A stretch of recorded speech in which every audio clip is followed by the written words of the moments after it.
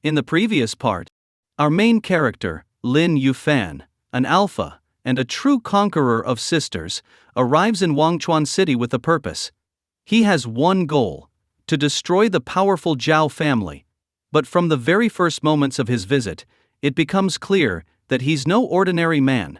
The head of the Wangchuan Chamber of Commerce, billionaire Shen Songqian, personally greets Lin, offering him a move from his daughter Shen. At the new villa, Lin immediately becomes the center of attention. Shen, unaware of his identity, finds herself in an awkward situation at the pool.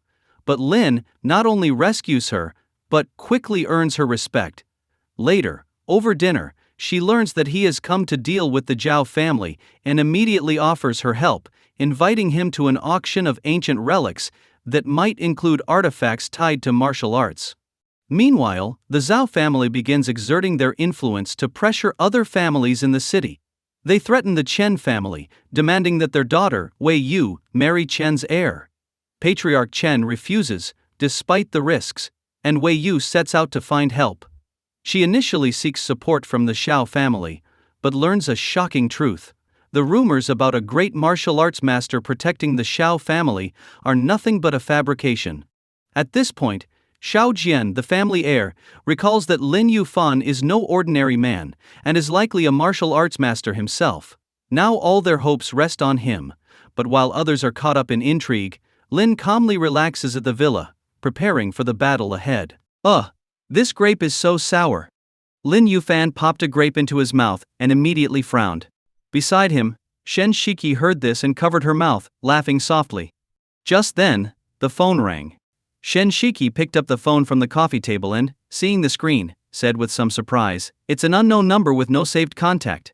It might be a spam call. Should I answer it?" An unknown number?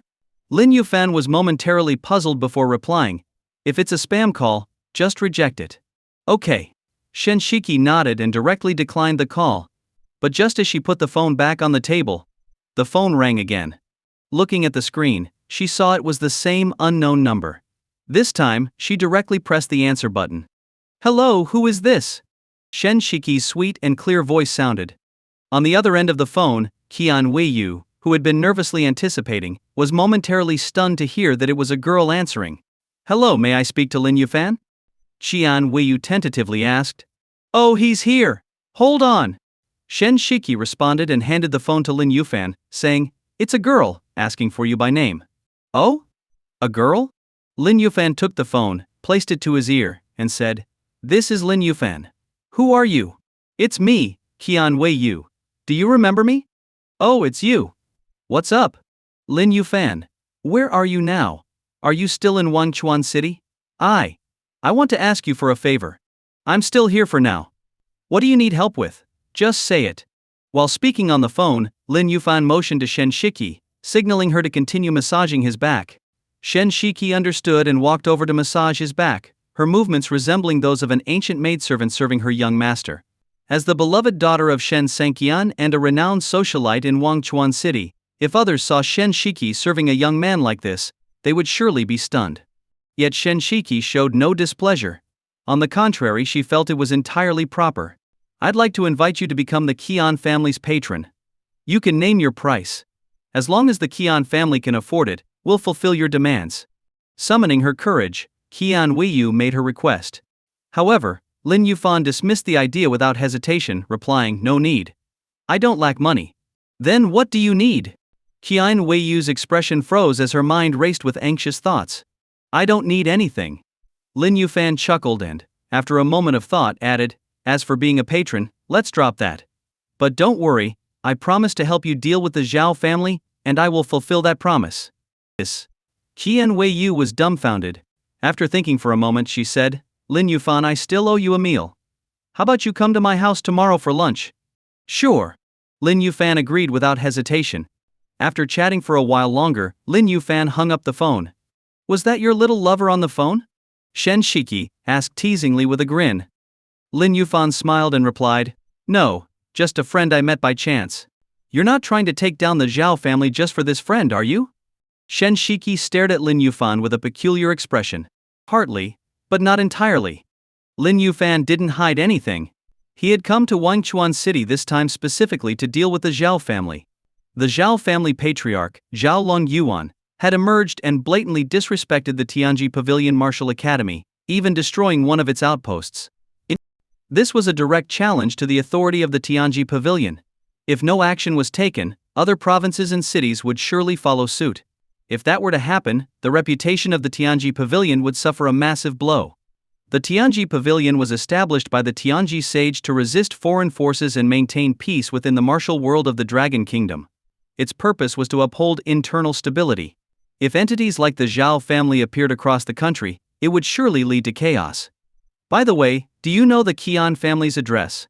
Lin Yuan suddenly realized he didn't know where Keon Weiyu lived. Of course I know. If you're going to the Keon family tomorrow, I can drive you there. Shen Shiki smiled and nodded. Thanks for the trouble. Lin Yuan replied calmly and closed his eyes, enjoying the massage. Life felt quite leisurely. The night was dark, and high in the sky, 2 streaks of sword light flew from the northern icy lands. One was a white-robed middle-aged man standing with his hands behind his back. Behind him was a young girl in the same white attire, barefoot, and with features as delicate as a painting. The girl bore some resemblance to the middle-aged man, clearly a father and daughter. Father, has Uncle Yi really fallen? The girl gazed ahead, her mind flashing back to an elder with white hair and beard, a kind smile, and an aura as vast as the ocean. The elder had once sparred with her father, defeating him in just 3 punches. His strength was like that of a deity, leaving a deep impression on her. That guy was monstrously strong and likely wouldn't fall so easily. But it's been so long without any news, which is indeed worrying. The middle-aged man showed a trace of concern in his eyes. For someone of his stature, there were few in the world he could consider friends or confidants. If possible, he hoped his old friend was safe and sound. Father, do you think his disciple is really stronger than me? The girl was curious. Her father had stepped forward this time to protect the elder's disciple. According to rumors, the disciple was young but already in the Grandmaster realm, having slain 2 other Grandmasters and earning a spot on the Bixiaosheng Grandmaster rankings. Thinking of this, the girl couldn't help but feel competitive. Ha ha ha, not necessarily. Those like Shi Qing and Chen Niangguan are Grandmasters, sure, but you could defeat them in 1 sword strike. Between you and that disciple, it's hard to say who's stronger.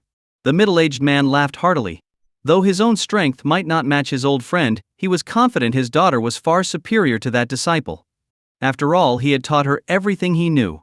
In terms of talent and cultivation among her peers, he believed his daughter was invincible in her generation. HMP, when I see him, I'll test him with my sword first.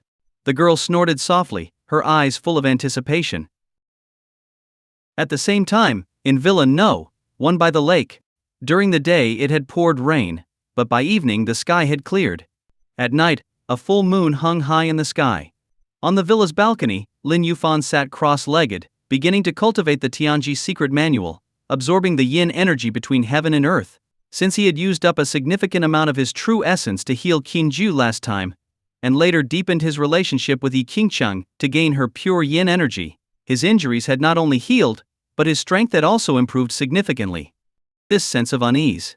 It's a sign that I'm about to step into the next realm. Lin Yufan's gaze deepened, and a flash of light seemed to flicker in his eyes. After reaching the Grandmaster realm, he had left the mountain. Although he was only at the early stage of the Grandmaster level, his combat power was enough to crush mid-stage Grandmasters. People like Shi Qing and Zhou Tianlong, who were early-stage martial Grandmasters, were like ants in front of him, easily crushed.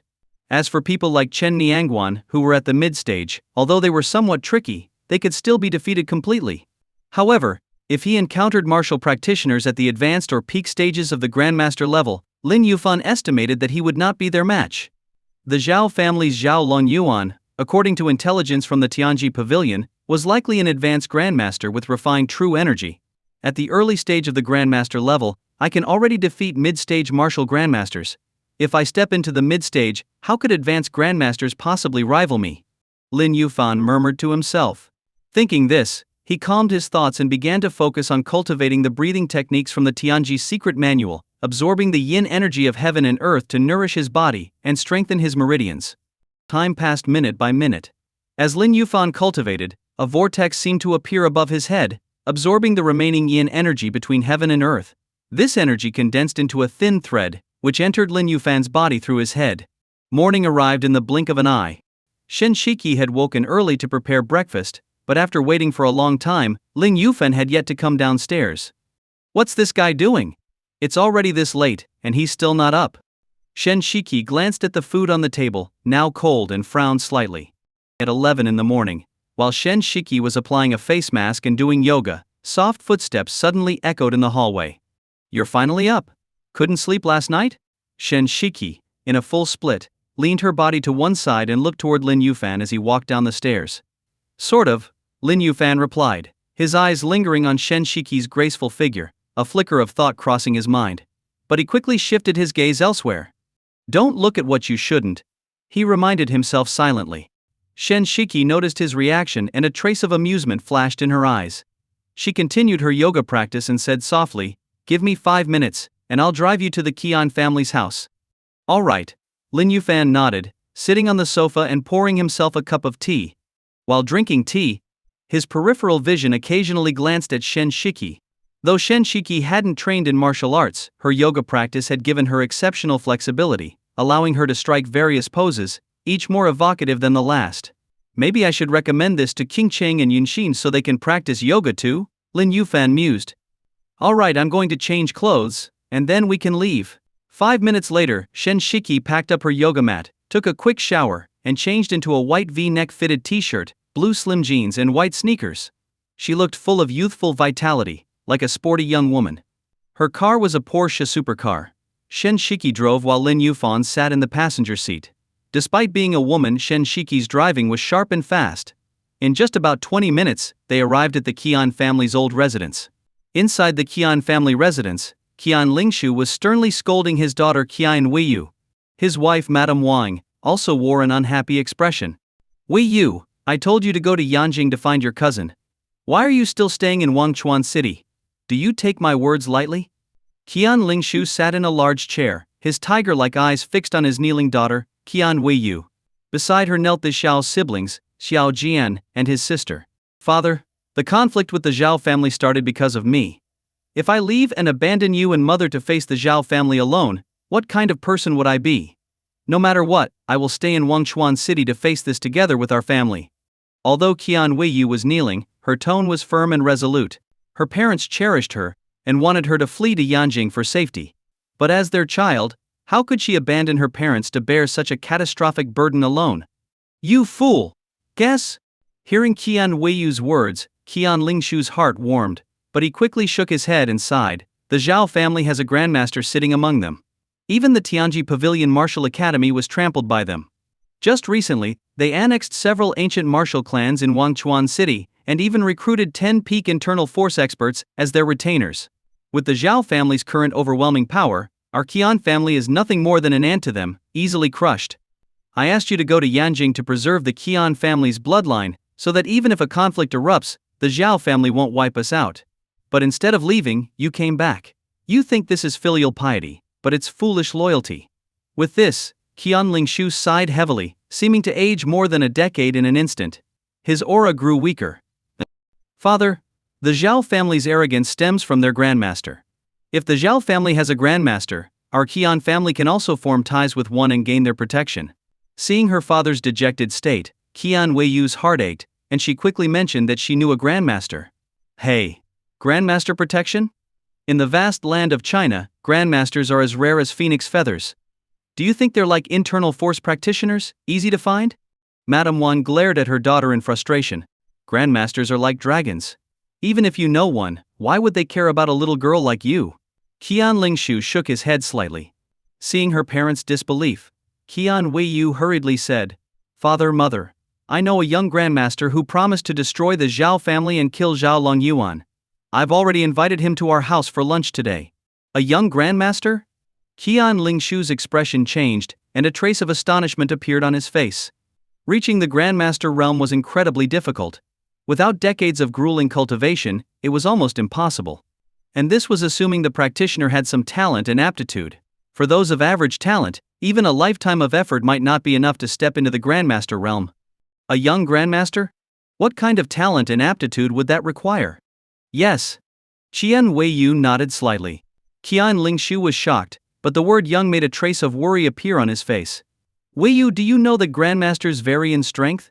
Even if this young grandmaster is exceptionally talented, he would at best be at the early stage. But Zhao Lin Yuan is an advanced grandmaster, with one foot already in the peak stage. How could an early stage grandmaster be his match? Keon Lingshu's words were like a bucket of cold water, extinguishing the faint hope in the hearts of Xiang Weiyu and the Xiao siblings. Xiao Zhao's face changed slightly. Keon Weiyu also turned pale. Master, a group of martial artists is outside requesting to see you. At that moment, a servant hurriedly came in. Upon hearing this, Keon Lingshu and his wife Wang Shi quickly headed toward the door, leaving Xiao Jian, his sister Xiao Zhan, and Keon Weiyu in the side hall, exchanging glances. Brother, what should we do now? Xiao Zhen looked at her brother, Xiao Jian. In her heart, Xiao Jian was a genius who could solve almost anything. At this moment, Keon Weiyu also turned her gaze toward Xiao Jian. Uncle Keon's words are not without reason. However, he merely spoke about the disparity in strength between Zhao family's grandmaster Zhao Lin Yuan and Lin Yufan. Strength is one aspect, but connections and influence are another.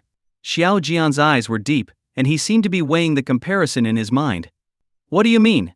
Brother, can't you just say it clearly instead of being so vague? It's so annoying, Xiao Zhang grumbled impatiently. What I mean is that while Lin Yufan may only be at the early stage of the grandmaster level, the fact that he reached this stage suggests he must have been trained by a reclusive master. Think about it, what kind of level would a master capable of training a young grandmaster be at? Xiao Jian's eyes flickered, as if he was convinced that Lin Yufan had a powerful force behind him. Exactly. Xiao Zian suddenly understood and exclaimed, if Lin Yufan is willing to help, even if he can't handle it himself, he could ask his master for help. With two grandmasters present, no matter how arrogant the Zhao family is, they'd have to think twice about their chances. The biggest issue now is that we don't know Lin Yufan's background. We don't know if he's a disciple of some reclusive master or the prodigy of a hidden sect. That's what makes it tricky. Xiao Jian pondered aloud. What's the big deal? He's coming over soon anyway. Why don't we just ask him directly? Xiao Zhan spoke straightforwardly. Thinking about Lin Yufan's imminent arrival, a hint of anticipation inexplicably rose in her heart. Meanwhile, outside the Keon family's old residence, learning that martial artists had arrived, Keon Lingshu immediately went out to greet them. Keon Lingshu apologizes for not welcoming you sooner. Please come inside. Keon Lingshu reached the entrance and swept his gaze over the 9 martial artists standing outside. At the forefront were 3 people. On the left was a man in his 50s wearing a black martial arts uniform. This was Guo Wei, the master of the Guo boxing gym in the neighboring city.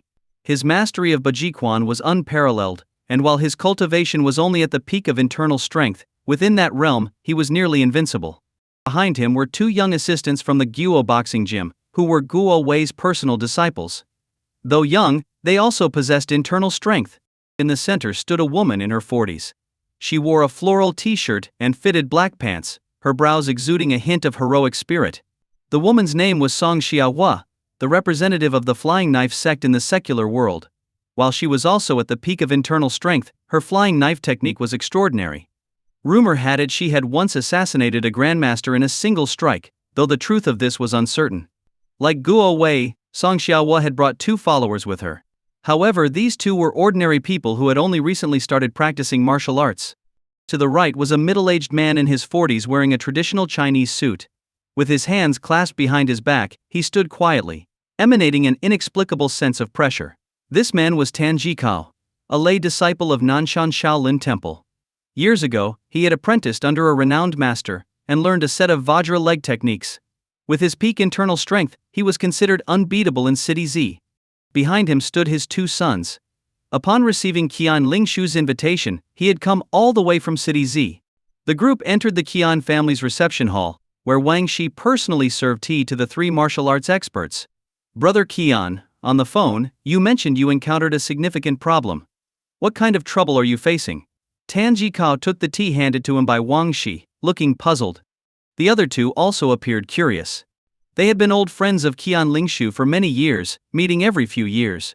But just days ago, Keon Lingshu had suddenly called each of them, asking for their help in Wangchuan City. Sigh. It's a long story. Since they were close friends, Keon Lingshu didn't hide anything and roughly recounted the situation.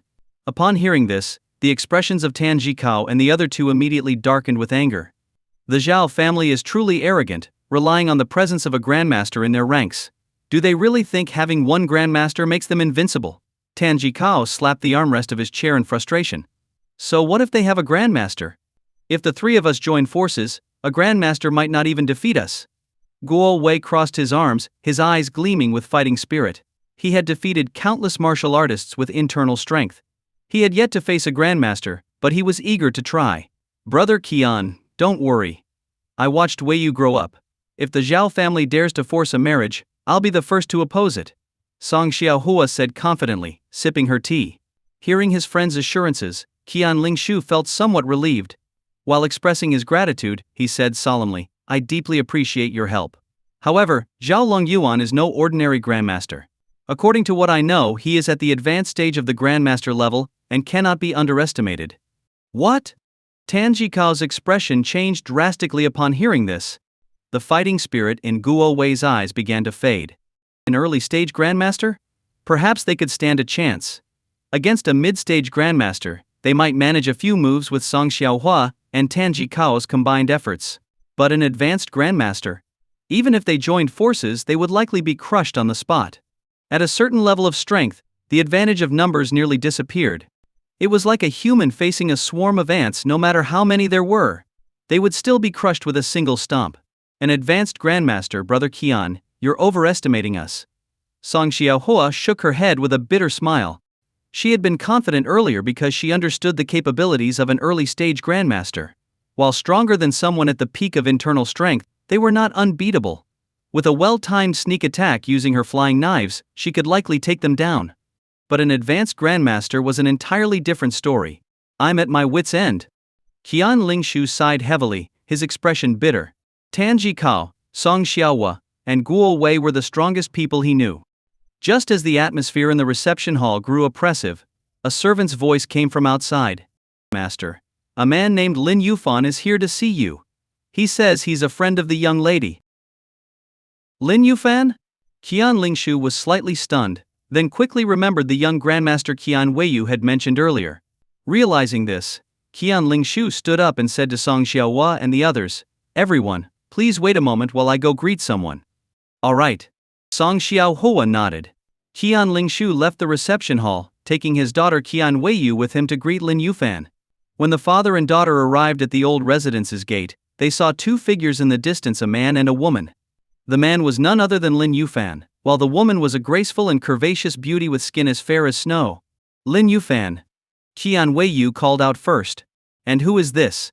Lin Yuan nodded with a smile, and looked at Keon Lingshu. Oh, this is my father, Keon Lingshu. Keon Weiyu quickly introduced him, and then added to her father, Dad, this is Lin Yuan, the one I told you about. Don't be fooled by his youth, he's incredibly capable. Hello, Uncle Keon? Lin Yuan greeted politely. Master Lin, you're too kind. Keon Lingshu was startled. If it were an ordinary wealthy family, he could accept being called uncle. But as a martial family, hierarchy was determined by cultivation level, not seniority. Haha, don't worry about it. You're Weiyu's father, so by seniority, calling you uncle is appropriate. Lin Yuan laughed casually, showing no concern. Keon Lingshu wiped his brow, but suspicion arose in his heart. Grandmasters were like dragons, arrogant and hard to approach. A grandmaster as approachable as Lin Yuan was almost unheard of. This kid is so young, how could he possibly be a grandmaster? Keon Lingshu thought to himself. Nevertheless, as the host, he led Lin Yuan and Shen Shiki to the reception hall. On the way to the hall, Keon Weiyu walked alongside Lin Yuan and asked softly, Hey, who's that girl? She's so beautiful. Is she your girlfriend? Though her voice was quiet, the surroundings were so silent that Shen Shiki, walking behind, heard every word. Shen Shiki glanced at Lin Yuan, her pretty face blushing slightly. Ahem, don't talk nonsense. She's just a friend, an ordinary friend. Lin Yuan coughed twice, quickly explaining. Oh, she looks familiar. I feel like I've seen her somewhere before. Keon Weiyu replied vaguely, glancing back at Shen Shiki.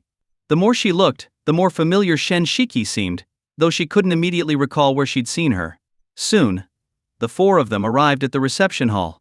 Uncle Tan, Aunt Song, Uncle Guo. Upon seeing the three martial experts in the hall, Keon Weiyu greeted them sweetly. Haha, Wei Yu, it's been 2 years since I've seen you, and you've grown even more beautiful. Tan Jikao laughed heartily, gazing fondly at Keon Wei Yu and even considering proposing her as a match for his sons. His two sons' eyes lit up upon seeing Keon Wei Yu, but when they noticed Shen Shiki, they were utterly stunned. In terms of looks, temperament, and figure, Shen Shiki outshone Keon Wei Yu, and could rival the likes of Gyu Yu Yinsi. She was undoubtedly goddess material. Wei Yu, come over here to Aunt Song. I've missed you so much.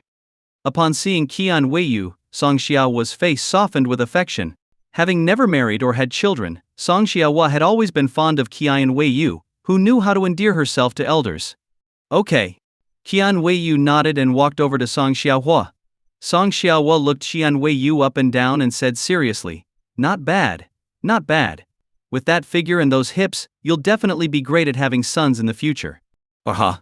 Keon Wei Yu was bewildered by the comment, her face turning bright red. Tan Jikao, Guowei, and the others burst into laughter, lightening the previously tense atmosphere. Brother Keon, who are these two? After laughing, Guowei's gaze fell on Lin Yufan and Shen Shiki. Judging by Keon Lingshu bringing them in, he assumed they must also be martial artists. Brother Guo, Brother Tan, this is Lin Yufan, and this is his friend. Keon Lingshu was about to introduce Shen Shiki but suddenly realized he didn't know her name. Uncle Keon, my name is Shen Shiki. My father is Shen Sanqian. Shen Shiki smiled politely and introduced herself. What? Your father is Shen Sanqian, the billionaire of Wangchuan City? Hearing the name Shen Sanqian, Keon Lingshu's wife Wang Shi exclaimed in surprise. Keon Lingshu and the others were absorbed in martial arts and paid little attention to the business world, but Wang Shi was well versed in such matters. So, they're a wealthy young master and a young lady. Guo Wei and the others frowned slightly, and Tan Jikao gave Keon Lingshu a questioning look, as if to ask why he had brought them into their circle. Keon Lingshu quickly explained, Brother Guo, Brother Tan, don't misunderstand. This young man Lin Yufan is also a martial artist, and his strength is extraordinary. Oh? Tan Jikao smirked disdainfully. Extraordinary strength? At his age, how much strength could he possibly have? Song Xiaohua shook her head slightly. Although Guo Wei said nothing, he never once gave Lin Yufan a serious look. What's going on? Lin Yufan was bewildered. He had only come for a meal, why was he being looked down upon so suddenly? Lin Yufan, don't mind them. These three are my father's close friends and my elders. They're all martial artists, so they tend to speak bluntly. They don't mean any harm. Keon Wei Yu quickly explained. Wei Yu, listen to your Aunt Song. Stay away from these rich kids. Most of them are idle, wasteful brats. If you get too close to them, you might pick up their bad habits. Song Xiaohua advised seriously. Exactly. She's absolutely right. Tan Jikao nodded in agreement. Hearing this, Shen Shiki's face darkened slightly, but out of respect for Lin Yufan, she held back and pretended not to hear them. At your age, how can you still make such baseless generalizations without thinking? At this moment, Lin Yufan retorted bluntly. Song Xiaohua's brows furrowed. She slapped the armrest of her chair and shouted angrily, Young man, how dare you speak like that? Didn't your elders teach you to respect your seniors? Lin Yufan chuckled. Seniors? Are you joking? Do I even know you? With those words, Song Xiaohua and the others' expressions instantly changed. Presumptuous. Guo Wei's face darkened, and his imposing aura exuded an unspoken authority as he glared at Lin Yufan and reprimanded him loudly. Seeing this, Keon Lingshu quickly tried to mediate, saying, Brother Guo, please don't get angry. Young brother Lin is just young and arrogant, after learning a bit of martial arts, with no regard for others. With such a temperament, let alone succeeding as a person, even in martial arts, he will achieve little. Before Keon Lingshu could finish, Guo Wei snorted coldly and interrupted him. Hearing this, Shen Shiki, who had been somewhat angry earlier, suddenly burst out laughing. Who was Lin Yufan? He was the current master of Tianji Pavilion, a peerless prodigy known for his unparalleled martial prowess. Yet here he was, being dismissed by Guo Wei as someone with no potential. If word of this spread, it would surely be a laughingstock. You little girl, what are you laughing at? Song Xiaohua glared at Shen Shiki. As the representative of the Flying Knife sect in the secular world, she looked down on the rich and powerful, regarding them as ordinary people unworthy of notice. Nothing, I just think you're all rather amusing, Shen Shiki replied, covering her mouth as she chuckled. Ignorant.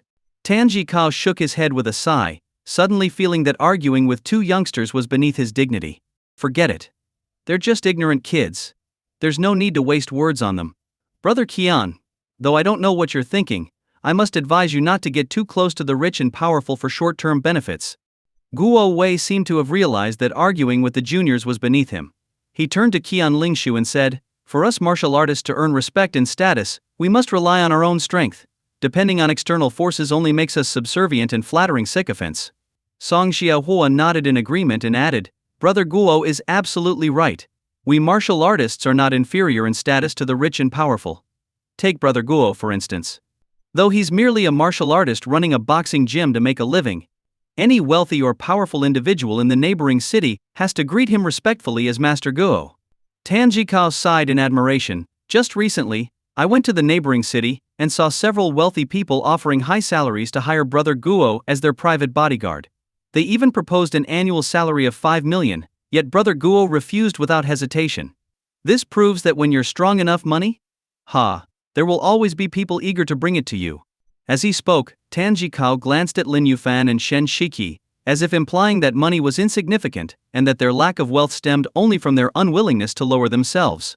Hearing this, a hint of pride appeared on Guo Wei's face. However, at that moment, Lin Yuan suddenly remarked, "A martial artist at the peak of internal strength earning 5 million a year. That's probably the limit. Any higher and I doubt people would be willing to pay." Impudent boy. Though Lin Yuan spoke casually, his words struck a nerve with Guo Wei, whose face instantly darkened as if his tail had been stepped on. The truth was, Guo Wei had refused the offer because the price hadn't been right. He had asked for 10 million, but the other party only offered 5 million, leading to a breakdown in negotiations. Lin Yufan's comment hit his sore spot, leaving him furious. "Such disrespect for your elders. Is this how your family raised you?" Song Xiaohua narrowed her eyes, a hint of anger flashing in them. Tanjikao sighed and said, "Brother Keon, it's best to send such an ill-mannered boy away quickly so he doesn't continue to be an eyesore." Enough. Shen Shiki couldn't hold back any longer. Her father, Shen Sanqian, was one of the top 3 billionaires in Wangchuan City, with a fortune in the billions. She had met numerous martial artists before, including those on the cusp of the Grandmaster realm. Yet none of them were as arrogant and self-righteous as Guo Wei and his companions. "Lin Yuan and I were invited here, and the host hasn't said a word about us. But you three show up, acting high and mighty, mocking and insulting us, claiming we lack respect and manners. And what about you?" Shen Shiki rebuked them angrily. She hadn't intended to show her strong side in front of Lin Yuan, but Guo Wei and the others had pushed her to her limit. Outrageous. Tanjikao slammed the armrest of his chair, his voice thunderous. "When we're talking, how dare a little girl like you interrupt?" Song Xiaohua furrowed her brows, her eyes blazing with anger. "Little girl, don't think that just because your father is rich, you can be disrespectful to us. The only reason you dare to talk to us like this is because of your ignorance. Do you even understand the power of martial artists like us? Even if your father were here, he wouldn't dare to be disrespectful." Guo Wei glared at Shen Shiki and scolded her in a deep voice. "Ridiculous. Do you really think you're qualified to meet my father?" Shen Shiki sneered and continued, "My family has interacted with plenty of martial artists. The 4 retainers my father hired all happen to be at the peak of internal strength, with 1 foot already in the Grandmaster realm. They're probably on par with you. And yet, when they see my father, they respectfully address him as Mr. Shen. As for you 3, you're likely only at the peak of internal strength, aren't you?" "Ew." Guo Wei's face turned ashen. "Sharp-tongued. Tully." Song Xiaohua's expression darkened. Tanjikao remained silent but grew curious about the Shen family's background. Hiring 4 retainers at the peak of internal strength was certainly a testament to their wealth. "What? Did I say something wrong? Or are you grandmasters? Grandmasters have the ability to establish their own sects. Even my father would have to bow and pay respect if he met one, but grandmasters wouldn't bother stooping to argue with juniors. They're frugal with their words and operate on a completely different level, not like you." Shen Shiki's tone dripped with contempt. "How dare you?" Before Shen Shiki could finish, Song Xiaohua couldn't hold back any longer. She abruptly stood up, flung the tea in her cup, and struck the water with her palm. In the next moment, a palm-shaped stream of water shot towards Shen Shiki. Though sharp-tongued, Shen Shiki was just an ordinary girl. She had no chance of dodging such an unexpected attack. "No?" Keon Lingshu tried to intervene but was too late. Just as everyone thought Shen Shiki was about to be taught a harsh lesson, a figure suddenly appeared in front of her. With a wave of his sleeve, he sent the palm-shaped water stream flying back. Slap. People like. The water stream, now moving 3 to 4 times faster, struck Song Xiaohua's face with a crisp sound, leaving a red palm print. Splatter. The water splashed onto Song Xiaohua's face and dripped to the ground. Everyone was stunned. But soon, all eyes turned to the figure now standing in front of Shen Shiki. It was none other than Lin Yuan. You! How dare you! Song Xiaohua exploded with rage, glaring at Lin Yuan as if she wanted to tear him apart. Lin Yufan's expression remained calm as he said, "This is a warning. If you dare to touch anyone around me again, you won't be spared." His voice wasn't loud, but it rang clearly in everyone's ears. "So, you're an internal strength martial artist. No wonder you're so arrogant. But do you think cultivating internal strength gives you the right to look down on us?"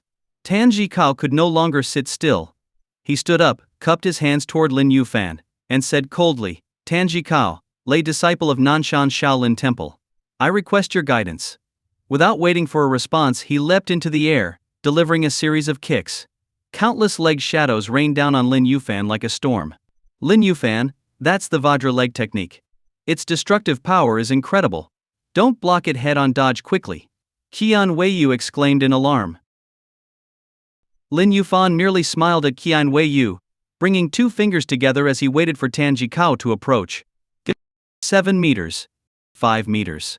3 meters. 2 meters. Just as Tanji Kao's leg shadows were about to hit Lin Yuan, a flash of sharp light appeared in Lin Yuan's eyes. With a single sword-like finger, he pierced through one of the leg shadows as fast as lightning. Yeah! The previously aggressive Tanji Kao let out a strange cry as his whole body flew backward. What just happened? Everyone looked confused. You! How did you see through my leg technique? Tanji Kao struggled to get up, limping, with a face full of shock and disbelief. Lin Yufan's seemingly ordinary sword finger was actually imbued with fierce energy. With just one strike, he had numbed Tanji Kao's leg entirely. "Your movements are too slow and flashy," Lin Yufan replied with a faint smile. With his sharp eyesight, no matter how flashy Tanji Kao's Vajra leg technique was, or how many leg shadows he created, Lin Yufan could easily trace its trajectory. With just one sword finger aimed at the Yongquan acupoint on Tanji Kao's soul, he could easily break the Vajra leg technique. "You've got some skill." Guo Wei, who had been watching coldly, stood up. Guo Wei of Guo Boxing Gym, requesting guidance. With one step spanning over 3 meters, Guo Wei launched an assault, throwing punches from all kinds of tricky angles toward Lin Yufan. Facing the onslaught, Lin Yufan frowned slightly but didn't retreat. Instead, he stepped forward and threw a punch. The punch was plain and unremarkable, not even utilizing internal energy, just the simplest form of a strike. Bang! Guo Wei's eyes flickered with a trace of coldness as he countered with his own punch, meeting Lin Yufan's blow head-on. Unlike Lin Yufan, Guo Wei's punch was charged with internal energy. Lin Yufan staggered 3 steps back, while Guo Wei stood firm like a mountain, completely unmoving. "Well done!" Song Xiaohua couldn't help but shout in approval. Seeing Lin Yufan at a disadvantage, Tanji Kao felt a wave of satisfaction. Only Guo Wei's expression showed a trace of astonishment. As a martial artist at the peak of internal energy, Guo Wei's punch could have seriously injured or killed an ordinary person. Yet Lin Yufan had matched him with just his physical strength. Could this kid specialize in body-hardening martial arts? Guo Wei speculated internally. Again. Lin Yufan laughed and charged forward, throwing another punch. Everyone thought he had gone mad. In truth, Lin Yufan simply wanted to test the limits of his physical body after his cleansing and refinement. Good! Guo Wei roared, countering Lin Yufan with Bajiquan. Culture relies on Tai Chi to bring peace, while martial arts rely on Bajiquan to stabilize the world. Bajiquan emphasizes internal intent, external form, and explosive force from all directions. Its approach is one of sheer power. Seizing an opportunity, Guo Wei stomped hard on the ground and delivered a crushing punch aimed at Lin Yufan's chest. The punch was ferocious, thundering with power, and sent Lin Yufan staggering several steps back. "Wei Yu! Didn't you say he was a grandmaster?" Qian Lingshu's eyes were filled with doubt. He had always suspected that Lin Yufan, being so young, was unlikely to be a grandmaster. That's why he remained silent when Guo Wei and the others provoked Lin Yufan earlier to observe his abilities firsthand. Now that Lin Yufan had made his move, he looked like nothing more than an ordinary martial artist. If there was anything special about him, it was probably just his resilience. Keon Weiyu frowned slightly, finding it difficult to understand. I'll go get brother Xiao Jian. Keon Weiyu turned and brought Xiao Jian and his sister from the side hall to the reception hall. When they arrived, they saw Lin Yufan and Guo Wei engaged in combat, with Lin Yufan being suppressed, seemingly unable to fight back and struggling to defend himself. Bang! Guo Wei landed another punch on Lin Yufan's left shoulder. A loud crack echoed as a dislocated bone sound rang out. Lin Yufan. No? Shen Shiki called out with concern. But Lin Yufan seemed unfazed. He grabbed his dislocated left shoulder with his right hand and quickly pushed and pulled, resetting the joint in an instant. The brutal display left everyone visibly shaken. Is this guy a martial arts fanatic? Tan Jikao muttered to himself. Only martial arts fanatics would behave like Lin Yufan, willing to fight, even with broken bones, just for the sake of a match. And again. Lin Yufan advanced once more, throwing straightforward punches. Initially he was still being suppressed by Guo Wei's Bajiquan.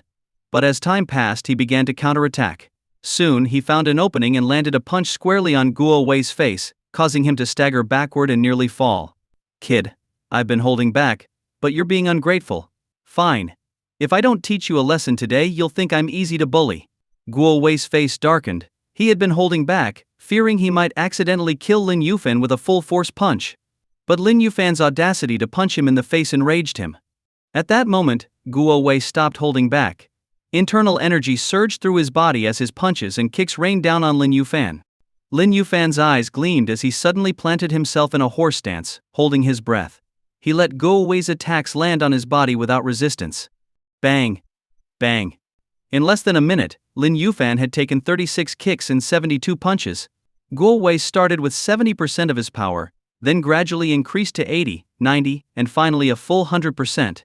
Yet even with his full strength, Lin Yufan remained as steady as a rock. Damn it! This kid is using my attacks to temper his body. Guo Wei cursed inwardly. Even at full power, he couldn't break through Lin Yufan's defenses. If word of this got out, it would be utterly humiliating. Kid, I won't hold back with this move. Brace yourself. Guo Wei roared, stomping hard on the ground to propel himself forward. Using the Bajiquan killing move Heavy Elbow, he aimed his right elbow downward like a mountain crashing or a meteor falling, smashing it toward Lin Yufan's shoulder. Huh? Lin Yufan's eyes narrowed. His body's strength, though enhanced by the cleansing and refinement, wasn't invincible. If he took this move head-on, his bones might shatter. Enough playing around. Time for you to lie down. Lin Yufan suddenly grinned and threw a punch. Unlike before, this punch utilized the vast and boundless internal energy within his body. As the punch landed, an overwhelming force erupted from Lin Yufan, radiating outward. Boom! Guo Wei flew backward like a cannonball, smashing through a wall in the reception hall in the blink of an eye. How is this possible? Tan Jikao, Song Xiaohua, and Qian Lingshu all had expressions of disbelief on their faces. Although they were all martial artists at the peak of internal strength, Guo Wei was undoubtedly the strongest among them. Just moments ago, Lin Yufan was being suppressed by Guo Wei, but now, Guo Wei had been sent flying with a single punch. The stark contrast left everyone shocked, unable to believe their eyes. Could it be that Lin Yufan is really a grandmaster? If he weren't, how could he possibly send a martial artist at the peak of internal strength flying with one punch? Qian Lingshu thought to himself. Cough, cough, cough. Guo Wei climbed out of the rubble with a pale face. His gaze fixed on Lin Yufan, filled with both fear and astonishment. When Lin Yufan had withstood his attacks with sheer physical strength earlier, Guo Wei hadn't thought much of it. After all, martial artists take many paths. Some cultivate internal strength, some specialize in external techniques for physical endurance, and others practice spiritual techniques. Initially, Guo Wei assumed Lin Yufan was a martial artist specializing in external techniques. But that last punch from Lin Yufan, carrying a force as overwhelming as a tsunami, had truly shaken him to the core. So, you're a grandmaster? Guo Wei was reckless. Guo Wei walked over, clasped his fists, and bowed to Lin Yufan. As soon as he said this, the room erupted in astonishment. Brother Guo, what did you just say? He's a grandmaster. Tan Jikao's eyes widened, his expression, as if he had seen a ghost. Song Xiaohua was equally shaken. But upon reflection, someone capable of defeating a martial artist at the peak of internal strength with a single punch could only be a grandmaster. Realizing this, she also clasped her fists and bowed. Thank you, Master Lin, for showing mercy earlier. Oh? How come you've suddenly changed your tune? Weren't you just saying I lacked respect and discipline, claiming I'd never achieve much in martial arts? Now you're calling me a grandmaster. Lin Yuan feigned surprise, a faint smirk on his face. This. Song Xiao, Guo Wei, and the others were instantly embarrassed, wishing they could find a hole to crawl into. At the same time, they felt a sense of grievance. You're a grandmaster, yet you hid your strength to spar with us. How is that fair? But none of them dared voice their complaints. After all, a grandmaster is like a dragon beyond reproach. Offending a grandmaster could result in death, and it would be entirely their fault. Master Lin, these 3 friends of mine are straightforward people. They speak bluntly but mean no harm. I hope you can forgive them. Keon Lingshu quickly stepped forward to plead on their behalf. Lin Yuan, I've had food and drinks prepared. If you're upset, I'll have these elders toast and apologize to you later. Will that be all right? Keon Weiyu's beautiful eyes glimmered as she spoke softly. You are you, and they are they. But since this is your home, I'll give you some face. Let's consider this matter settled. But if there's a next time, hey, they'll bear the consequences themselves. Lin Yuan sighed, his gaze sharp as a blade as it swept over Guo Wei and the others. In that instant, Guo Wei and the others felt a deep fear from the depths of their souls. It was as if a powerful force had locked onto them, ready to strike them dead the moment they showed the slightest sign of displeasure or anger. Thank you, Master Lin. Master Lin is magnanimous. Guo Wei, Song Xiao, and the others quickly expressed their gratitude. Alright, I've warmed up enough and now I'm hungry. Wei Yu, let's go eat. I haven't even had breakfast yet. Lin Yuan withdrew his aura, looked at Keon Weiyu, and smiled faintly. Alright, come with me. Keon Weiyu immediately nodded and led Lin Yuan and Shen Shiki toward the dining room. Once Lin Yuan and Shen Shiki were out of sight, Tanji Kao glared at Keon Lingshu. Brother Keon, you set us up. Why didn't you tell us this kid was a grandmaster? Exactly. If something had gone wrong, we might not have made it out of here alive today. Song Xiao also complained with a look of resentment. Offending a grandmaster was akin to offending death itself. It was a guaranteed way to get killed. Brother Keon, that was underhanded of you. Guo Wei shook his head, looking helpless. As someone proud of his strength, being defeated by Lin Yuan today, especially in front of his closest friends, was utterly humiliating. However, since his opponent was a grandmaster, there was no shame in losing. Still, it was hard for him to accept emotionally. Everyone, it's a misunderstanding. I wanted to tell you earlier, but you wouldn't let me get a word in. Besides, this is the Keon family's home. Even if you had offended the grandmaster, I'd have staked my life to ensure your safety. I swear this on my honor. Seeing his 3 friends accusing him, Keon Lingshu quickly offered a solemn explanation and reassurance. Hearing this, Guo Wei and the others calmed down slightly. But none of them were fools. They knew Keon Lingshu's excuse about not having a chance to speak was nonsense. In truth, Keon Lingshu had used them to probe Lin Yuan's strength. To think Guo Wei, was reduced to a tool for testing a grandmaster's abilities. What a joke! Guo Wei shook his head and sighed. If it had been anyone else, he would have stormed off without looking back. But Keon Lingshu was a longtime friend, and his earlier pledge to risk his life to protect them softened Guo Wei's heart. Later, if you don't punish yourself with 3 drinks, this matter won't end here. Tanji Kao, still fuming, decided to forgive Keon Lingshu but wanted some compensation. 3 drinks? Make it 30. Song Xiao snorted coldly, her expression slightly easing. Such a young grandmaster. Brother Keon, later you must introduce us properly. If we can glean even the slightest hint from him about breaking through to the grandmaster realm, it would be priceless. Guo Wei said in a normal tone. Hearing this, Tanji Kao and Song Xiao's eyes lit up. As martial artists at the peak of internal strength, their greatest desire was to break through to the grandmaster realm and become one of the most esteemed figures in the martial world. But breaking through to the grandmaster level was incredibly difficult. Without a great teacher or immense fortune, one might never achieve it in a lifetime. I'll do my best. Keon Lingshu shook his head with a wry smile, thinking to himself, Guo Wei, you're making things difficult for me. This is my first time meeting Lin Yuan. Even if I muster the courage to ask, he might not share such secrets. 10 minutes later, at the Keon family's old residence. In the dining room, Lin Yufan sat in the seat of honor, Shen Shiki sat to his left, and Keon Weiyu to his right. Although Guo Wei, Song Xiao and Tan Jikao were all older than him, they felt no discomfort with this arrangement. In martial arts, strength commands respect. Even though Lin Yufan was young, he was an indisputable grandmaster and deserved such treatment. Master Lin, earlier I was arrogant and underestimated you as a grandmaster. I offer you this drink in gratitude for sparing my life. Guo Wei stood up, raised his glass to toast Lin Yufan, and then downed the wine in one gulp. Master Lin, I spoke out of turn earlier. Thank you for showing mercy. This drink is my apology. Song Xiaohua also stood up and toasted Lin Yufan. Then it was Tan Jikao's turn, followed by Qi and Ling Shu. Lin Yufan, being a magnanimous person, didn't hold grudges against them. After several rounds of toasts, and as the meal progressed, Guo Wei and the others exchanged glances. Lin Yufan noticed but didn't point it out.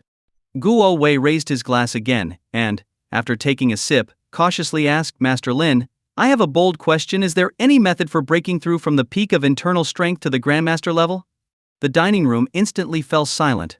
Everyone pricked up their ears, even Xiao Jian and his sister, who had remained inconspicuous throughout, put down their bowls and chopsticks, waiting for Lin Yufan's answer. Method? What method could there be? Let nature take its course. When it's time, you'll naturally break through. Martial cultivation requires no shortcuts. Everything depends on personal fulfillment. Once you're ready, progressing to the Grandmaster realm will happen naturally. If you're lacking, no method will help you. Lin Yufan picked up a piece of garlic pork, stuffed it into his mouth, and ate heartily. Hearing this, everyone felt a tinge of disappointment.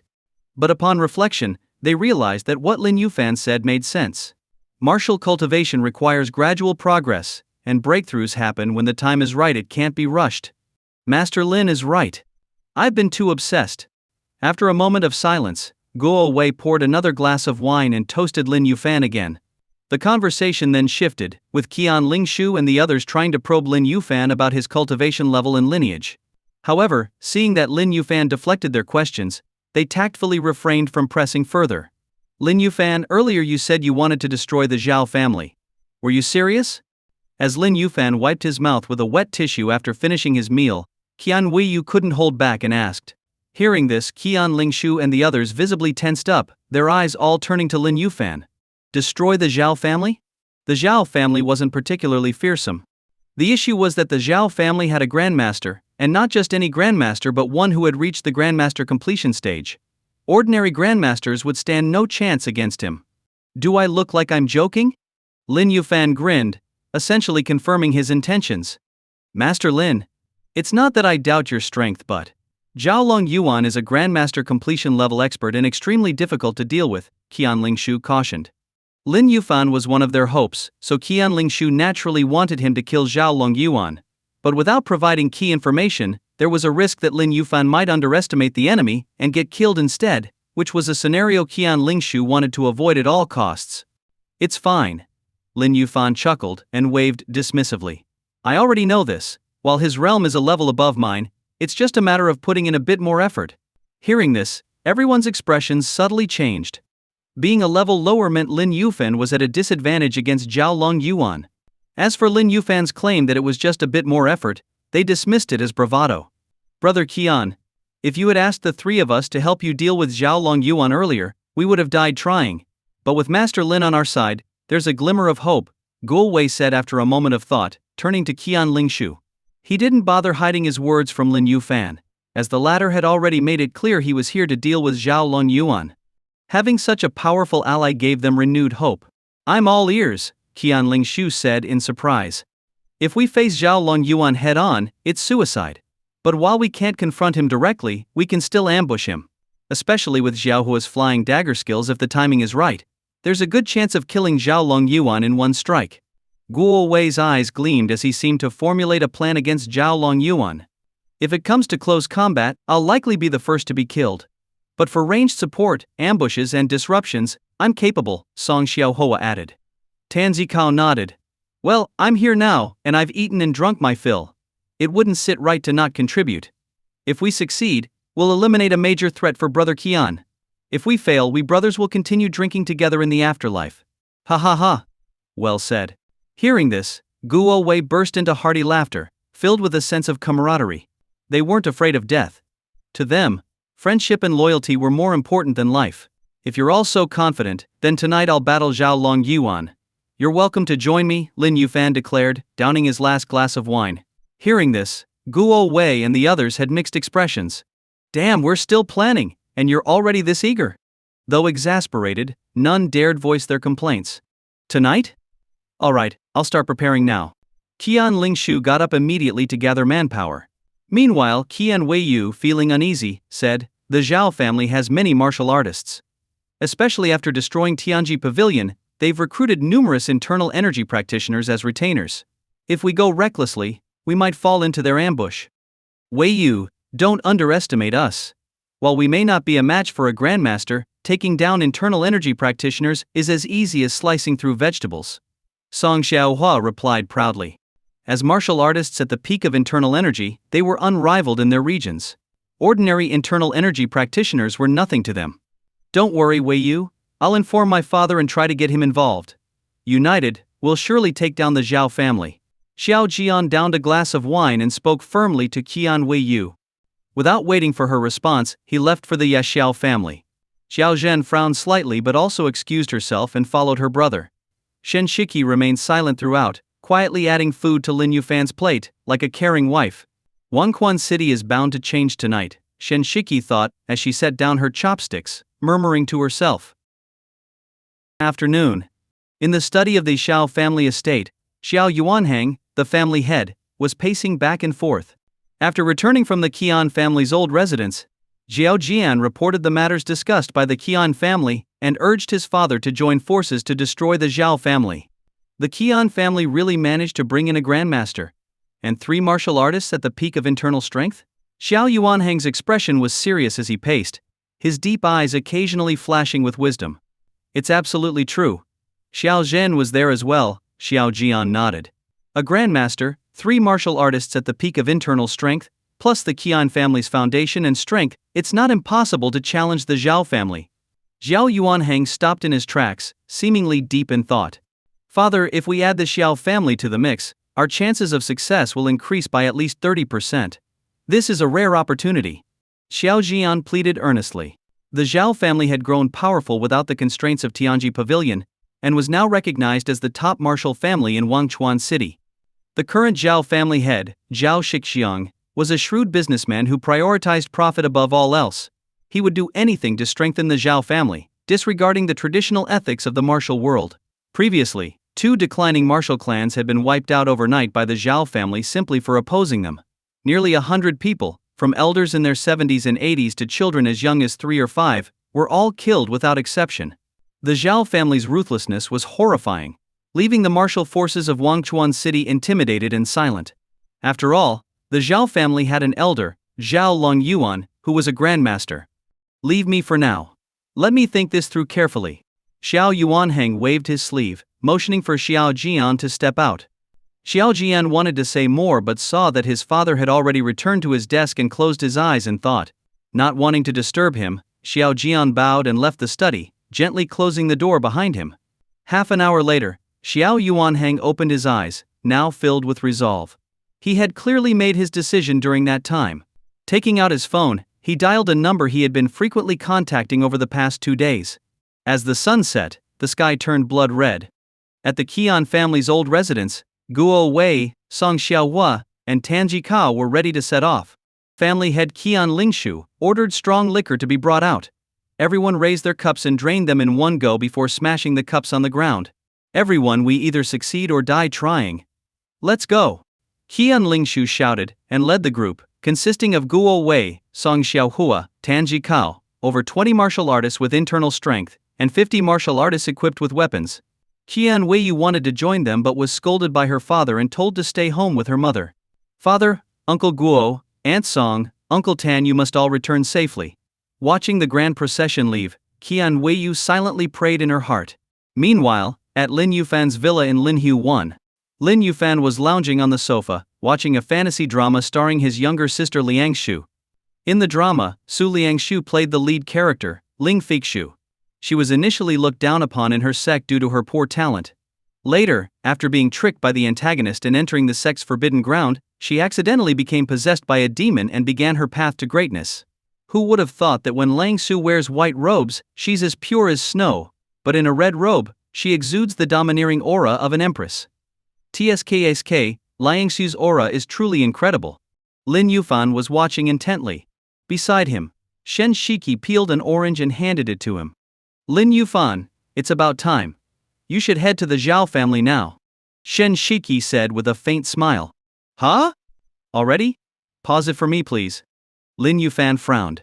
He had rarely watched TV dramas before, but ever since Su Liangsu started acting, he made time to follow her shows.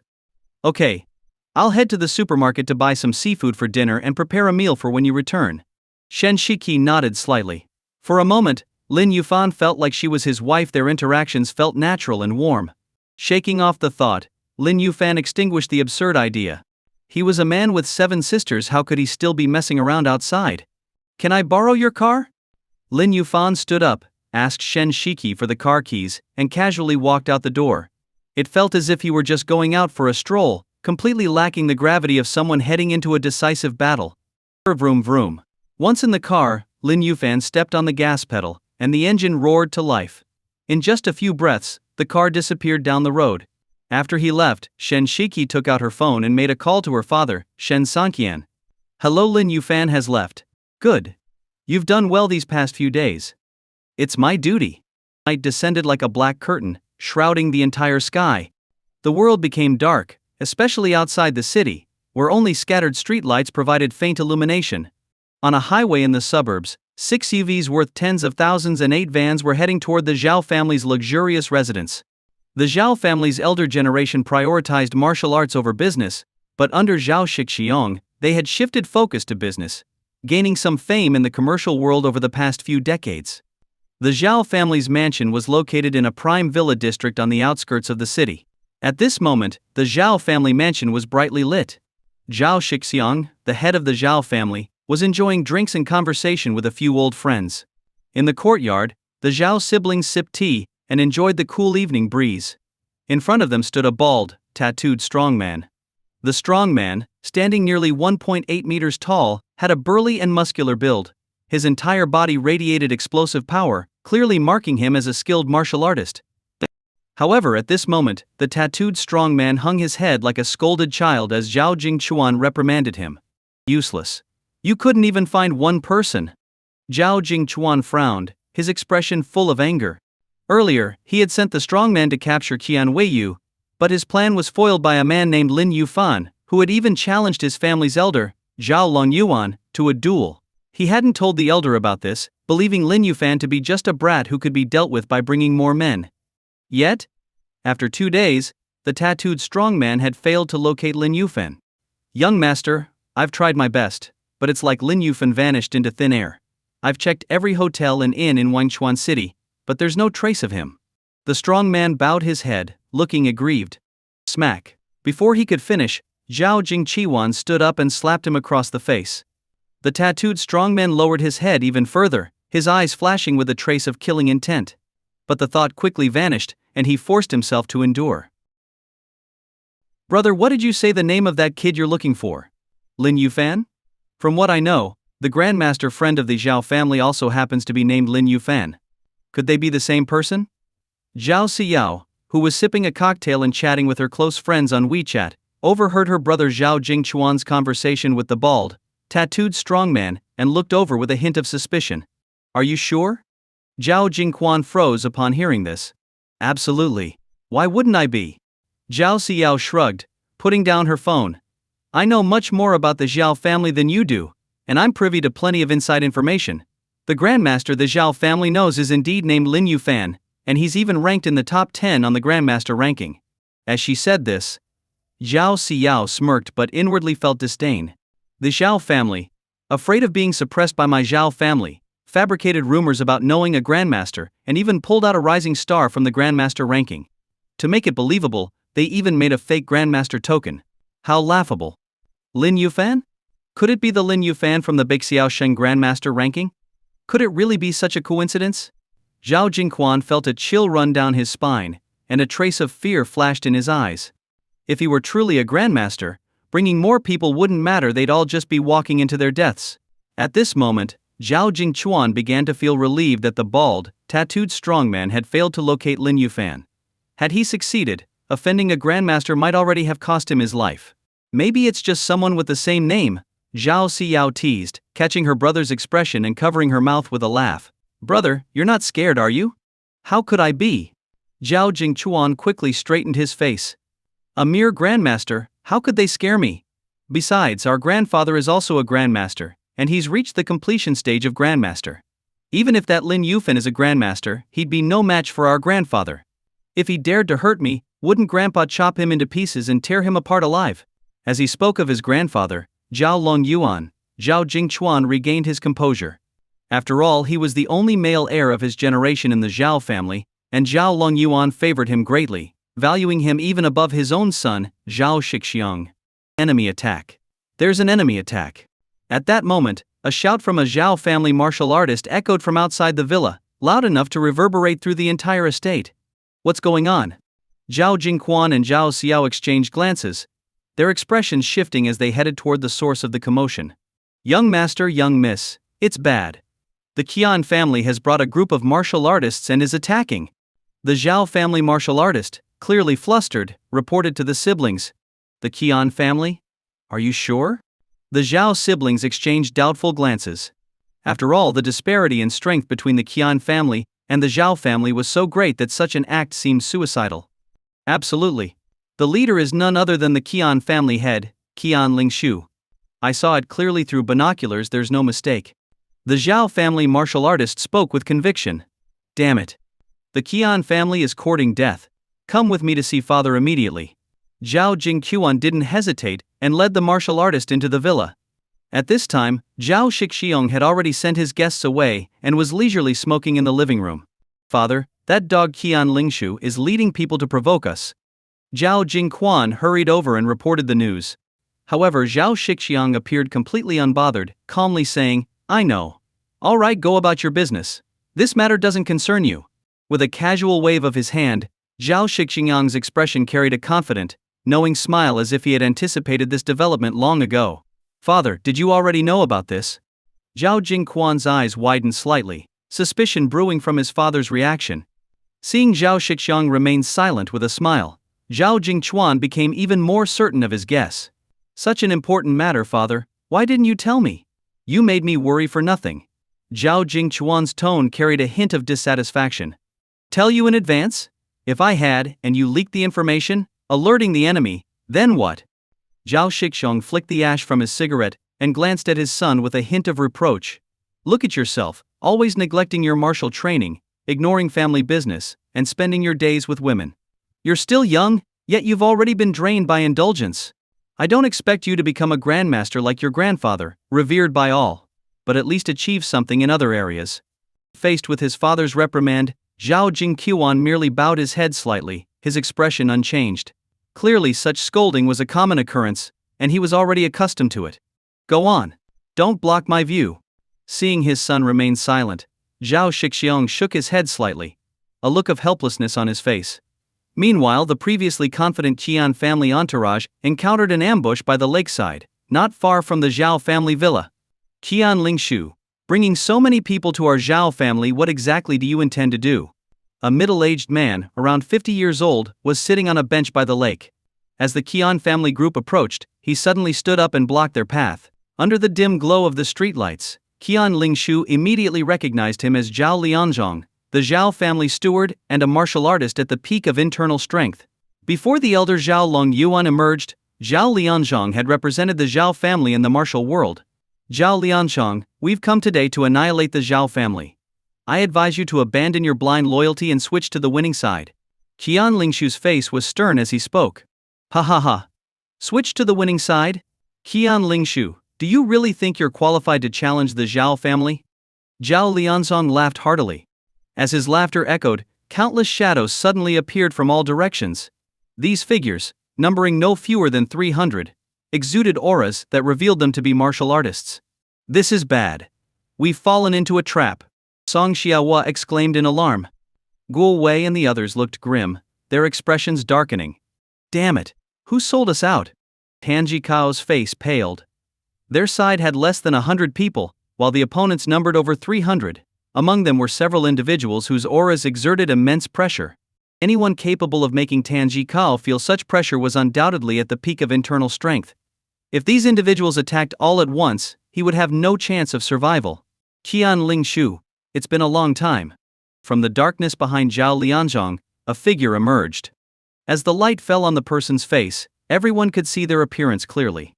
In that instant, Keon Lingshu's face turned as pale as a sheet.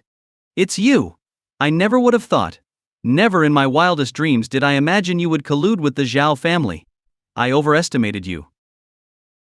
Brother Keon, do you know this person? Song Xiaohua stepped forward and asked in surprise. He is Xiao Yuanhang, the head of the Xiao family. Keon Lingshu sighed lightly, revealing the man's identity. The Xiao family of Wangchuan City, a martial arts family on par with the Keon family, had also faced suppression from the Xiao family recently. However, the Xiao family had recently established a connection with the Grandmaster, which deterred the Xiao family from easily provoking them. Keon Lingshu had initially thought that by taking action and pulling the Xiao family into an alliance, the two families could join forces to destroy the Xiao family. But unexpectedly, the Xiao family had betrayed them at the last moment and colluded with the Xiao family. Ha ha ha, brother Keon, those who understand the times are wise. The senior Zhao Long Yuan has mastered martial arts to an unfathomable level, reaching the Grandmaster completion stage. Opposing the Xiao family is akin to a mantis trying to stop a chariot, it's a path to self-destruction. Xiao Yuanhang laughed loudly and then added, considering our years of acquaintance, I advise you to stop resisting. Surrender to the Xiao family, and you may still preserve your Keon family's 100-year foundation. But if you persist in your delusion... Enough! Keon Lingshu's eyes filled with bloodshot anger as he shouted, shut up! You despicable scoundrel! I, Keon Lingshu, disdain to associate with someone like you. Stubborn fool. Fine, if you're determined to seek death, then don't blame us for showing no mercy. Xiao Yuanhang shook his head slightly and waved his hand. Immediately, many Xiao family martial artists rushed forward to attack. Kill. Wu Wei's eyes turned cold, and he was the first to charge.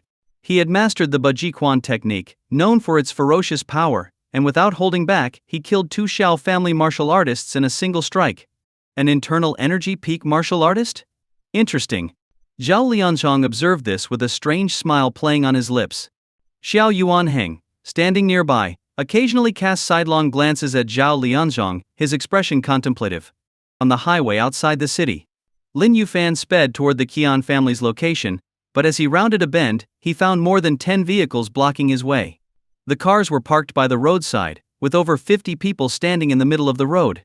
Each of them exuded a strong, explosive energy. Lin Yuan opened his car door and walked toward them, his gaze landing on a man in green at the forefront. Lin Yuan asked arrogantly, "Who are you? May I ask if you are Mr. Lin Yuan?" The man in green stepped forward, his sharp gaze fixed on Lin Yuan, his eyes gleaming with intensity. Half-step Grandmaster. As Lin Yuan approached, he could increasingly sense the energy radiating from the man in green. His aura was slightly stronger than that of an internal energy peak martial artist, and he appeared to be on the verge of breaking through to the Grandmaster stage, a martial artist at the half-step Grandmaster level. A half-step Grandmaster is merely a step away from the Grandmaster realm. With the right opportunity or epiphany, they can cross into that exalted stage. I am.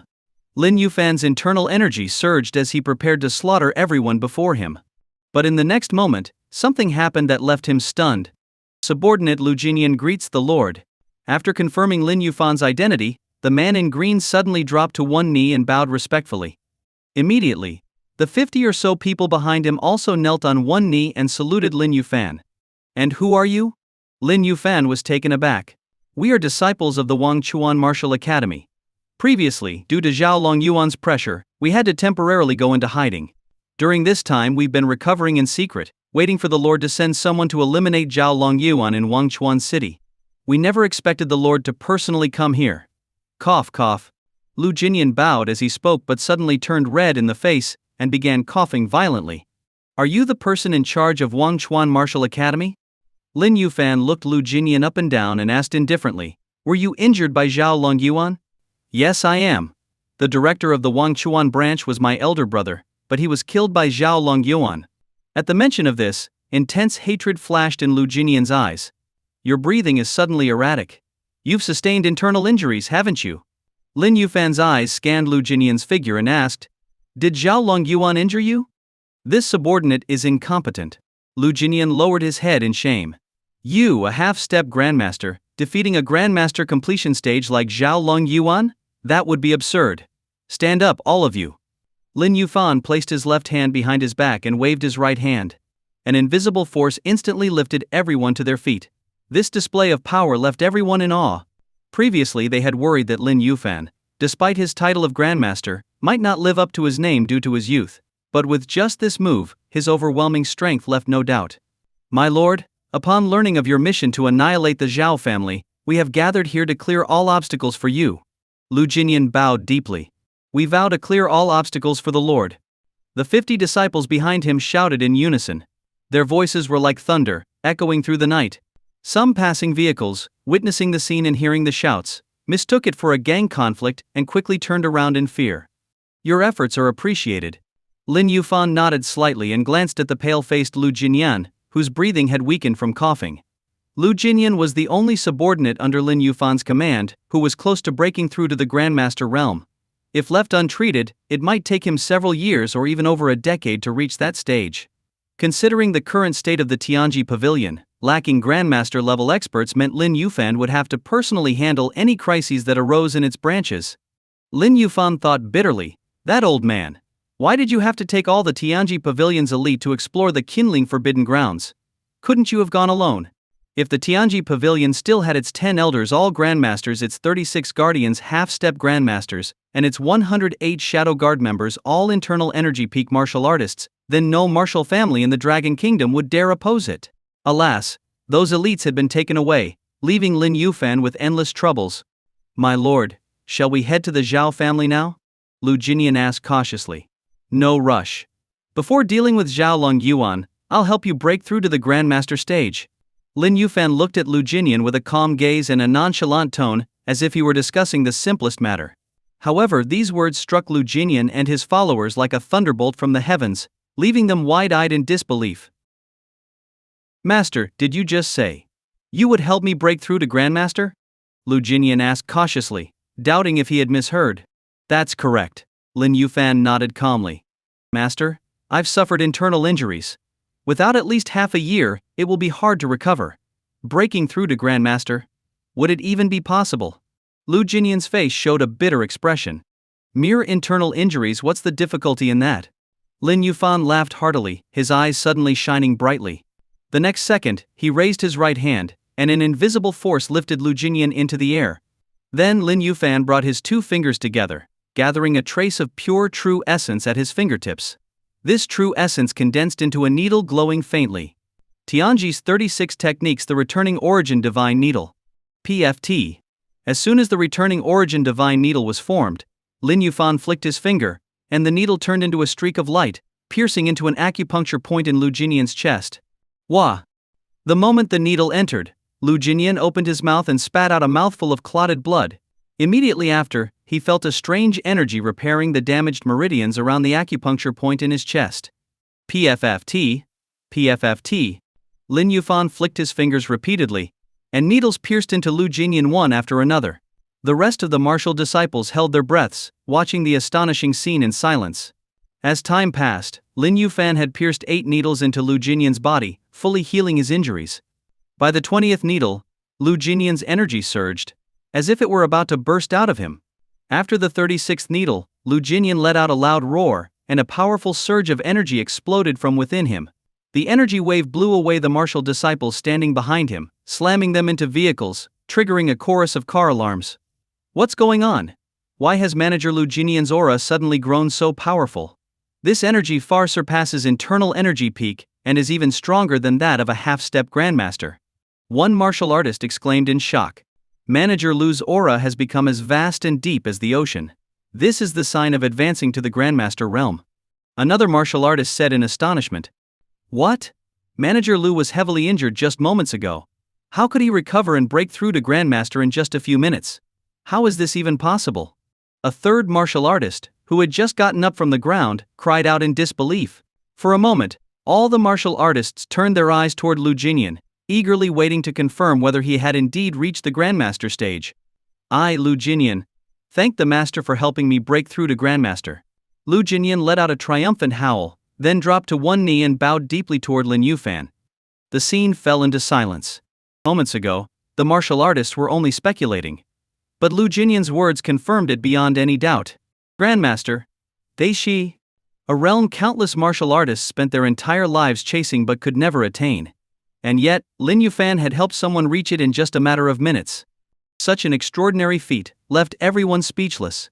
No need for such formality. I've helped you reach Grandmaster today, but remember this: if you ever betray Tianji Pavilion or me, I will find you wherever you hide, be it the heavens above or the netherworld below, and grind your bones to dust. Do you understand? Lin Yufan's face paled slightly, but with a quick circulation of his true essence, his complexion quickly returned to normal. I wouldn't dare. Lu Jinyan immediately restrained his aura, his face full of reverence. Good. Lin Yufan nodded, then turned his gaze toward the martial disciples, whose eyes were filled with awe. The old master went to the kindling forbidden grounds, and his fate remains unknown. Currently, Tianji Pavilion lacks grandmasters. If any of you reach the half-step grandmaster stage, come find me directly. I will help you step into the grandmaster realm. Thank you, master. The martial disciples were overjoyed upon hearing this. The internal energy peak martial artists, in particular, were the happiest, as they were the closest to reaching half-step grandmaster. Enough talk. Time is of the essence. Let's head to the Xiao family. Destroy Xiao Long Yuan. Lin Yufan waved his hand, silencing everyone. Soon, more than 10 vehicles set off in the direction of the Xiao family's villa. This time Lin Yufan didn't drive. Instead, Lu Jinyan took the wheel while Lin Yufan sat in the passenger seat, meditating. Thankfully, the pure yin energy from King Cheng's sister greatly boosted my strength. Without it, the true essence I just expended would have left me depleted for days. Lin Yufan reflected inwardly. Previously, when saving Qinju, Lin Yufan had drained almost all his true essence due to the severity of Qinju's injuries. But afterward, absorbing the pure yin energy from Yi Qingcheng not only replenished his true essence, but also strengthened it significantly.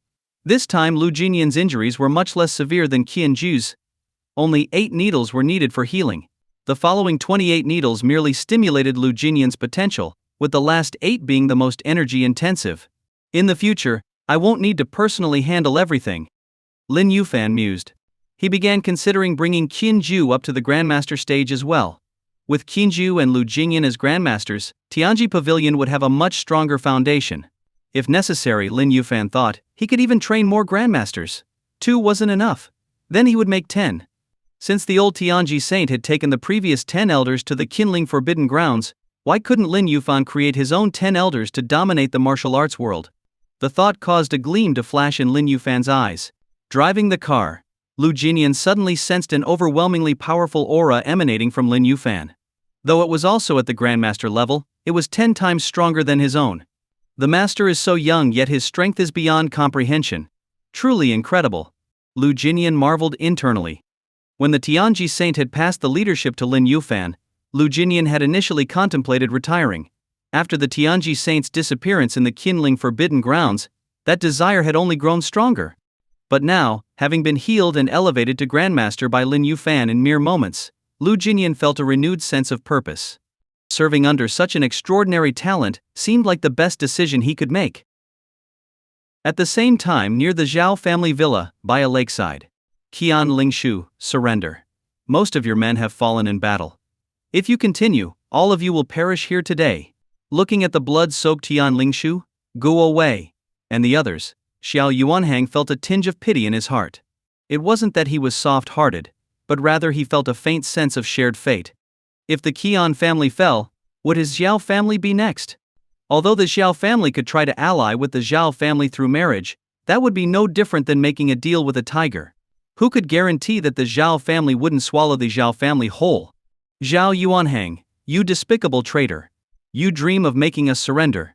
Keon Lingshu spat on the ground, his face filled with disdain. At this moment Guo Wei, already exhausted, looked at Zhao Lianshang and Xiao Yuanhang with a sudden idea in his mind. Capture the leader first to defeat the bandits. With a loud roar, Guo Wei leapt toward Zhao Lianzhang and Xiao Yuanhang. Song Xiaohua and Tan Jikao also reacted immediately, and followed him. Just as Keon Lingshu was about to join them, Guo Wei, who had just charged forward, suddenly spat blood and was sent flying back. Looking closely, there was now a deep fist mark on his chest, nearly breaking his ribs. Brother Guo. Keon Lingshu and the others were horrified. Cough, cough, cough. Guo Wei hit the ground heavily, coughing up blood repeatedly, his eyes filled with shock as he stared at Zhao Lianzhong. Song Xiao and the others quickly rushed over to support him. While coughing, Guo Wei said in a trembling voice, "This man is a half-step grandmaster." What? Keon Lingshu's pupils contracted, his eyes full of disbelief. He looked at Zhao Lianzhong. Just a week ago he had interacted with him, and at that time, Zhao Lianzhong's cultivation was only at the peak of internal energy. But now, in just 1 week, he had reached the half-step grandmaster level? Ha ha ha. Thanks to the old patriarch's guidance, my martial arts have advanced further. I have already entered the half-step grandmaster realm. Give me 1 more year, and I will reach the grandmaster stage. Keon Lingshu, do you still think opposing my Xiao family is a wise choice? Zhao Lianzhong laughed heartily, releasing an overwhelming aura. In an instant, a pressure comparable to that of a grandmaster spread across the scene, shocking everyone present. Feeling the terrifying aura from Zhao Lianzhong, Guo Wei and the others turned pale, their faces drained of color. The Xiao family had a numerical advantage, and now with the addition of Zhao Lianzhong, a half-step grandmaster, there was no chance of victory for the remnants of the Keon family's forces. If Lin Zongxi were here, what would a mere half-step grandmaster like Zhao Lianzhong amount to? Song Xiaohua gritted her teeth. Why hasn't Lin Zongxi arrived yet? Could it be? Tanji Kao lowered his head with a sigh. Hearing this, the expressions of Guo Wei and the others changed, their hearts filled with despair. Against a powerful force like the Zhao family, especially with Grandmaster Zhao Long Yuan present, it wasn't impossible for Lin Yufan to abandon them at the last minute. If not, he should have arrived by now. Yet, with their side suffering heavy losses, there was still no sign of Lin Yufan. Keon Lingshu, you should be thankful you have a daughter. For the future lady of the house, I'll spare your life. As for everyone else today, they all stay here. Zhao Lianzhong sneered coldly and signaled with his eyes. Immediately, a large group of martial artists prepared to rush forward and kill Guo Wei and the others. Zhao Lianzhong, even if it costs me my life today, I'll take you down with me. Keon Lingshu gritted his teeth and roared fiercely. He couldn't bring himself to abandon his close friends to save his own life. Fine. If we're going to die, we'll drag a few down with us. Song Xiaohua, realizing their inevitable death, turned pale but became even more resolute. Damn it, let's go all out. Tanji Kao gritted his teeth, looking at his 2 sons. He said in a deep voice, "You brats, let's fight together. Today, we'll shed blood as father and sons." "Yes, father." The 2 young men, with reddened eyes, showed no trace of fear. Feudal struggle. Zhao Lianzhong sneered with disdain. On the side, Xiao Yuanhang's heart trembled with fear but also felt relief. He was glad he had chosen the right side. Otherwise today, not only would the Keon family be annihilated, but the Xiao family would also be erased from Wangchuan City. Fortunately, very fortunate. Xiao Yuanhang let out a long breath, his heart filled with relief. Watching Guo Wei and the others fight desperately, his eyes carried a hint of pity. 5 minutes passed. Guo Wei lay on the ground, severely injured and unable to move, covered in blood. 10 minutes passed. Song Xiaohua, wounded, knelt on the ground, gasping for breath, unable to continue fighting. Her shoulder and back had been slashed 3 times, leaving blood pooling around her. Tanji Kao was in no better condition. One of his legs was broken, forcing him to fight with just one. His 2 sons had also been stabbed multiple times. Their faces were as pale as paper, their breathing weak. Keon Lingshu, exhausted, knelt on one knee. A martial artist had attacked him from behind, kicking him to the ground. The tide had turned. Keon Lingshu and the others, their faces filled with despair, stopped resisting. Kill them. Eh? Seeing that the Keon family's forces could no longer resist, Zhao Lianzhong's eyes gleamed with killing intent as he gave the cold order. As the martial artist prepared to strike, a figure suddenly appeared, moving with ghostly speed and killing all the Zhao family's martial artists in his path with a single punch or palm strike. The newcomer was like a tiger among sheep, overwhelming the opposition without anyone capable of blocking his blows. Mem? Zhao Lianzhong frowned, looking at the green-clothed man who had rescued Guo Wei and the others. Thank you, warrior, for saving us. Guo Wei and the others, seeing how formidable the newcomer was, quickly expressed their gratitude. Who are you?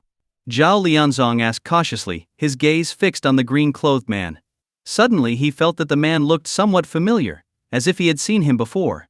The green-clothed man clasped his hands behind his back and said proudly, Tianji Pavilion, Wangquan Martial Academy Lu Jinyan. Ha! So it's you, a dog who lost its home. Your elder brother Lu Xian is dead. How dare you come here to seek death? Hearing the name Lu Jinyan, Zhao Lianzong immediately recalled. Previously he had accompanied Zhao Lin Yuan to destroy the Wangquan Martial Academy branch of the Tianji Pavilion. At the time, Lu Jinyan's elder brother, Lu Xian, had been the academy's head.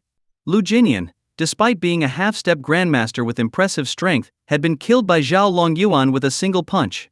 He vaguely remembered that Lu Jinyan had also been present and had intervened, but Zhao Lin Yuan had struck him, leaving him gravely injured and on the brink of death.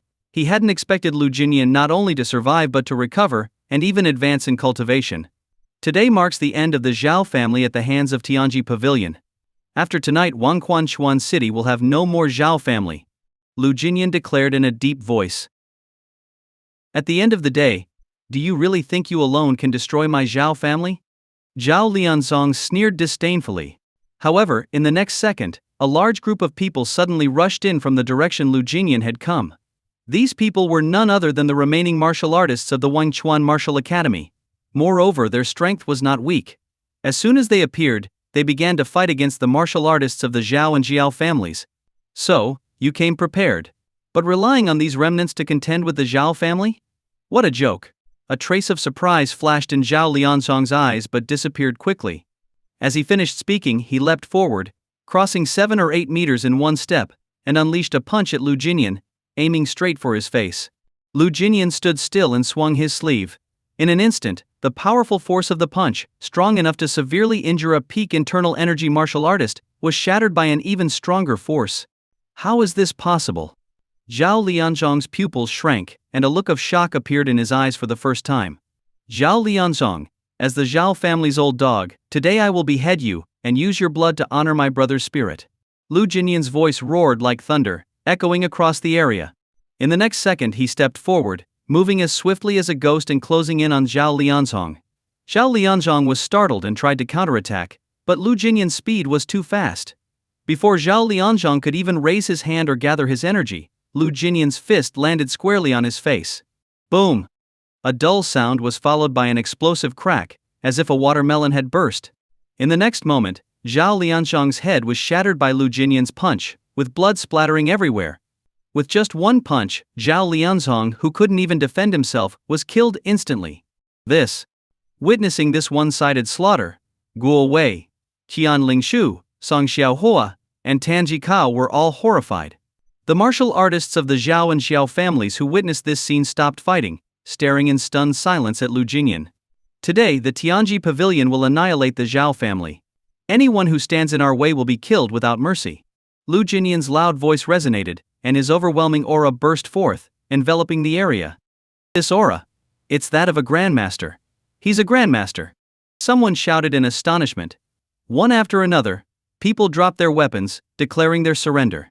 One surrendered, followed by another, then a third, and soon a 10th.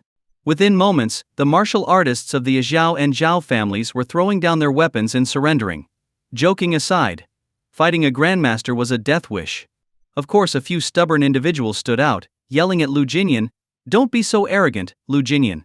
So what if you've reached the grandmaster realm? My Zhao family also has a grandmaster, and..." Silence. Without even glancing at them, Lu Jinyan waved his sleeve, releasing a powerful energy that instantly killed the defiant Zhao family martial artist. Those who still harbored thoughts of resistance immediately dropped their weapons in terror, kneeling in surrender. So soon? At that moment, a figure emerged, casually smoking a cigarette and strolling over as if it were a leisurely walk. It's Lin Zongxi. Qian Lingshu immediately recognized him as Lin Yuan. HMP showing up only now? He must have been hiding in the shadows the whole time, waiting for the Tianji Pavilion to suppress the Xiao family before appearing. If the Tianji Pavilion hadn't stepped in, he probably wouldn't have. Song Xiaohua let out a cold snort, grumbling in dissatisfaction as she looked at Lin Yuan. But in the next second, she fell silent. Because the previously invincible Lu Jinyan, who had terrified everyone, suddenly bowed and cupped his hands toward Lin Yuan. Welcome, Pavilion Master. Welcome, Pavilion Master. The disciples of the martial academy also bowed respectfully. What? He's the Pavilion Master of the Tianji Pavilion? My God, the Pavilion Master of the Tianji Pavilion is here. The Xiao family is doomed. The sky over Wanchuan City is about to change. Many martial artists were stunned, their emotions mixed with shock, awe, and disbelief. He's the Pavilion Master of the Tianji Pavilion? Tanji Ka was dumbfounded. Young and accomplished, a grandmaster at his age. No wonder. Guowei's face flushed red, his breathing weak, but his eyes were locked firmly on Lin Yuan as he walked closer. He's a young grandmaster, and the Pavilion Master of the Tianji Pavilion is also a young grandmaster. I should have realized they were the same person. Keon Lingshu shook his head with a wry smile. Before he had only respected Lin Yuan, but now, that respect was accompanied by reverence. To become the leader of the Tianji Pavilion, the strongest force in Longguo, at such a young age, how could one not be awed by such a peerless genius? Apologies for being late, Lin Yuan said as he approached, looking at Keon Lingshu and the others. You've done well, leave the rest to me. Rest and recover. Lin Zongxi. Guowei smiled bitterly. I didn't expect you to be the Pavilion Master of the Tianji Pavilion. I should have guessed it. Keon Lingshu shook his head with a bitter smile. Had he known Lin Yuan was the Pavilion Master, he wouldn't have rushed to lead the charge. Instead, he had wasted the lives of many martial artists nurtured by his family. Lin Zongxi, I have a humble request. Could my 2 sons and I join the Tianji Pavilion? Tan Jikao asked tentatively, his eyes full of hope. His 2 sons looked equally expectant. Ha, of course. Lin Yuan laughed. The Tianji Pavilion was in dire need of martial artists. Although Tan Jikao was only at the peak of internal energy, with time, he could reach the half-step Grandmaster level. Lin Yuan could then help him break through to the Grandmaster realm, adding another powerhouse to the pavilion. Seeing Lin Yuan agree, Guowei coughed and said, Cough. Lin Zongxi, I would also like to join the Tianji Pavilion. Gentlemen, you are all brave and honorable men. The doors of the Tianji Pavilion are always open to you. But we'll talk more about this later. I have something to attend to first. Once it's done, we'll drink and chat. Lin Yuan smiled calmly. Without waiting for a response, he walked straight toward the Xiao family villa.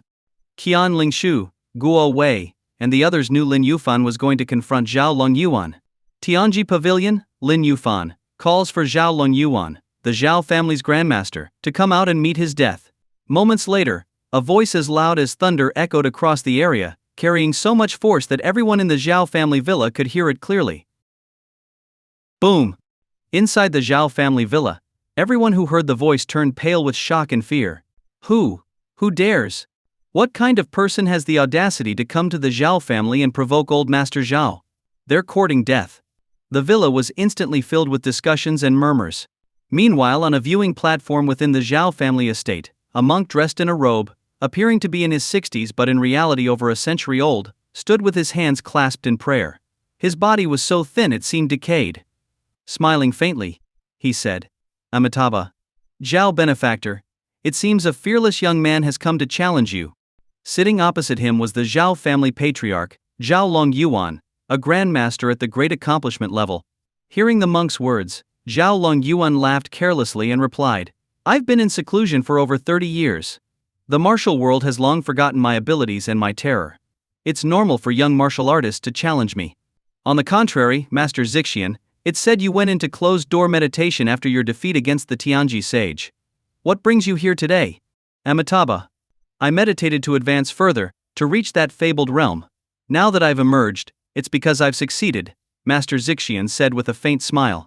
Upon hearing this, Xiao Longyuan's pupils shrank involuntarily, and even his grandmaster great accomplishment composure faltered in astonishment. Master Zixian, could it be that you've reached? Xiao Longyuan struggled to contain his emotions. The world believed that the Grandmaster realm was the pinnacle of martial cultivation, but only those who reached the great accomplishment level knew there was a hidden realm beyond, perhaps even multiple unknown realms. Amitabha. I would not lie as a monk. Master Zixian clasped his hands in prayer. The divine realm? I didn't expect such a realm to truly exist. Xiao Longyuan was shocked. To his knowledge, the next realm beyond Grandmaster was the divine realm, also known as the human immortal realm. It signified transcending mortality, freeing oneself from the constraints of lifespan, and stepping into a semi-divine state. Amitabha. The divine realm is harder to reach than ascending to the heavens. This old monk spent 30 years in meditation to step into this realm, and even so, I feel ashamed. Master Zhixian shook his head with a bitter smile. Ashamed? Master Zhixian, you are likely the only one in Longguo to reach the divine realm. If even you feel ashamed, what are we supposed to do? Die of humiliation? Zhao Long Yuan frowned slightly. Even as an arrogant grandmaster, he couldn't help but respect the monk's strength. Only one. Master Zhixian chuckled at himself and said, Zhao benefactor, Longguo is vast. Divine realm experts are not so rare. They've merely withdrawn from worldly affairs to focus on cultivation. When I entered the divine realm, I too thought I was the first and only one. But, as if recalling something, a trace of fear flashed in Master Zhixian's eyes. Zhao Long Yuan caught this moment of unease. Master Zhixian, already a divine realm expert, still feels fear. Zhao Long Yuan was both startled and curious. However, he refrained from asking, knowing that Master Zhixian wouldn't hide anything if he intended to speak. As expected, Master Zhixian continued slowly, I am a monk, but I've always been competitive, striving to be the best. 30 years ago, I challenged the Tianji sage for this very reason. I witnessed that battle. Master Zhixian was already a grandmaster at the pinnacle level, unparalleled at the time. It's just that the Tianji sage's techniques were too strange. If not for unfamiliarity with his methods, Master Zhixian might not have lost. Zhao Long Yuan couldn't help but voice his opinion, having been a spectator at the time. Not so. Initially I thought the same as you. But after stepping into the divine realm and reflecting on that battle, I realized how foolish and insignificant I was. Self-mockery deepened in Master Zhixian's expression. Why? Zhao Long Yuan became even more curious. I am over 100 years old, and spent 30 years in seclusion to reach the divine realm. However, that Tianji sage, far younger than me, had already entered the divine realm 30 years ago. That year I felt his techniques were endless, his true energy vast and boundless, and despite fighting for a day and a night, he showed no fatigue. Do you know why? Master Zhixian's gaze grew distant, as if lost in memory. Zhao Long Yuan listened attentively, but the more he heard, the more horrified he felt. As if realizing something, Zhao Long Yuan's expression changed drastically. Could it be that 30 years ago, the Tianji sage was already a divine realm expert? Exactly. Master Zhixian clasped his hands in prayer and closed his eyes slightly.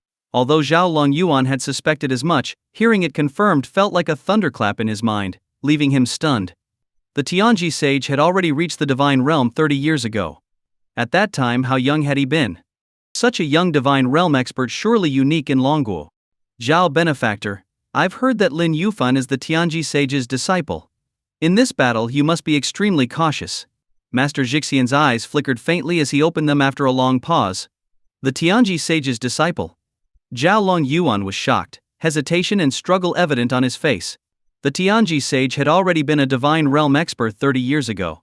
In the 30 years since, his strength could only have grown more terrifying. As a grandmaster of great accomplishment, Zhao Long Yuan knew he was no match for the Tianji sage. Fighting his disciple was risky. Losing was one thing, but injuring or killing the disciple could lead to consequences he couldn't escape, even to the ends of the earth. While rumors claimed the Tianji sage had perished in the Qinling Forbidden Zone, Zhao Long Yuan now doubted them. A divine realm expert was akin to a semi-divine being. How could they fall so easily?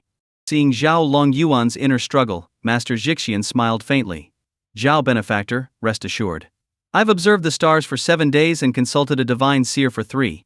The conclusion is clear: the Tianji sage has indeed fallen. Truly? Zhao Long Yuan's expression was uncertain. Engaging Lin Yuan was a choice between fame and potential catastrophe. A monk does not lie. The divine seer is never wrong, his words are final. Master Zhixian clasped his hands again, his gaze shifting toward the approaching figure in the shadows below. That figure was none other than the Tianji sage's direct disciple, and the current pavilion master of the Tianji pavilion, Lin Yuan. Indeed, the divine seer excels in divination, and his calculations can nearly predict the future. Since he has said so, what is there for me to fear? Zhao Long Yuan took a deep breath, a resolute decision forming in his heart. The Tianji sage was undoubtedly terrifyingly powerful, almost unimaginable. However, a dead expert, no matter how extraordinary in life, was merely a topic of conversation after death. Why fear a shadow of the past? Master Zhixian, please stay and enjoy the show. Once I've killed the Tianji sage's direct disciple, I will seek your guidance on cultivation. Zhao Long Yuan slightly bowed to Master Zhixian, his posture akin to a junior greeting a senior, filled with utmost respect. "I shall wait," Master Xixian said with a faint smile, hands clasped in prayer. The next moment, Lin Yuan leapt from the viewing platform, spanning nearly 100 meters as he shot toward Lin Yufan's direction. Grandfather has made his move. Watching Lin Yuan fly overhead, Zhao Jingchuan's eyes were filled with reverence. Beside him, Xiao was equally entranced. Though she admired martial arts, her aversion to hardship since childhood meant she was unlikely to tread the martial path in this lifetime. On a shaded path leading to the Xiao family villa, Lin Yufan strolled leisurely. Suddenly his figure paused, and he looked up at a figure flying toward him. "Are you the Xiao family's grandmaster, Lin Yuan?" Lin Yufan's gaze turned cold, and his expression grew serious. The figure landed slowly, revealing an elderly man with white hair and a youthful face, clad in a white training robe. The old man exuded a boundless aura, his sharp eyes gleaming with vitality, while faint, terrifying traces of true energy coiled around him. "Indeed," said the white-haired old man with a smile. This was Lin Yuan himself. At that moment, Lin Yuan carefully examined Lin Yufan, inwardly surprised. As expected of the Tianji sage's disciple. At such a young age, he has already reached the Grandmaster realm, and his aura surpasses that of most Grandmasters. No wonder he managed to kill Shi King. Lin Yuan's gaze flickered with intrigue as he sized up Lin Yufan. "You destroyed the Tianji Pavilion's branch in Wangchuan City and killed its leader, Lu Siren. Today I've come to take your life. Do you accept your fate?" Lin Yufan raised his head, his eyes filled with contempt. Despite Lin Yuan's imposing aura, he showed no fear. "Ha ha ha. If your master the Tianji sage were here, I'd already be on my knees begging for forgiveness. But you're far from qualified." Lin Yuan burst into laughter. "Oh? Is that so?" Lin Yufan chuckled faintly before his figure blurred and a fist shot forward. He held nothing back, sensing the immense strength of his opponent. "Good." Lin Yuan's gaze sharpened, and he countered with a punch of his own. As an experienced martial artist, he understood that Lin Yufan was testing his strength, just as he was gauging Lin Yufan's capabilities. Their fists collided, and a shockwave erupted, centered on the two combatants. Nearby trees were uprooted and hurled into the air, while the stone pavement beneath their feet cracked and shattered. Lin Yufan staggered back 7 steps, while Lin Yuan retreated 3 steps. In a single exchange, the difference was clear. Lin Yufan's expression turned grim. Though he had anticipated Lin Yuan being formidable, he hadn't expected him to be this much stronger. Impressive. To possess such skill at your age give you another 3 to 5 years, and I wouldn't stand a chance. Lin Yuan's eyes glinted with appreciation. Since coming out of seclusion he had only fought twice. The first time he easily killed Lu Siren, the Tianji Pavilion branch leader. The second was now against Lin Yufan. Although Lin Yufan might not match him in cultivation level, he was worthy of being an opponent. "But it's a pity I won't let you grow stronger and surpass me." Lin Yuan's expression hardened. He stomped the ground, and a surge of cyan energy erupted from his body. The energy coiled around him, transforming into the form of a dragon. "It's too early for such claims, don't you think?" Lin Yufan's face remained calm, his gaze devoid of emotion. Lin Yuan marveled at his composure but resolved to kill him here and now. If he didn't, Lin Yufan would undoubtedly rise to become another Tianji sage, suppressing all martial artists in Longguo and forcing even Divine Realm experts to retreat from the world. "I've spent my life perfecting Dragon Fury Fist. Today, I'll show you its true power." Without further words, Lin Yuan swung his arm. The dragon-shaped energy surrounding him roared, its eyes glowing red as it ferociously lunged toward Lin Yufan. "Break! Break!" Lin Yufan countered with a punch of true energy, attempting to dissipate the Dragon Fury energy. However, his energy was like paper against the dragon it shattered on contact. "My Dragon Fury Fist energy took over 10 years of cultivation to condense. Even a peak Grandmaster wouldn't dare face it head-on." Lin Yuan smirked proudly. "If you wish to avenge your subordinates, you'll have to break through this first. Your Dragon Fury Fist is nurtured with true energy. Zhao Benefactor's talent is extraordinary.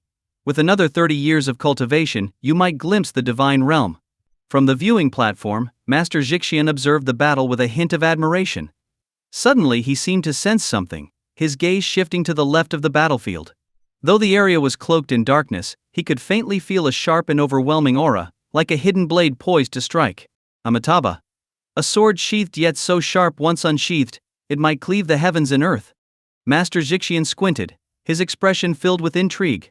Not far from the battlefield, a barefooted young girl in white, her features delicate and elegant, glanced at Lin Yufan and Xiao Yuan. Frowning slightly, she turned to a white-robed middle-aged man beside her and asked, "Father, Xiao Yuan's strength seems unimpressive. His so-called Dragon Fury Fist is all flash and no substance. But this Lin Yufan is being pushed back repeatedly. Is he truly the Tianji sage's disciple? How can he be so weak?" The middle-aged man with a jade-like face and a sword on his back stood calmly next to the barefooted girl. His gaze occasionally flicked towards the observation platform where Master Xixian was seated. In a battle between martial artists, who would reveal their ultimate moves from the start? "Be patient and watch carefully," the man said with a faint smile, his eyes returning to Lin Yufan on the battlefield. He analyzed thoughtfully. Lin Yufan's level is likely at the mid-stage of the Grandmaster realm, while Xiao Yuan's aura suggests he's at least at the peak of the Grandmaster stage. Without utilizing his trump cards, Lin Yufan defeating Xiao Yuan is nearly impossible. Trump cards? What trump cards could he possibly have? The barefooted girl scoffed. The man in white chuckled, "Hey, don't forget, he was meticulously chosen as a direct disciple by your Uncle Yi. With your Uncle Yi's personality, do you think he wouldn't have passed down some of his most treasured techniques?" The girl paused, then nodded slightly. "That does make sense," she admitted and focused her gaze back on Lin Yufan, willing to watch a bit longer. At that moment, Lin Yufan was still dodging Xiao Yuan's Dragon Fury Fist, appearing somewhat embarrassed, but in reality he had yet to sustain any actual injuries. "Lin Yufan, if you can't even handle my Dragon Fury Fist, how do you expect to kill me?" Xiao Yuan's cold gaze held confidence, as if the outcome had already been determined. In Xiao Yuan's eyes, Lin Yufan was merely a mid-stage Grandmaster. Although his true energy came close to matching that of a peak Grandmaster, it was still insufficient. Tianji's 36 Styles Dragon Binding Hand. Lin Yufan leaped backward over 10 meters, his calm voice breaking the silence. With a slight clench of his fingers, an invisible force wrapped around the roaring Dragon Fury Fist. The previously aggressive and powerful attack abruptly froze mid-air. Tianji's 36 Styles Cloud Turning Palm. Lin Yufan spoke again, this time striking down with his right hand. Boom! A massive crash echoed as the Dragon Fury Fist was forced into the ground, leaving a large crater where it impacted. "Since you were kind enough to attack, allow me to return the favor." Tianji's 36 Styles Heaven Shaking Hammer. With his attack neutralized, Lin Yufan slowly raised both hands. The motion appeared simple, yet it carried the weight of lifting a mountain. Xiao Yuan frowned, sensing a dangerous energy gathering above his head. Before he could react, Lin Yufan abruptly slammed his raised hands downward. With the movement, an invisible but overwhelming force crashed down like a mountain. Bang! At the last moment, Xiao Yuan raised both arms to resist. Despite his timely reaction, his expression shifted drastically. What incredible pressure! If I had been a split second slower, this attack alone could have seriously injured or even crushed me, he thought, his heart pounding. Although Lin Yufan's cultivation was only mid-stage Grandmaster, the power of his techniques exceeded what a typical peak Grandmaster could produce. Whoosh! A flash of sword light suddenly emerged from the chaos, slashing directly toward Xiao Yuan. The sword light moved with such speed that by the time Xiao Yuan noticed it, it was less than a meter away. He barely managed to tilt his body, but the strike still tore through his left shoulder, carving out a chunk of flesh. Damn it! Xiao Yuan's face darkened as pain shot through his shoulder. Swish! Another sound broke through the air as Lin Yufan dashed forward at an incredible speed. In his hand, a longsword formed of pure true energy shimmered ominously. How dare you! Furious, Xiao Yuan roared, summoning 8 more Dragon Fury Fists from his body. 3 shot toward the suppressive force above him, 3 encircled him defensively, and the last 2 barreled toward Lin Yufan. Slash! Lin Yufan wielded his sword with precision, slashing at the incoming fists. While the Dragon Fury Fists overpowered his first strike, their energy visibly diminished. Another slash. A third slash. A fourth slash. He unleashed successive sword strikes until the 2 Dragon Fury Fists dissipated completely. Without pause, Lin Yufan surged forward, thrusting his sword toward Xiao Yuan's chest. Explode! Explode! Xiao Yuan roared, and the 3 Dragon Fury Fists targeting the suppression above him detonated simultaneously. The resulting shockwave obliterated the suppressive energy lingering overhead. However, Lin Yufan was already within 2 meters of Xiao Longyuan, his sword poised to pierce Xiao's left chest. "Lin Yufan, you've fallen into my trap." With a cold laugh, Xiao Longyuan suddenly manipulated the 3 defensive Dragon Fury fists to coil around his left arm. Dragon Fury Strike. His punch, amplified by the swirling fists, erupted forward. A resounding dragon's roar echoed as a translucent, ferocious dragon projection surged toward Lin Yufan, exuding a crushing force. Damn it! The proximity left Lin Yufan with no room to evade. Gritting his teeth, he summoned his dragon binding hand in an attempt to counter the attack.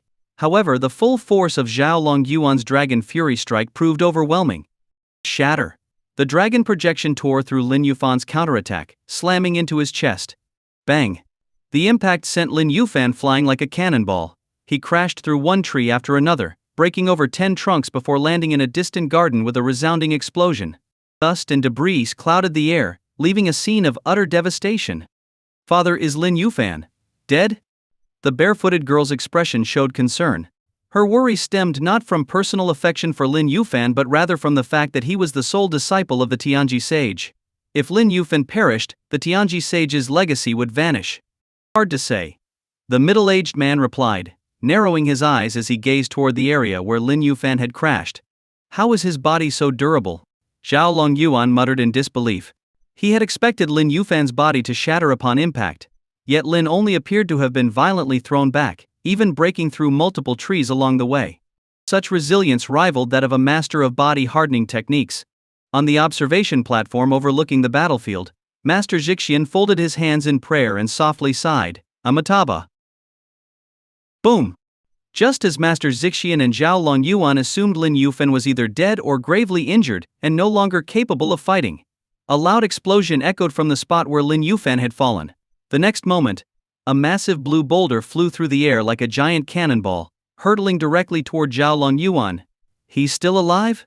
Xiao Longyuan's eyes flashed with astonishment. He quickly threw another punch, shattering the boulder into countless fragments.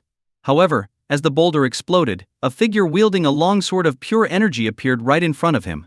Not good. Xiao Longyuan's expression shifted dramatically. At this moment, Lin Yufan gave him no opportunity to breathe. His sword transformed into a streak of light, slashing directly toward Xiao Longyuan's neck. Tianji's 36 styles a sword across time. This strike was far more powerful than any previous sword energy Lin Yufan had unleashed. As soon as the sword energy appeared, the surrounding space seemed to fracture. Sensing the terrifying sharpness emanating from the blade, Xiao Longyuan instinctively retreated without hesitation. Die! With a trace of blood at the corner of his mouth, Lin Yufan roared as the sword energy, like a bolt of lightning, streaked toward Xiao Longyuan. Dragon Fury Fist. Break it! Xiao Longyuan retreated while simultaneously directing 4 Dragon Fury Fists to intercept the devastating sword energy. But this time, the Dragon Fury Fists, previously so solid and formidable, were sliced apart by Lin Yufan's frigid sword energy as effortlessly as a knife cutting through butter. How is this possible? Xiao Longyuan grew increasingly alarmed. While Lin Yufan's cultivation level was lower than his, their true energy was comparable. What shocked Xiao Longyuan even more was Lin Yufan's sheer physical durability, which far exceeded his own. Break! Break! Break! Xiao Longyuan roared 3 times, detonating the remaining 3 Dragon Fury Fists in succession. The explosion centered directly on Lin Yufan's sword energy, and after these detonations, Xiao Longyuan's face turned slightly pale. The triple explosion significantly weakened Lin Yufan's sword energy, dimming its brilliance and reducing its sharpness. Yet, even in its diminished state, the sword energy was too potent for Xiao Longyuan's physical body to withstand directly. Just as Xiao Longyuan thought the strike had been neutralized, the sword energy sliced into his chest. Xiao Longyuan hurriedly activated his protective barrier, but as soon as it formed, a sharp sound of tearing echoed. The barrier, capable of deflecting bullets, was slashed apart by the sword energy. The force of the sword was reduced further, but it still struck Xiao Longyuan's chest, ripping his clothing apart. The flesh beneath was split open, revealing his ribs. Deep cuts marred the surface of his bones. Lin Yufan, I will tear you apart limb by limb. The searing pain drove Xiao Longyuan into a frenzy. His moment of carelessness had resulted in serious injury, nearly costing him his life. Consumed by rage and humiliation, Xiao Longyuan disregarded his grievous wounds and charged toward Lin Yufan like a cannonball. Die! With a furious roar, Lin Yuan unleashed another Dragon Fury fist. Lin Yufan's face turned pale. The earlier punch had left his internal organs nearly dislodged. Were it not for his body's resilience, strengthened through cleansing and refinement, and his recent breakthrough to mid-stage Grandmaster, Lin Yuan's earlier Dragon Fury fist might have already killed him. But surviving one punch didn't guarantee he could withstand another. Father Lin Yufan is clearly at his limit. If no one intervenes, he'll die. The barefooted girl reached for the white sword strapped to her back. As soon as the blade emerged slightly from its sheath, the middle-aged man beside her pressed it back down. Not yet. Keep watching. The man's eyes gleamed as he kept his gaze fixed on Lin Yufan, as though waiting for something. Fine, if you say so. The girl sighed reluctantly, withdrawing her hand and continuing to watch Lin Yufan. It seems I can't hold back any longer. Lin Yufan frowned. He took a deep breath, letting his true energy flow through his body like molten silver. Not only that, but the true essence within his energy core began surging through his meridians, spreading to every corner of his body. Wherever the true essence passed, damaged meridians and injuries began healing at a visible rate.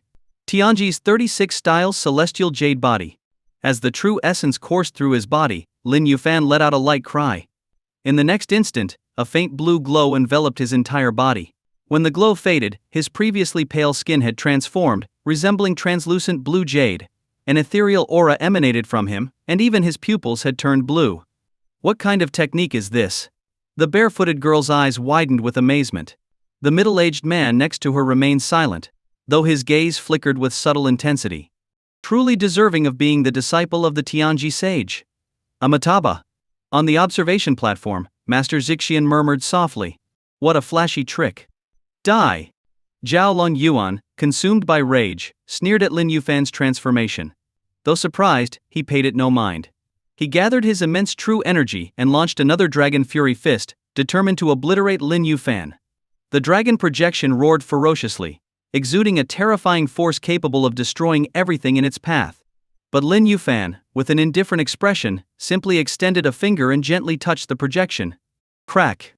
A strange sound echoed. The dragon projection shattered like a broken mirror, breaking into fragments of true energy that dissipated into nothingness. How is this possible? Lin Yuan's eyes filled with disbelief. He looked up at Lin Yufan, and for the first time he couldn't sense any aura from him. Forcing me to use my celestial jade body proves your strength. But as I said before, today you will die.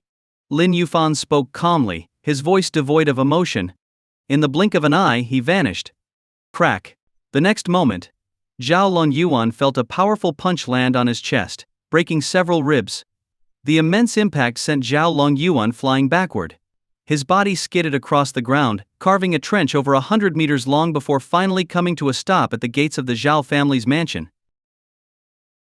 Lin Yuan lay in a ravine, his face pale, blood constantly trickling from the corners of his mouth, and his breathing weak. That punch just now, it was too fast. The power was terrifying. Hit directly by that punch, he was nearly killed. That punch was almost at the speed of sound. Is this even something a human can achieve? Lin Yuan no longer had the will to fight. His eyes showed only deep fear. Only when you brush past death will you realize how utterly despairing it is when it truly arrives. Just moments ago, he had thought he was definitely going to die. Lin Yuan. You killed the head of my martial academy and destroyed our base in Wangchuan City. Today you will pay with your life. Lin Yufan's voice floated through the air.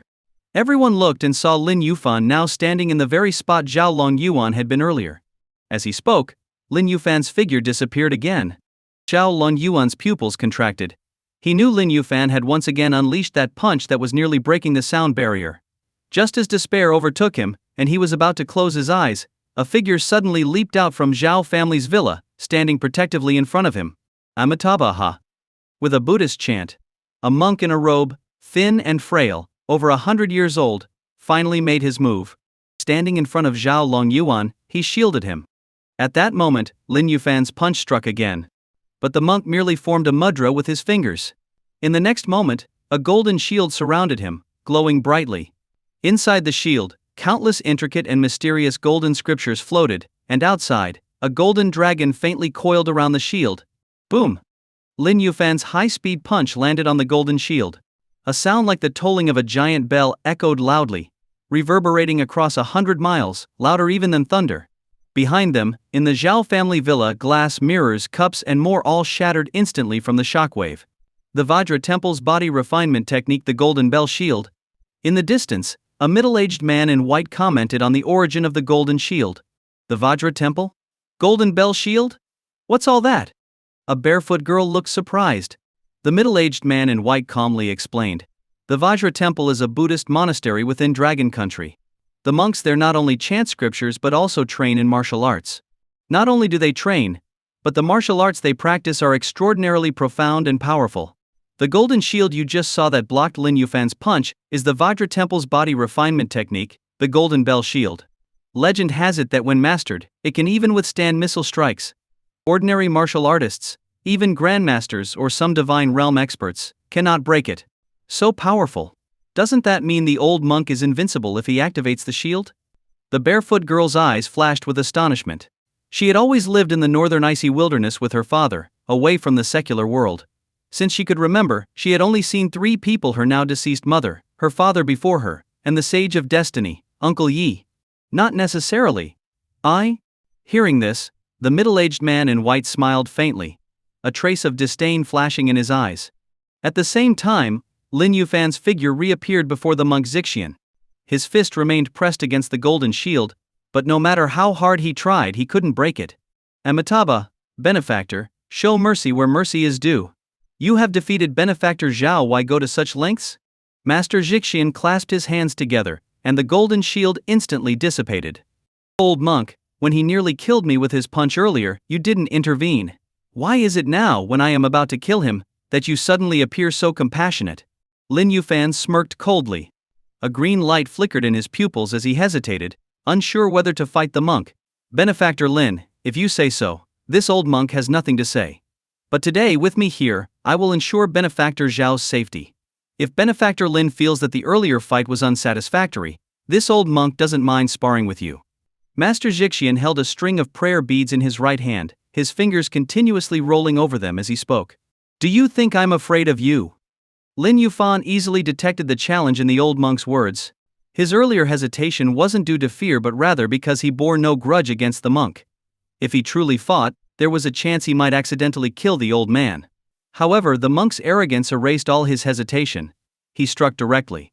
His figure blurred as he launched a flurry of punches at Master Xixian. Faced with the storm of punches, Master Xixian stood firm like a mountain, eyes closed, unmoving. But just as Lin Yufan's fists were about to land, the golden shield reappeared, blocking every punch. What a mysterious defensive technique. Lin Yufan was shocked. He realized that breaking through the old monk's protective shield with his fists alone wouldn't be enough. Sword, come!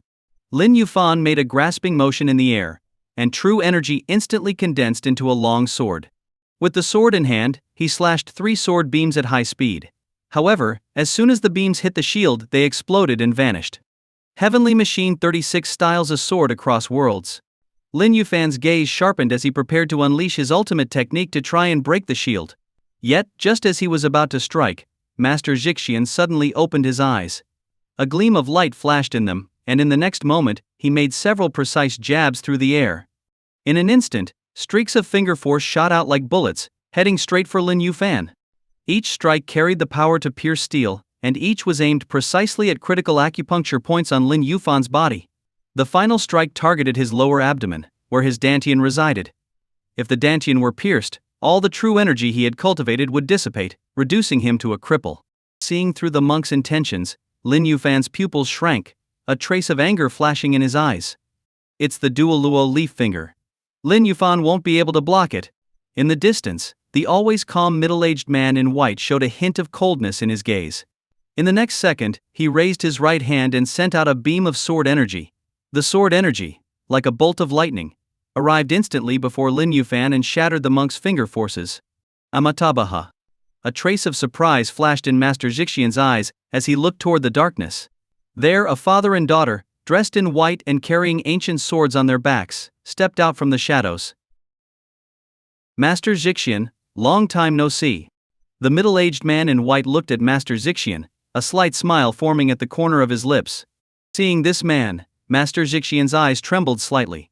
He clasped his hands together and said, "So it's Benefactor Nan's sighting. It has been many years, and your swordsmanship has grown even more profound and unfathomable. Master Xixian flatters me. The middle-aged man in white nodded slightly in return. At this moment, the barefoot girl standing next to the man looked surprised and asked, "Father, you actually know this old monk? Jin Air? Don't be rude." The man turned to glare at his daughter. She playfully stuck out her tongue but then shifted her gaze to Lin Yuan. "Hey, my father just saved you, and you didn't even say thank you?" "Thank you, senior, for your assistance." Lin Yuan glanced at the barefoot girl, then shifted his gaze to the middle-aged man in white, whose aura was as sharp as a sword. This man appeared to be over 40 years old, but he looked as though he was just in his early 30s. His sword-shaped eyebrows and bright eyes, along with his sharply defined features, made him extraordinarily handsome. What stood out even more was the faint but intimidating sharpness emanating from him. Just by intuition, Lin Yuan could tell that this man's strength was overwhelming, strong enough to kill him with a single sword strike. "I've been traveling down the mountain for so long and haven't encountered any formidable martial artists, but today I meet two at once." Lin Yuan muttered to himself. Despite his shock, he didn't feel fear. At this moment, the man in white turned his head slightly, his gaze meeting Lin Yuan's with a faint smile. In his eyes there seemed to be a deeply hidden sword light. The instant Lin Yuan met his gaze, the sword light suddenly shot toward him like lightning. Poof! Lin Yuan didn't even have time to react before the sword light struck him. His blood churned violently, and he couldn't hold back as a mouthful of blood spurted from his lips. This middle-aged man in white had severely injured him with just a glance. So this is the sword intent the old man spoke of. It's truly terrifying. Lin Yuan circulated the healing techniques from the Heavenly Mechanism secret manual, and his injuries began to heal rapidly within a few breaths. Not bad. As expected of the disciple of the Sage of Destiny, the middle-aged man in white observed Lin Yuan's reaction, and a trace of admiration flickered in his eyes. "You know my master?" Hearing the mention of the Sage of Destiny, Lin Yuan's eyes narrowed slightly, his tone filled with surprise. At this moment, the barefoot girl interrupted, "Know him? My father and your master are close friends. Strictly speaking, you should address my father as uncle." "Ah?" Lin Yuan was taken aback. The man in white then turned to Master Xixian and said calmly, "Master Xixian, for my sake, could we let this matter go today? Amitabha, this young benefactor's fate includes this calamity. I hope Benefactor Nan will not make things difficult for this old monk." Master Xixian clasped his hands together. His words made it clear that he had no intention of backing down and was determined to kill Lin Yuan on the spot. Hearing this, Lin Yuan's eyes flashed with anger. He pointed at Master Xixian and scolded, "You bald donkey, I gave you some face, and now you really think I'm afraid of you? Amitabha, since the young benefactor is so lacking in manners, then this old monk shall teach you on behalf of your master." Master Xixian's eyes turned cold as he struck swiftly. With a single motion of his right hand, Lin Yuan suddenly felt the space around him being locked down by an invisible force. Clang! But in the next moment, a flash of sword light appeared and disappeared instantly. Before Lin Yuan could even see it clearly, the force that had just bound him was cut apart by the sword light. "Master Xixian, I've always regretted not sparring with you in the past. Today we finally have the chance. Why not let me experience your supreme techniques?" Nan Siding's figure flickered, and in an instant, he was standing in front of Lin Yuan. Lin Yuan didn't move recklessly. He could tell that this Nan Siding was indeed a close friend of his master, the Sage of Destiny, and had come here specifically to help him. At this moment, the barefoot girl stepped forward suddenly, her movement ghostly fast. In an instant, she appeared in front of Lin Yuan. Such speed, clearly the level of a grandmaster. Before Lin Yuan could react, the girl was already staring at him with curious eyes. "Hey, your name is Lin Yuan, right? What kind of martial arts did the Sage of Destiny teach you? Anything besides what you just used? Did he teach you sword techniques or anything like that?" Lin Yuan stared blankly at the barefoot girl. At first glance he had thought she had a cold and aloof aura. Her white clothing and ethereal presence made him subconsciously think she was the kind of person who rarely spoke and carried an icy demeanor. But in reality this girl was anything but cold. She was rather talkative. Seeing Lin Yuan's silence, the girl added, "By the way, my name is Nan Jin. You can call me Jin Ear." "Jin Ear? That's a nice name," Lin Yuan responded woodenly. While the two chatted, Nan Siding and Master Xixian had already squared off. Master Xixian clasped his hands together and sighed softly. "We've known each other for a long time, Benefactor Nan. I don't wish to be at odds with you. How about this if you can take one move from me? I will stop, and no longer intervene in the matters between benefactor Xiao and this young benefactor. But if you can't, I ask that you refrain from interfering. What do you say? Fine. Nan Exciting smiled faintly, uttering only one word. Then be careful, benefactor Nan. Master Zixian raised his head, and a sharp glint flashed in his eyes. In the next moment, his right hand formed a mysterious and intricate hand seal. As the seal took shape, a massive golden handprint, glowing with radiance, suddenly appeared above his head. The golden handprint exuded a domineering and overwhelming power. The moment it materialized, both Lin Yufan and Nan Huijin couldn't help but feel their hearts tremble. This is the Vajra Palm. Be careful, benefactor Nan. Master Zixian's voice rang out like a great bell. As he finished speaking, he launched the palm strike toward Nan Exciting. The massive golden handprint descended like a mountain, aiming to crush Nan Exciting. As the handprint fell, a fierce wind erupted, sending sand and rocks flying. Even Lin Yufan and Nan Huijin's clothes flapped wildly in the wind. Facing the Vajra Palm, Nan Exciting remained calm and composed as he drew the ancient sword on his back. His draw was unhurried, but the moment the sword left its sheath, his entire aura transformed. Like a sword unsheathed, an incomparably sharp presence radiated from him. He lifted his head slightly, gazing at the Vajra Palm, and slowly uttered one word. Break. Before the word had fully left his lips, a dazzling sword light several meters long flashed into existence and disappeared just as quickly. The sword light only appeared for an instant, but in that moment, the golden handprint was sliced cleanly in two. The handprint shattered, breaking into countless golden particles that scattered and disappeared. Hiss!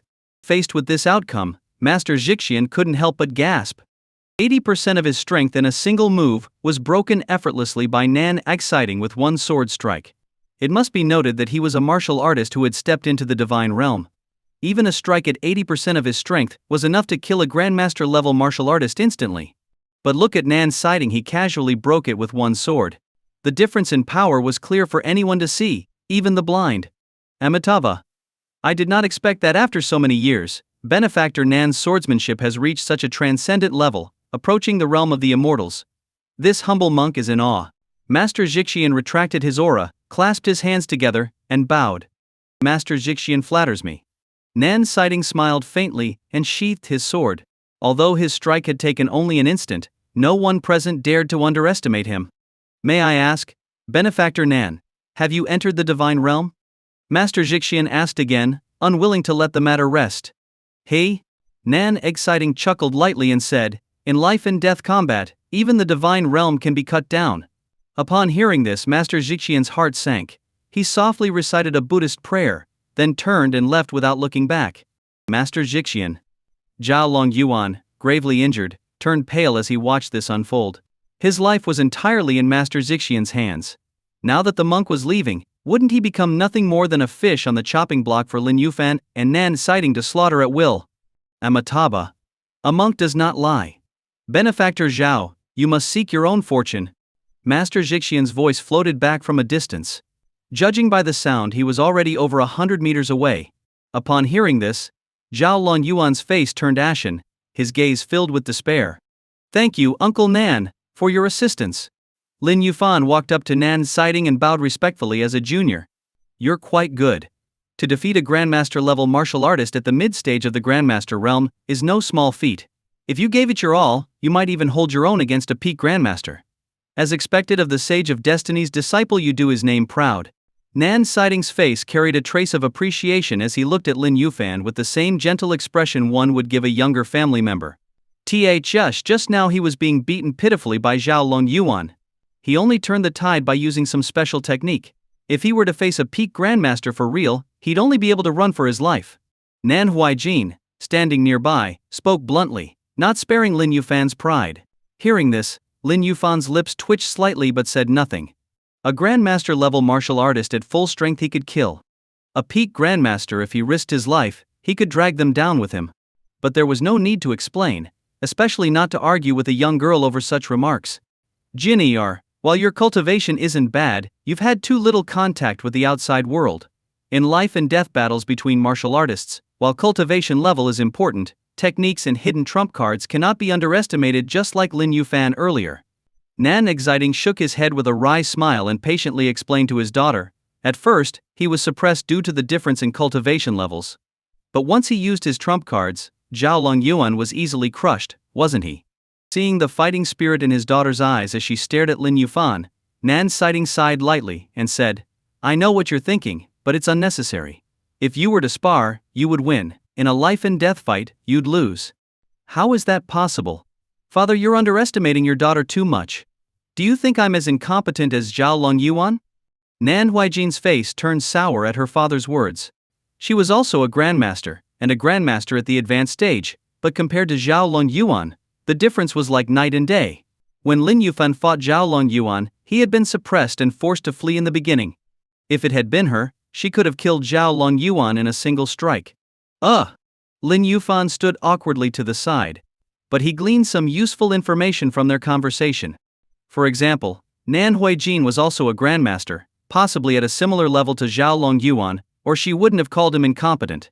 Additionally, while Nan Huijin was younger than him, her swordsmanship was strong. How strong, he wasn't sure, but definitely stronger than Lin Yuan's. You're so competitive. How can you be like this? I'm really worried you won't get married in the future. Nan Shiting shook his head and sighed at his daughter's stubbornness. Lin Yufan, go take care of your business. When you're done, let's find a place to sit and talk. Nan Sighting no longer paid attention to his daughter and instead turned to instruct Lin Yufan. Lin Yufan nodded and strode toward Lin Yuan. At this moment, Lin Yuan was struggling to get up, trying to take advantage of the conversation to escape quietly. It was precisely because Nan Shiting noticed this that he let Lin Yufan handle Lin Yuan first. Master Xiao, where do you think you're going? Lin Yufan grinned as he blocked Lin Yuan's path. Lin Yuan's expression changed, and he gritted his teeth. Lin Yufan, don't push me too far. Oh? Pushing you too far? Lin Yufan chuckled, and then waved his sleeve. With a casual slap from a distance, he sent Lin Yuan flying to the ground. Lin Yuan, gravely injured, with his organs racked in pain, could no longer use his martial power. Faced with Lin Yufan's humiliation, he could only endure, sitting limply on the ground and glaring at him venomously. A man can be killed but not humiliated. Lin Yufan, for this insult today, I will skin you alive, tear you apart limb by limb, and scatter your ashes. Another day? Lin Yufan chuckled darkly, stepping forward and pressing his foot down on Lin Yuan's chest, pinning him in place. Do you think I'll let you go today? A trace of killing intent flashed in Lin Yufan's eyes. Lin Yuan's heart trembled. Despite his age, he feared death even more. Lin Yufan, Master Xixian and I are close friends. If you kill me, he won't let you go. Do you really want to make an enemy of a divine realm martial artist? Lin Yuan roared in desperation, though his voice betrayed his fear. Divine realm? Give me some time, and I'll be able to kill divine realm martial artists too. Lin Yufan stopped wasting words, condensed his energy into a blade, and slashed Lin Yuan's throat. Lin Yuan, until his last breath, couldn't believe that Lin Yufan actually dared to kill him. Lin Yufan, how dare you? Kill me? His eyes widened, and before finishing the sentence, he was dead. Without sparing Lin Yuan another glance, Lin Yufan walked toward Nan Sighting and his daughter. At that moment, Lu Jinian came rushing over from a distance. Master. Seeing Lin Yufan, Lu Jinian clasped his fists in salute. Before Lin Yufan could speak, Nan Sighting's eyes flickered as he looked at Lu Jinian, his gaze as if he were staring at a rare treasure. Lin Yufan noticed this detail and was secretly surprised but didn't ask further. Lin Yuan is dead. Handle the follow-up matters, Lin Yufan instructed. As you command. Lu Jinian trembled slightly upon hearing this, and glanced at Lin Yuan's lifeless corpse nearby. Brother, Lin Yuan is dead. You can finally rest in peace. Seeing Lin Yuan truly dead, a hint of satisfaction flashed in Lu Jinian's eyes. Uncle Nan, this way please. Lin Yufan made a gesture of invitation. Nan Exciting nodded slightly. Guided by Lin Yufan, they arrived at the parking area. Lin Yufan then drove the car, taking Nan Sighting and his daughter back to the One villa. In the living room, Shen Shiki was on the phone. When she saw Lin Yufan return with an extraordinary-looking father and daughter, a trace of panic flashed across her face but was quickly concealed. Lin Yufan, you're back. And these two are? Shen Shiki stepped forward to greet them, her gaze curious as she looked at Nan Sighting and his daughter. When she noticed the barefoot girl Nan Huijin, A trace of surprise appeared in her eyes. The reason was simple: Nan Huijin's bare, delicate feet were flawlessly clean. Logically, walking barefoot on the ground should have left them dirty, but her feet were pristine and spotless. If one looked carefully, it seemed as though her feet weren't even touching the ground.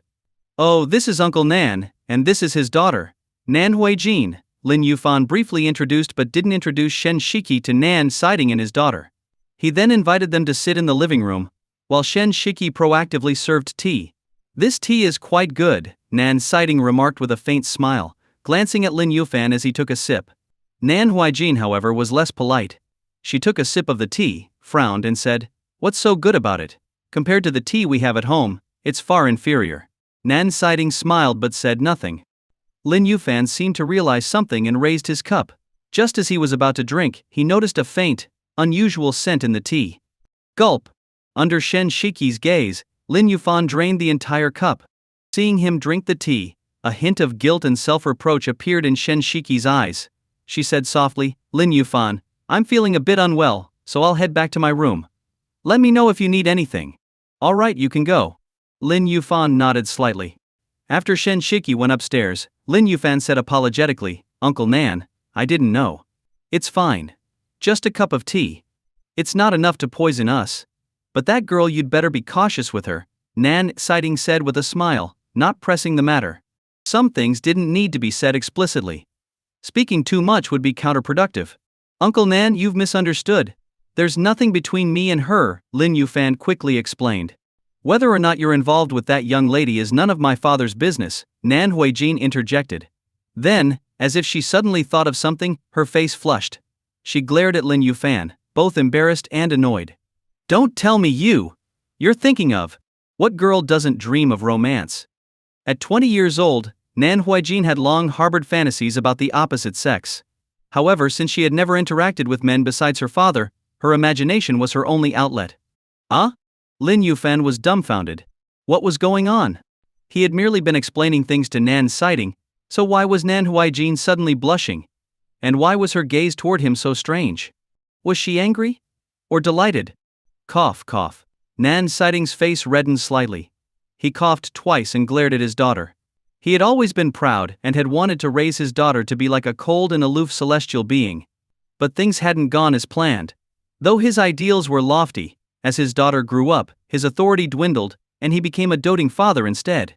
Although he had always insisted on dressing her like a serene goddess, Nan Huijin was, at heart, a complete tomboy. "Father, you chat. I'll go get some fresh air." Blushing, Nan Huijin stood up and left the villa, stepping outside to drink the northwest wind. Yuan Huijin is still young and hasn't been exposed to the outside world, so she doesn't understand many things and tends to overthink. "Don't take it to heart," Nan Siding explained with a wry smile. "Not at all. I think Huijin is quite cute," Lin Yuan replied quickly. "Oh, is that so?" Nan Siding's eyes suddenly brightened. Lin Yuan felt an inexplicable sense of unease. "Sure enough," Nan Siding continued, "my daughter and I lived in seclusion in the northern icy wilderness, but upon learning that your master, the Sage of Destiny, entered the kindling forbidden zone and never returned, as his close friend, I couldn't rest easy. That's why I came out to investigate and see if Brother Yi encountered any trouble." "That's great." Lin Yufan's face lit up. "I was planning to visit the kindling forbidden zone after settling matters here in Wangquan City, but I was uncertain about my own strength. With Uncle Nan accompanying me, that's..." "You're not going?" Before Lin Yuan could finish, Nan Siding interrupted. "The kindling forbidden zone is far more dangerous than you imagine. Martial artists at the Grandmaster level face almost certain death there. Even with your trump cards, your master himself was trapped there with an unknown fate. Do you think you're stronger than your master?" Cough, cough. "My master is probably just a Grandmaster too, right?" Lin Yuan muttered, recalling his days on the mountain with the old man. "Ha ha ha, you underestimate your master. 30 years ago, your master, the Sage of Destiny, was no longer a Grandmaster." Hearing this, Nan Siding couldn't help but laugh heartily.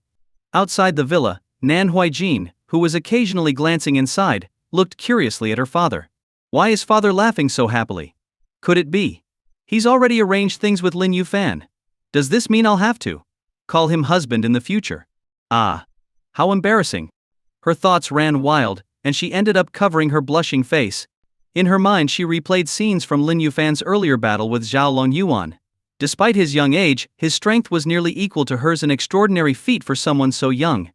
Especially after activating the azure jade glazed body. His ethereal and almost immortal-like aura had made her heart skip a beat. At the same time, at the Xiao family villa, Keon Lingshu, how dare you bring people into my Xiao family? Are you seeking death? Inside the Xiao family villa, Keon Lingshu stormed in with a large group of martial artists, including some from the Tianji Pavilion and others from the Xiao family. The crowd, numbering over 100, was imposing. Ha ha ha ha, Shixiang. You probably don't know yet your family's grandmaster, Lin Yuan, is already dead, isn't he? Tanji Kao laughed mockingly, his tone dripping with scorn. Hearing this, the faces of everyone in the Xiao family changed dramatically. You're lying. My grandfather is a grandmaster, how could he die so easily? Xiao gritted her teeth and glared at Tanji Kao furiously. Brother Xiao, what's going on? Zhao Shixiang's face darkened as he glanced toward Xiao Yuanhang, the head of the Xiao family, in the crowd. Previously he had stayed in the villa and hadn't gone out. Zhao Lianzong had been in charge of dealing with Keon's people. However, Zhao Lianzong hadn't returned, and instead, Keon Lingshu had arrived with Xiao Yuanhang. This result made Zhao Shixiang feel uneasy. A vague sense of foreboding arose in his heart, but he didn't want to admit it. Brother Xiao, the Xiao family's reign is over. You should surrender. Xiao Yuanhang smiled bitterly. He thought he had chosen the right side, but who would have expected Tianji Pavilion to suddenly intervene, bringing along Lin Yuan? Tianji Pavilion killed or subdued Zhao and Xiao family martial artists alike, and Lin Yuan personally killed Zhao Longyuan, the Xiao family's grandmaster. The Xiao family's fate was sealed, and as for himself, he was now a prisoner. If not for Keon Lingshu considering his son Xiao Jian's sake, he might have ended up like Zhao Lianzhong, dead on the spot. This is impossible. Even though doubts lingered in his heart, Zhao Shixiang still found it hard to believe Xiao Yuanhang's words. His father was a grandmaster. And not just any grandmaster, but one at the peak of the realm. Ordinary grandmasters weren't his father's match. How could he fall so easily? Nothing is impossible. It's over, brother Xiao. Don't remain stubborn. Zhao Yuanhang sighed heavily, and said no more. This incident marked the end of the Xiao family. The Xiao family could still survive, but they would be far weaker than before, crushed under the Keon family's boot. He regretted it deeply. If only he had chosen to side with the Keon family and Lin Yuan earlier perhaps. Leave no survivors among the Xiao family. Kill them all. At this moment, Lu Jingyan strode in and gave the command, sentencing the Xiao family to death. The Xiao family is a prominent martial arts family in Wanquan City. How dare you? Zhao Shixiang roared angrily upon hearing this. Although his martial skills were weak, as the head of the Xiao family, he had long cultivated an aura of authority and dominance.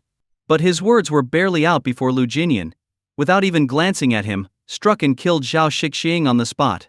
With Zhao Shixiang's death, the remaining members of the Xiao family were utterly terrified. Don't kill me. Don't kill me.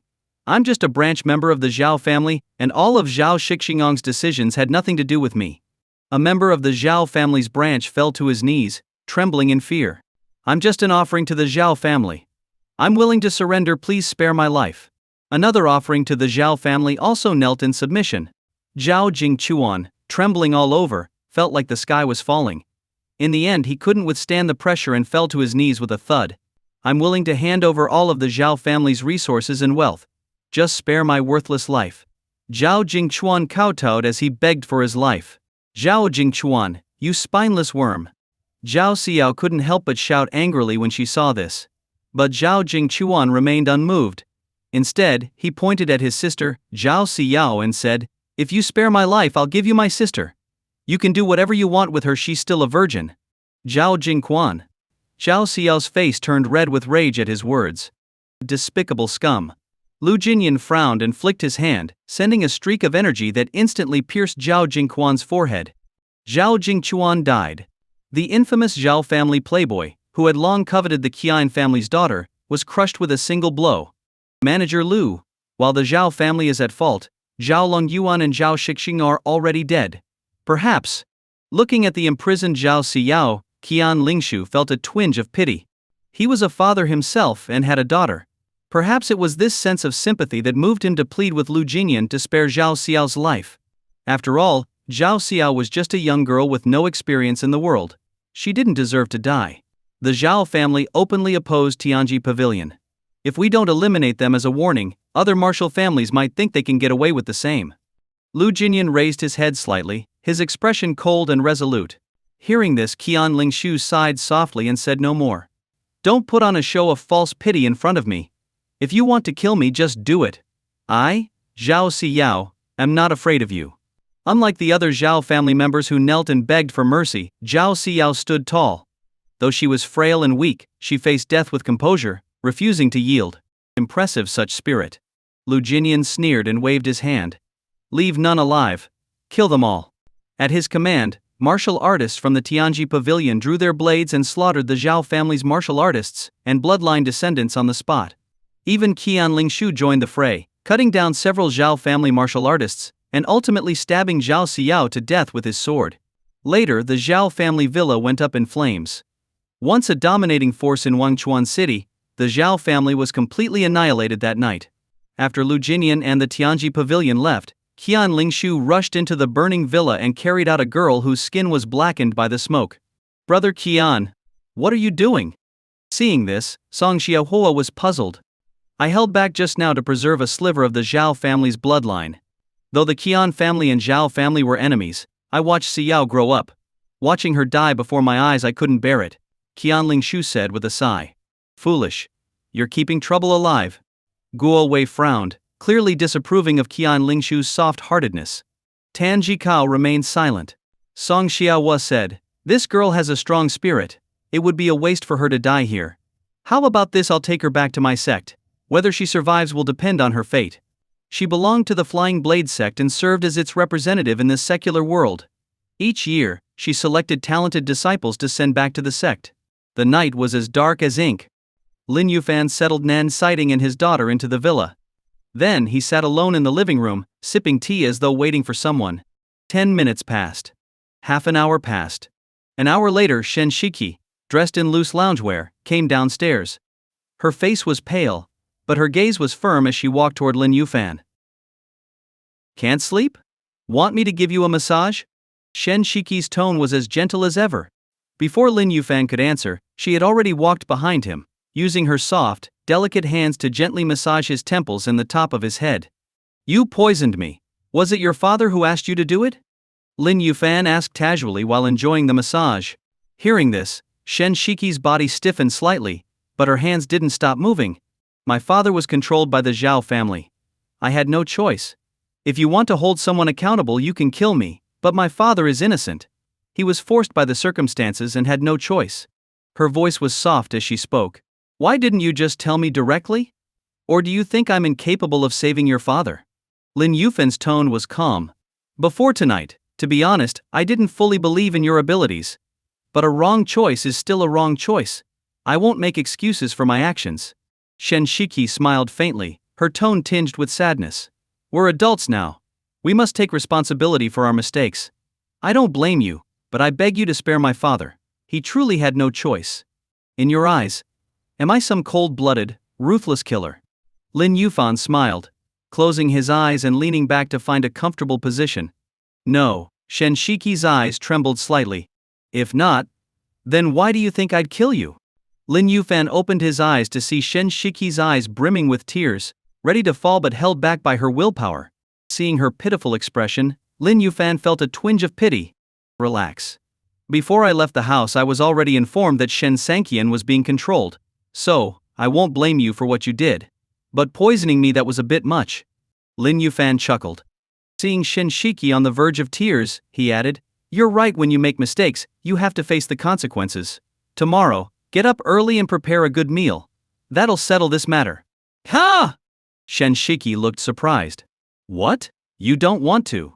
Lin Yuan deliberately put on a stern face. No, I'm willing. It's just, I didn't expect you to forgive me. Shen Shiki shook her head. I, Lin Yuan, won't stoop to quarreling with a woman. Besides, you've taken good care of me lately, and I'm satisfied. Consider it even. Lin Yuan smiled and said, All right, wipe your tears. People might think I've bullied you. Okay. Shen Shiki nodded, quickly wiping her tears. Secretly, she thought, if you really wanted to bully me, I wouldn't mind. But she didn't dare to say this aloud. The next morning, Lin Yufan came downstairs early to find Shen Shiki had already prepared a large table full of delicious dishes, accompanied by premium wine her father had sent overnight. Seeing this, Lin Yufan knocked on Nan Sighting's door but received no response. Curious, he tried opening the door and found it unlocked. "Uncle Nan?" Lin Yufan walked in but found the room spotless, with the bed neatly made. It was clear Nan Sighting hadn't stayed the night. At this moment, Nan Huaijin, who had been staying in the opposite room, groggily opened her door. "Jin-er, where's your father?" Lin Yufan asked curiously. "Oh, he left last night." "Left?" "Yeah, he said the sooner he left, the less danger Uncle Yi would face, and the more hope he'd have." Nan Huaijin nodded slightly. "Then why didn't you go with him?" Lin Yufan asked, puzzled. Hearing this, he had already guessed that Nan Sighting had gone to the Kindling Forbidden Zone. But why had Nan Sighting left Nan Huaijin behind? "Why would I go there? To die?" Nan Huaijin rolled her eyes at him, leaving Lin Yufan speechless. "Here. This is a letter from my father for you." Nan Huaijin handed him a piece of paper from her room. Opening it, Lin Yufan saw Nan Sighting's message. "Yufan, Uncle Nan is heading to the Kindling Forbidden Zone, where life and death are uncertain. For now, I entrust Jin-er to your care. She has a strong-willed personality and a bit of a temper, so I hope you'll keep an eye on her and guide her well. Your master once mentioned that he wanted Jin-er to marry you, but I didn't agree at the time. After meeting you, I think you're not bad. If you and Jin-er get along and she's willing, I wouldn't mind having you as my son-in-law. Nan Sighting." After reading the letter, Lin Yufan's face darkened. "Ed, old man? Are you crazy? This girl's cultivation level is higher than mine, and you want her to marry me. Are you trying to shorten my life?" He cursed his master inwardly but pretended to calmly fold the letter and put it in his pocket. At the same time, he decided to burn the letter in the bathroom later. No way could Nan Huaijin see this, or she'd start overthinking or worse, take it seriously. That would be a disaster. "Why are you putting it away so quickly? I've already read it." Of course, the more you fear something, the more likely it will happen. Seeing him tuck the letter away, Nan Huaijin yawned and gave him a knowing look. In that instant, Lin Yufan froze. Don't misunderstand. I had no idea my master discussed marriage with your father." Lin Yufan hurriedly explained. "It doesn't matter if you knew. As long as I know, that's enough," Nan Huaijin said casually, rubbing her stomach. "Is there any food? I'm starving." Yes. Follow me." Lin Yufan quickly led Nan Huaijin downstairs. When she saw the table full of food, Nan Huaijin's mood instantly brightened. Without hesitation, she took the bowl and chopsticks Shen Shiki handed her and began to eat heartily. Though her eating manners were elegant, her appetite was enormous. Out of 10 dishes and a soup, she alone devoured more than half. "Uncle Nan, this is unfair. Are you trying to let her eat me into poverty?" Lin Yufan lamented inwardly. At that moment, his phone rang. Seeing the caller ID, he realized it was Su Liangsu. "Hello, Liangsu. Yufan, I heard you're in Wangchuan City?" "Yes, how did you know?" "Qing Cheng told me. By the way, I'm filming with a crew near Wangchuan City, but I ran into some trouble. Can you come and help me?" "Of course. Send me your location, and I'll be there soon." After hanging up, Lin Yufan received a message from Su Liangsu with the location of her film crew. When he asked Shen Shiki about it, she said, "There's indeed a crew near Wangchuan City. It used to be an ancient town, but my father bought it and later rented it to a film company as a set." "Why? Are you planning to go there? If so, I can drive you." "No need, you stay home with her. I'll go by myself." Lin Yufan thought for a moment and decided to let Shen Shiki stay at home with Nan Huaijin. After all, leaving Nan Huaijin alone at home didn't seem appropriate. However, just as he said this, Nan Huaijin suddenly put down her bowl and chopsticks and said, "Wherever you go, I'll go too." Lin Yufan was stunned. "Sis, I'm going to see my precious little sister. Why are you tagging along?" He muttered internally but didn't say it out loud. Seeing his hesitation, Nan Huaijin frowned and said angrily, "Lin Yufan, have you forgotten the letter my father left for you? Is this how you're planning to take care of me?" Lin Yufan was left speechless. Without paying him any more attention, Nan Huaijin went upstairs. Soon, she came back down carrying her white ancient sword on her back. "What are you standing there for? Weren't you going out? Let's go. I'll go with you and protect you so you don't get bullied." Nan Huaijin gave him a look like a valiant heroine, signaling him to lead the way. "Goodness, What kind of monster is this? Lin Yufan rubbed his forehead in exasperation. A while later, Shen Shiki drove a comfortable SUV, taking Lin Yufan and Nan Huijin toward the film crew on the outskirts of Wangchuan City. Along the way, Nan Huijin bought lots of snacks and toys, piling them up in the back seat. Originally, the seat behind Lin Yufan was spacious and comfortable, but it was soon filled with snacks and other items. Fortunately, the trip wasn't long. After about 3 hours, they arrived at the filming site where Su Liangsu was working. It was an ancient town. At the entrance, there was a stone plaque with the red-painted characters Fengling Town. Shen Shiki parked the car in an open parking area near the town. The three got out and she said curiously, "This is it. Lin Yufan, where's your friend?" "Hold on, I'll give her a call."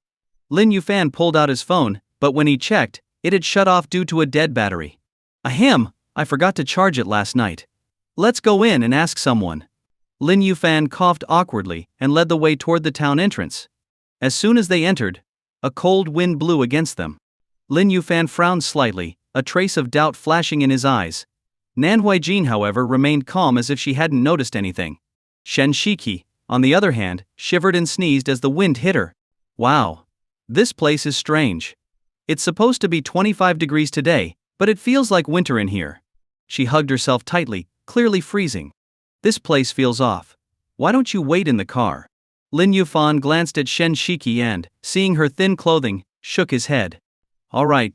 Give me your phone, I'll charge it in the car. Take mine and call me if you need anything."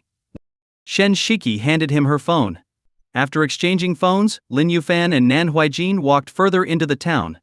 The town was in disarray, with debris scattered around. However, a short distance ahead, at an inn, many crew members were busy working. A photographer was adjusting the angle of his equipment, while a middle-aged man in his 50s, wearing a hat and holding a loudspeaker, shouted instructions nearby. "Hey, who are you? This is a restricted area for the crew. Who let you in? Get out." As Lin Yufan and Nan Huijin approached, a crew member immediately stepped forward to drive them away. "Is Su Liangsu here?" Lin Yufan asked. "Oh, you're a fan of Sister Su, huh? Sorry, she's busy right now and can't see you. Please leave and don't disturb our filming." The crew member, a tall young man dressed in ancient-style coarse linen clothing, clearly intended to act as an extra. "I'm not her fan, I'm her boyfriend. She asked me to come. Could you let me see her?" Lin Yufan smiled faintly. PFFT. Hearing this, the young man burst out laughing. "What's going on? Xiao Liu?" Another crew member holding a script walked over, likely one of the crew's supervisors based on his attire. "Director QE, this guy claims to be Sister Su's fan and followed her to the set. I told him she's busy, but he insists he's her boyfriend. Ha ha ha, I can't." The young man laughed as he spoke. Hearing this, several other crew members passing by couldn't help but laugh as well, all looking at Lin Yufan as if he were an idiot. "Sir, Su Liangsu does have a boyfriend, but it's definitely not you. Please leave and don't disturb our filming. Thank you." The director frowned and waved dismissively, signaling Lin Yufan to leave. "Liangsu, I'm here for you." Helpless without a working phone, Lin Yufan suddenly shouted at the top of his lungs. As soon as he did, the expressions of everyone present changed dramatically. "Are you crazy? Don't drag us into this if you want to die." The young crew member who had been laughing froze instantly, abandoning his prop and bolting into the inn. Not only him but the other crew members, including the director, also ran toward the inn as if lingering outside would bring disaster. "Brother Yufan, come inside quickly. It's dangerous out there." From a second-floor window of the inn, Su Liangsu leaned out and waved at Lin Yufan. Before Lin Yufan could respond, a deafening clap of thunder echoed across the sky. Moments later, torrential rain poured down. The previously clear sky was now filled with lightning and thunder. But when Lin Yufan looked toward the outskirts of the town, he froze in confusion. "What's going on? It's sunny outside the town, but it's raining in here?" Lin Yufan looked puzzled. The rain quickly drenched his clothes and exposed skin. Hiss. Feeling the chill of the raindrops, Lin Yufan gasped and hurried into the inn. Nan Huijin was even faster. Before the rain fell, she had already dashed inside ahead of Lin Yufan. Standing by the window, Nan Huijin looked out at the rain and said softly, "There's something off about this rain. The temperature inside the town is at least 10 degrees lower than outside. If I'm not mistaken, there's a large formation hidden in this town. To be precise, it should be a magic array." Lin Yufan nodded solemnly. Hearing Nan Huijin mention an array, Lin Yufan couldn't help but recall the knowledge about magic arrays that the Sage of Destiny had explained to him back on the mountain. Arrays were offensive and defensive techniques used in warfare. Magic arrays, however, were mysterious methods that harnessed the power of heaven and earth. Magic arrays were created through principles like yin and yang, the 5 elements, the 8 trigrams, and the 9-star grid, granting them various strange and mystical functions. Some arrays could gather the surrounding spiritual energy, allowing those living within to be free of illness and extend their lives. This was a spirit-gathering array. Other arrays could absorb the surrounding yin and evil energy, causing harm to anyone entering the array until they succumbed. These were yin fiend arrays. There were countless types of magic arrays. The Sage of Destiny had provided Lin Yufan with dozens of thick books on the subject. However, Lin Yufan, being lazy, had only read 2 before losing interest. He thought such things might have been common in the past but were likely extinct in modern society. He hadn't paid much attention until now, unexpectedly encountering an ancient magic array here. Brother Yufan. As Lin Yufan was reminiscing about the books he had read on arrays, a lively, melodious, and excited female voice called out from behind him. Turning around, he saw Su Liangshu in ancient costume, her long hair flowing like a waterfall. She was lifting her skirt as she ran toward him. Sister Liangshu. Seeing her, a gentle smile appeared on Lin Yufan's face. He opened his arms, and Su Liangshu leapt into them like a butterfly. What's going on? Who is this guy? How is he so close to Su the Great Beauty? Didn't Su just call him Brother Yufan? Is he the rumored boyfriend of Sister Su? Brother Yufan? Fan bro? That's it. He must be Su's rumored boyfriend. This guy's pretty handsome, huh? Judging by his skin, he must take good care of himself. Probably a pretty boy. The crew members in the inn stared wide-eyed in astonishment. After all, Su Liangshu was a famously virtuous celebrity in the entertainment industry. Apart from one rumored boyfriend early in her career, she had never been linked with anyone romantically. Yet now, right before the entire crew, she was embracing a man so intimately. It was shocking, to say the least. No way. This guy really is Sister Su's boyfriend? The tall crew member who had previously blocked Lin Yufan from meeting Su Liangshu rubbed his eyes in disbelief at the scene before him. Director Qi also stared blankly at the two, now hugging each other. Brother Yufan, it's been so long. I've missed you so much. Su Liangshu buried her head in Lin Yufan's chest, listening to his strong, steady heartbeat and feeling an overwhelming sense of happiness. Ahem, Sister Liangshu, your colleagues are watching. Noticing the unusual stares from the people around him, Lin Yufan cleared his throat and gently patted Su Liangshu on the back. Let them watch. I don't mind, so why should you? Su Liangshu snuggled closer to him. Hey Lin Yufan, who's this girl? At that moment, Nan Huijin's voice interrupted, her gaze sharp and unfriendly as she stared at Su Liangshu. This is my sister, Su Liangshu. Lin Yufan replied. Just a sister. Nan Huijin narrowed her eyes, as if interrogating him. Ahem. She's also my girlfriend. Lin Yufan admitted honestly. Girlfriend? Nan Huijin frowned, clearly unfamiliar with the term.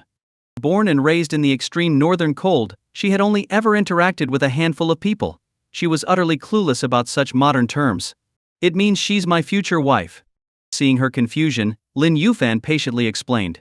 However, as soon as he said this, a faint yet unmistakable killing intent radiated from Nan Huijin. Lin Yufan's heart skipped a beat as he cautiously glanced at her. She took a deep breath, snorted coldly, and turned her head away. Brother Yufan, who is she? Su Liangshu had also noticed Nan Huijin. At first she thought Nan Huijin was part of the crew because of her attire. Dressed in white robes resembling a hanfu, barefoot, Nan Huijin looked as though she had stepped straight out of a historical drama. She's Nan Huijin, the daughter of a close friend of my master. Her father had to travel for something and left her in my care, Lin Yufan explained. Nan Huijin? What a lovely name. Sister Jin, hello. I'm Su Liangshu. Nice to meet you. Su Liangshu stepped out of Lin Yufan's arms and extended her hand toward Nan Huijin. Nan Huijin was stunned. She glanced at Lin Yufan, then at Su Liangshu, and finally, her face turned red. Blushing, she reached out to shake hands with Su Liangshu, her voice low and muffled. Hello. What the heck? Why are you blushing? Lin Yufan was utterly speechless. Could it be that Nan Huijin, like him, liked women? The thought sent a shiver down his spine. Mind your own business. Nan Huijin glared at him. Brother Yufan's sister Jin. It's crowded here. Let's go to the lounge upstairs. Su Liangshu grabbed both of their hands and led them upstairs. Along the way, the staff quickly stepped aside to make way. After all, Su Liangshu was the star of the production and a major moneymaker for the company. Everyone treated her with utmost respect, second only to the company boss. The three of them entered a lounge on the second floor. The lounge was a simple guest room, sparsely furnished but functional, with wooden furniture that gave it an old-fashioned charm. Brother Yufan, Sister Jin, have some tea. Su Liangsu poured tea for both of them, serving them personally. Lin Yufan accepted it with a smile. Nan Huijin, slightly flustered, took the tea and said, Sister Liangsu, you don't have to be so polite. It's only right. Sister Jin, your skin is so fair, and you look so well maintained. What's your secret? Can you teach me? Su Liangsu lightly touched Nan Huijin's cheek. The latter, as if electrocuted, blushed deeply, sitting stiffly in her chair, utterly at a loss for words. Lin Yufan couldn't help but burst into laughter witnessing everything. However, just as he laughed twice, a sword light flashed and slashed toward him. Lin Yufan quickly dodged, and the stool he had been sitting on was instantly sliced in half. The cut was smooth as a mirror, showing just how sharp the sword strike was. Are you crazy? Lin Yufan felt a lingering fear. If his reaction had been slower, he might have actually been cleaved in two by Nan Huijin, this crazy woman. If you dare mock me again, I'll cut you down. Nan Huijin's face was frosty, her cold gaze fixed fiercely on Lin Yufan. Her tone was icy, carrying a hint of killing intent. Lin Yufan took a deep breath and, out of respect for her father, Nan Siding, suppressed the anger rising in his heart. The sudden turn of events left Su Liangshu frozen in place. She had never imagined that Nan Huijin, who appeared so pure and lovely with her snow-white skin and graceful figure, could be so violent wielding her sword at the slightest provocation. For a moment, Su Liangshu didn't dare move. Don't be afraid, Sister Liangsu. I won't hurt you. Seeing the fear in Su Liangshu's gaze, Nan Huijin quickly tried to explain. She sheathed her sword and took Su Liangsu's soft, delicate hand in hers, saying, I grew up in the snowy mountains. Since I can remember, it's just been my father by my side. I've never had a friend, so. Nan Huijin began sharing her past. Lin Yufan stood quietly nearby, listening. After hearing Nan Huijin's story, Su Liangshu, whether out of pity or some maternal instinct, hugged her tightly. Sister Huijin, your childhood sounds so hard. But don't worry, from now on I'll be your best friend. And not just me, Yunxi and the others will also be your best friends. Su Liangshu said softly. Nan Huijin wrapped her arms around Su Liangsu's slender waist. Just as Lin Yufan thought it was a touching moment between the two girls, he noticed Nan Huijin's lips curling into a sly smile, her eyes narrowing as she shot him a crafty look. What the hell? Seeing this smile, Lin Yufan instantly felt that Nan Huijin had ulterior motives. By the way, Liangshu, earlier you mentioned over the phone that you had encountered some trouble. What's going on? Lin Yufan quickly changed the subject, unwilling to let Nan Huijin take advantage of Su Liangshu.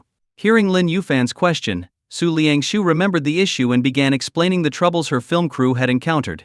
It turned out that Su Liangshu had recently taken on a role in a Xiangxia fantasy movie as the female lead.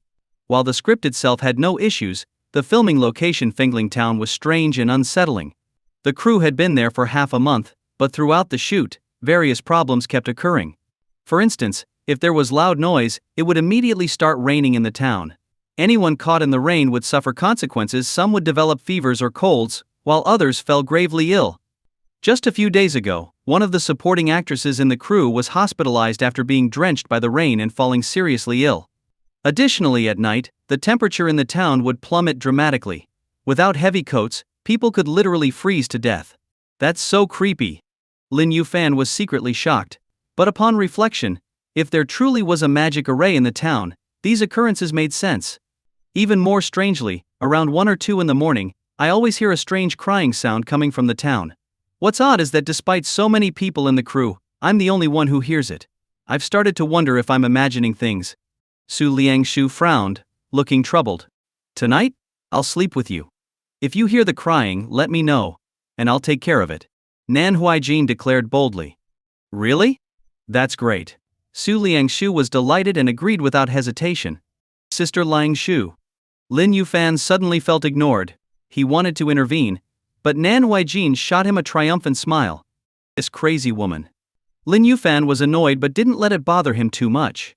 After all, though he and Su Liangxiu were close, they hadn't taken that final step.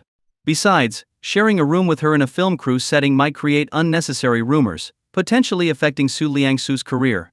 And with Nan Huaijin accompanying her, Lin Yufan felt reassured. Meanwhile, he planned to investigate the town at night to uncover the secrets behind its eerie magic array. A magic array capable of summoning rain, this is quite advanced. Lin Yufan thought to himself. He regretted not having studied all the books on magic arrays that the Sage of Destiny had given him. With the extensive information in those books, the Fengling Town array was likely documented, along with ways to counter it. If nothing else works, I'll destroy the array by force. As long as I break its core, the array will be rendered useless. Lin Yufan silently resolved. At noon, the crew delivered 3 boxed meals to their room. Sister Liangsu, is this what you eat every day? Lin Yufan frowned. Brother Yufan, this is just how things are in the crew. It's fine. Su Liangsu smiled sweetly and began eating her meal in small bites.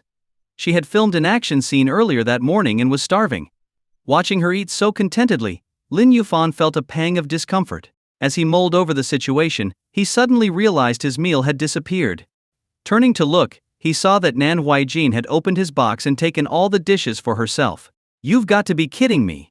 Lin Yufan was both amused and exasperated.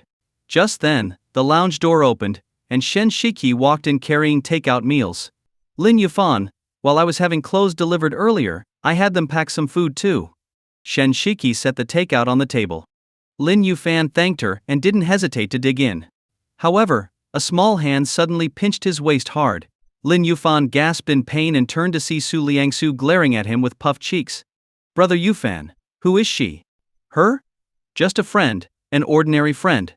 Really? Realizing she was jealous, Lin Yufan quickly explained. Yep, they're just friends. Lin Yufan even stayed at her house before. I can vouch for that. Nan Huaijin added mischievously. Lin Yufan inwardly cursed, knowing trouble was coming. Sure enough, Su Liangxiu clenched her small fists, her eyes sparkling with fiery anger as she stared at him. Brother Yufan, you're such a playboy. Liangsu, let me explain. Things aren't what you think. Shi Qi and I. Lin Yufan panicked and quickly tried to explain. However, Nan Huaijin snorted coldly. What's there to explain? Explaining means you're hiding something, and hiding something means it's true. Stop explaining, you two-timer. Ew. Lin Yufan was furious, glaring at Nan Huaijin. This crazy girl. Born as a human yet behaving so poorly it was truly maddening. What? Brother Yufan, are you thinking of bullying someone? Seeing Lin Yufan scowling at Nan Huaijin, Su Liangsu immediately stepped in front of her, as if protecting the weak. This move left Lin Yufan both amused and frustrated. Liangsu, things really aren't what you think. Lin Yufan sighed bitterly, trying to explain. But this crazy girl Nan Huaijin clearly intended to make things harder for him. Just as he began, she changed the subject. Liangsu, don't bother with this two-timer. Shi Qiwai brought food. Let's eat first. Nan Huaijin pulled Su Liangsu to the table and started eating. Shi Qiwai, who had just arrived, had no idea what had just happened. All she saw was Lin Yufan looking defeated, standing there glaring at Nan Huaijin, visibly annoyed. You win. After a long pause, Lin Yufan took a deep breath and suppressed his anger. The 4 of them had a simple lunch. Afterward, the pampered Shi Qi volunteered to clean up the tableware. Although Su Liangxiu still felt a little annoyed at Shi Qiwai, she also got up to help. Nan Huaijin, on the other hand, sat back like a lazy lord, and didn't lift a finger. Useless for everything but eating. Lin Yufan muttered under his breath. If you're so good, why don't you do it yourself? Nan Huaijin retorted sharply. Most people feared Lin Yufan's status as the master of Tianji Pavilion and a martial arts grandmaster, but Nan Huaijin clearly wasn't intimidated. After all, her father, Nan Xiting, was the #1 swordsman in Longguo. Even gods and immortals couldn't defeat him, so why would she care about Tianji Pavilion? Moreover, she herself was a mid-level grandmaster martial artist, nearing the pinnacle of her realm. In terms of cultivation, she was in no way inferior to Lin Yufan. Although her father had said that in a life-or-death battle, Lin Yufan would easily defeat her, Nan Huaijin didn't agree. If we fought for real, I could slice him in half with one sword stroke. Nan Huaijin thought to herself. Lin Yufan raised an eyebrow and said, Liangsu is my precious little sister, and Shi Qi is my friend. What's your relationship with them? Sister Huaijin is my best friend. Is that enough? Su Liangshu couldn't stand it anymore and glared fiercely at Lin Yufan. Then, seeing him still glaring at Nan Huaijin, she tossed a trash bag into his arms. Since you've got nothing better to do, take out the trash. Liangshu, you've changed. You don't love me anymore. Lin Yufan immediately put on a pitiful face. Stop it, you two-timer. I haven't forgiven you yet. Su Liangshu rolled her eyes, still feeling annoyed. Stupid brother Yufan, you already have sister Qingcheng, sister Yunshiki, and sister Xingyan and me too. Yet you're still fooling around outside. What a scumbag. The ultimate scumbag. Sigh. I'm innocent. Lin Yufan sighed heavily, feeling as if he were even more wronged than Du Yi. Cut it out. Go throw the trash away and stop bothering me and my two best friends. Su Liangshu stuffed the trash bag into Lin Yufan's hands and pushed him out of the lounge. Then, with a loud slam, she shut the door behind him. Ahem, hello Mr. Lin. Outside the lounge, two extras who had been eavesdropping immediately pretended to cough and quickly walked away. Lin Yufan went downstairs, found a trash can, and threw the bag inside. It was still raining outside, showing no signs of stopping. Just as he was about to head back upstairs to explain to Su Liangsu and warn her to stay away from the crazy Nan Huaijin, he suddenly heard an irritated voice outside. What kind of garbage place is this? It's not raining outside, but it's raining here. Mr. Chen, this place is really strange. It rains all of a sudden and doesn't stop all day. We're suffering too. Unlucky me. Taking this movie role. If I'd put this effort into a TV drama, it would have been so much easier. You're absolutely right, Mr. Chen. Absolutely right. This way, please.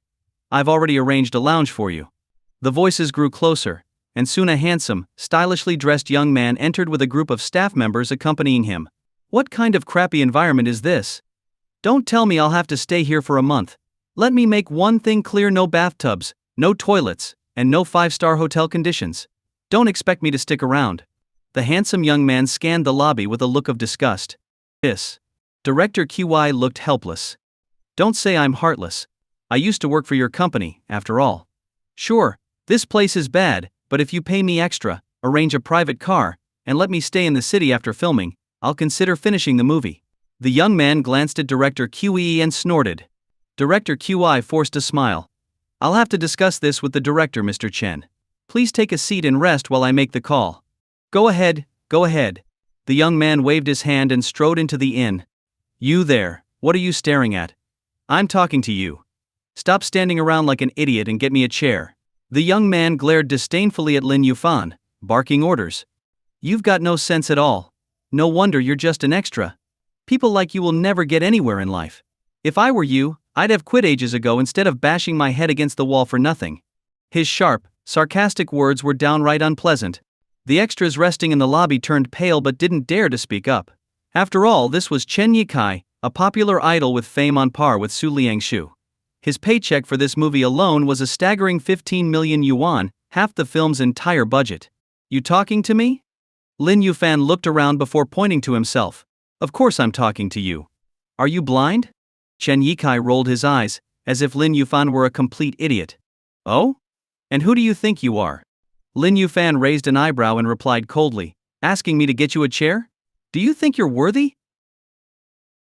Hearing this, the faces of the staff around them suddenly changed.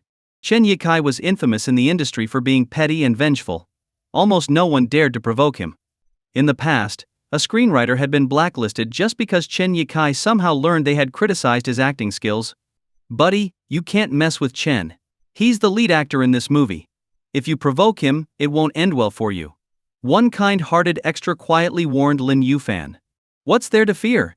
This guy is Su Liangsu's boyfriend. Her status is on par with Chen's. They're equals in terms of fame and influence. Another crew member, aware of Lin Yufan's identity, was watching the situation with amusement. Oh, you've got guts. Such guts.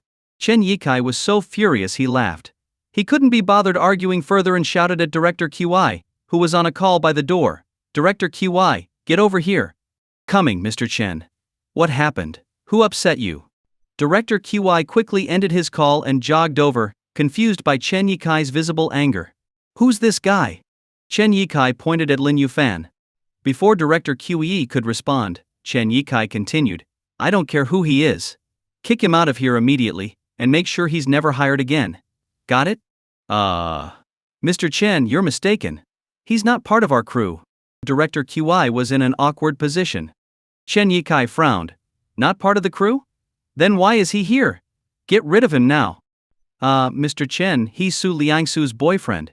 He came specifically to visit her. Director QI explained. What? He's the rumored boyfriend Su Liangshu publicly admitted to when she first debuted? Huh. I thought she had high standards, but turns out, this is all she's got? Ha ha ha ha, what a joke. Chen Yikai finally gave Lin Yuan a proper look, and then burst into laughter. I don't care who he is. If he's not crew, he shouldn't be here. This is a filming set, not a public area. If we let in every random boyfriend or relative, how are we supposed to get anything done? After his laughter subsided, Chen Yikai continued making trouble. The director QI now found himself in a tight spot.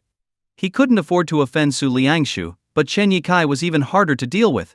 Are you deaf? Or are you tired of your job? If you're looking for early retirement, I'd be happy to help. Seeing Director QI hesitate, Chen Yikai squinted his eyes and threatened him. Director QI, recalling the previous incident where a screenwriter was blacklisted for criticizing Chen's acting, had no choice but to steel himself. Mr. Chen, please wait. I'll ask him to leave right away. Good. I don't want to see trash like him in front of me. It's ruining my mood. Chen Yikai smirked and sat down in a chair brought by another staff member, looking smugly at Lin Yuan. His gaze seemed to say, You think you can compete with me? Not a chance. Director QE walked up to Lin Yuan, his face full of helplessness, and stammered, Sir? Is he one of the supporting actors? Lin Yuan glanced at Chen Yikai before turning back to Director QE, his tone inquisitive. Not supporting, he's the lead actor. Director QI sighed. The lead? So he's Liang Shu's on-screen partner in this movie? Lin Yuan raised an eyebrow. Yes. Director QE nodded reluctantly. Give me your director's number. Lin Yuan, understanding that Director QI was in a difficult position, didn't push further and asked for the director's contact. After getting it, he stepped outside to make a call. Chen Yikai, oblivious to what was happening, smirked triumphantly as he saw Lin Yuan leave. Ah, what a joke. Just some B-list actress's rumored boyfriend daring to cross me. Ridiculous. A female assistant nearby noticed this and quickly went upstairs to the second floor. Knock, knock, knock. The assistant reached Su Liangshu's lounge and knocked on the door, speaking softly, Liangsu, there's trouble. Your boyfriend has offended Mr. Chen. Creak. Hearing this, Su Liangsu immediately opened the door, her face filled with surprise. Tao, what did you just say? My boyfriend offended Mr. Chen. What do you mean? Well, just now. The assistant, Tao, recounted the events in detail. When Su Liangshu heard that Lin Yuan had been kicked out into the rain by Chen Yikai, her eyes reddened with anger. Jerk. Without another word, Su Liangshu stormed downstairs. Liangshu, don't be rash. Remember who's backing this movie. You can't afford to offend Mr. Chen. Seeing Su Liangshu about to confront Chen Yikai, Tao panicked. She had only intended for Su Liangshu to smooth things over, not escalate the situation. This is bad.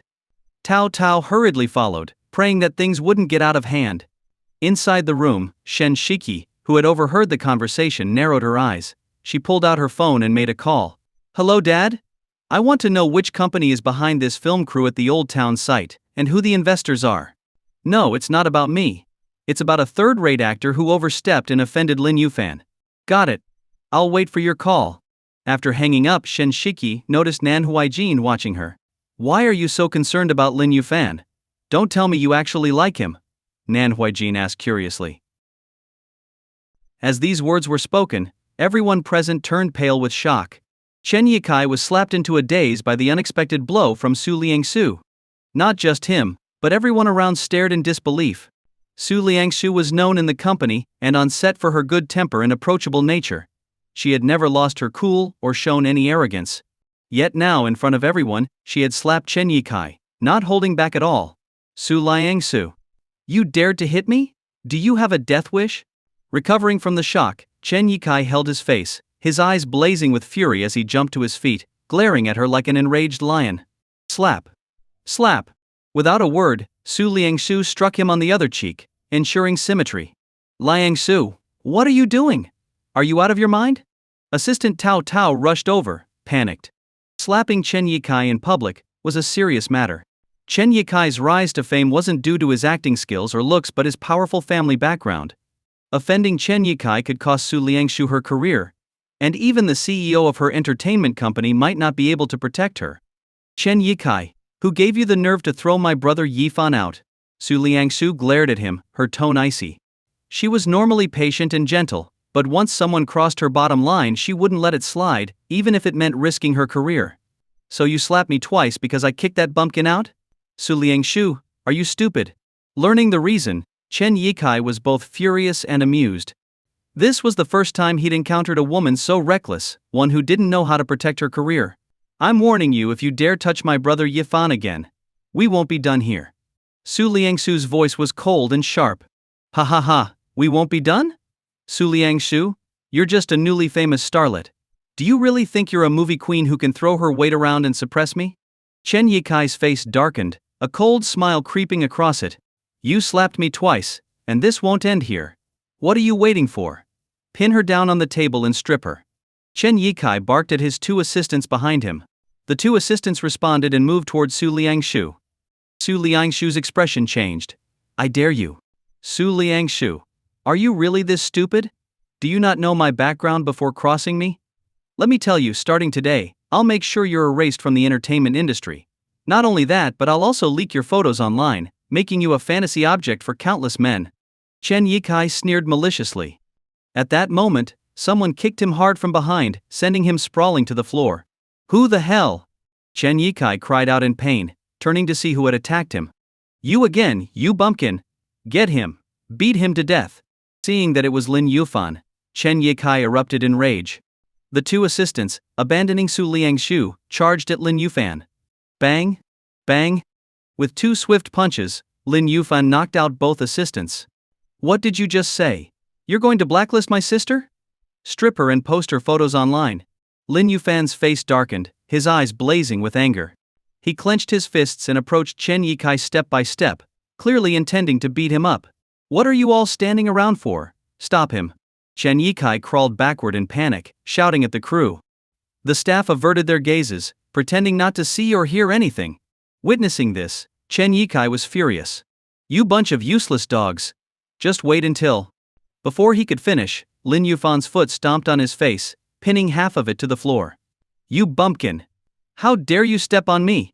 Do you know who I am? Do you know my family's background? If you cross me, you're dead. Su Liangshu is dead. Your whole family is dead.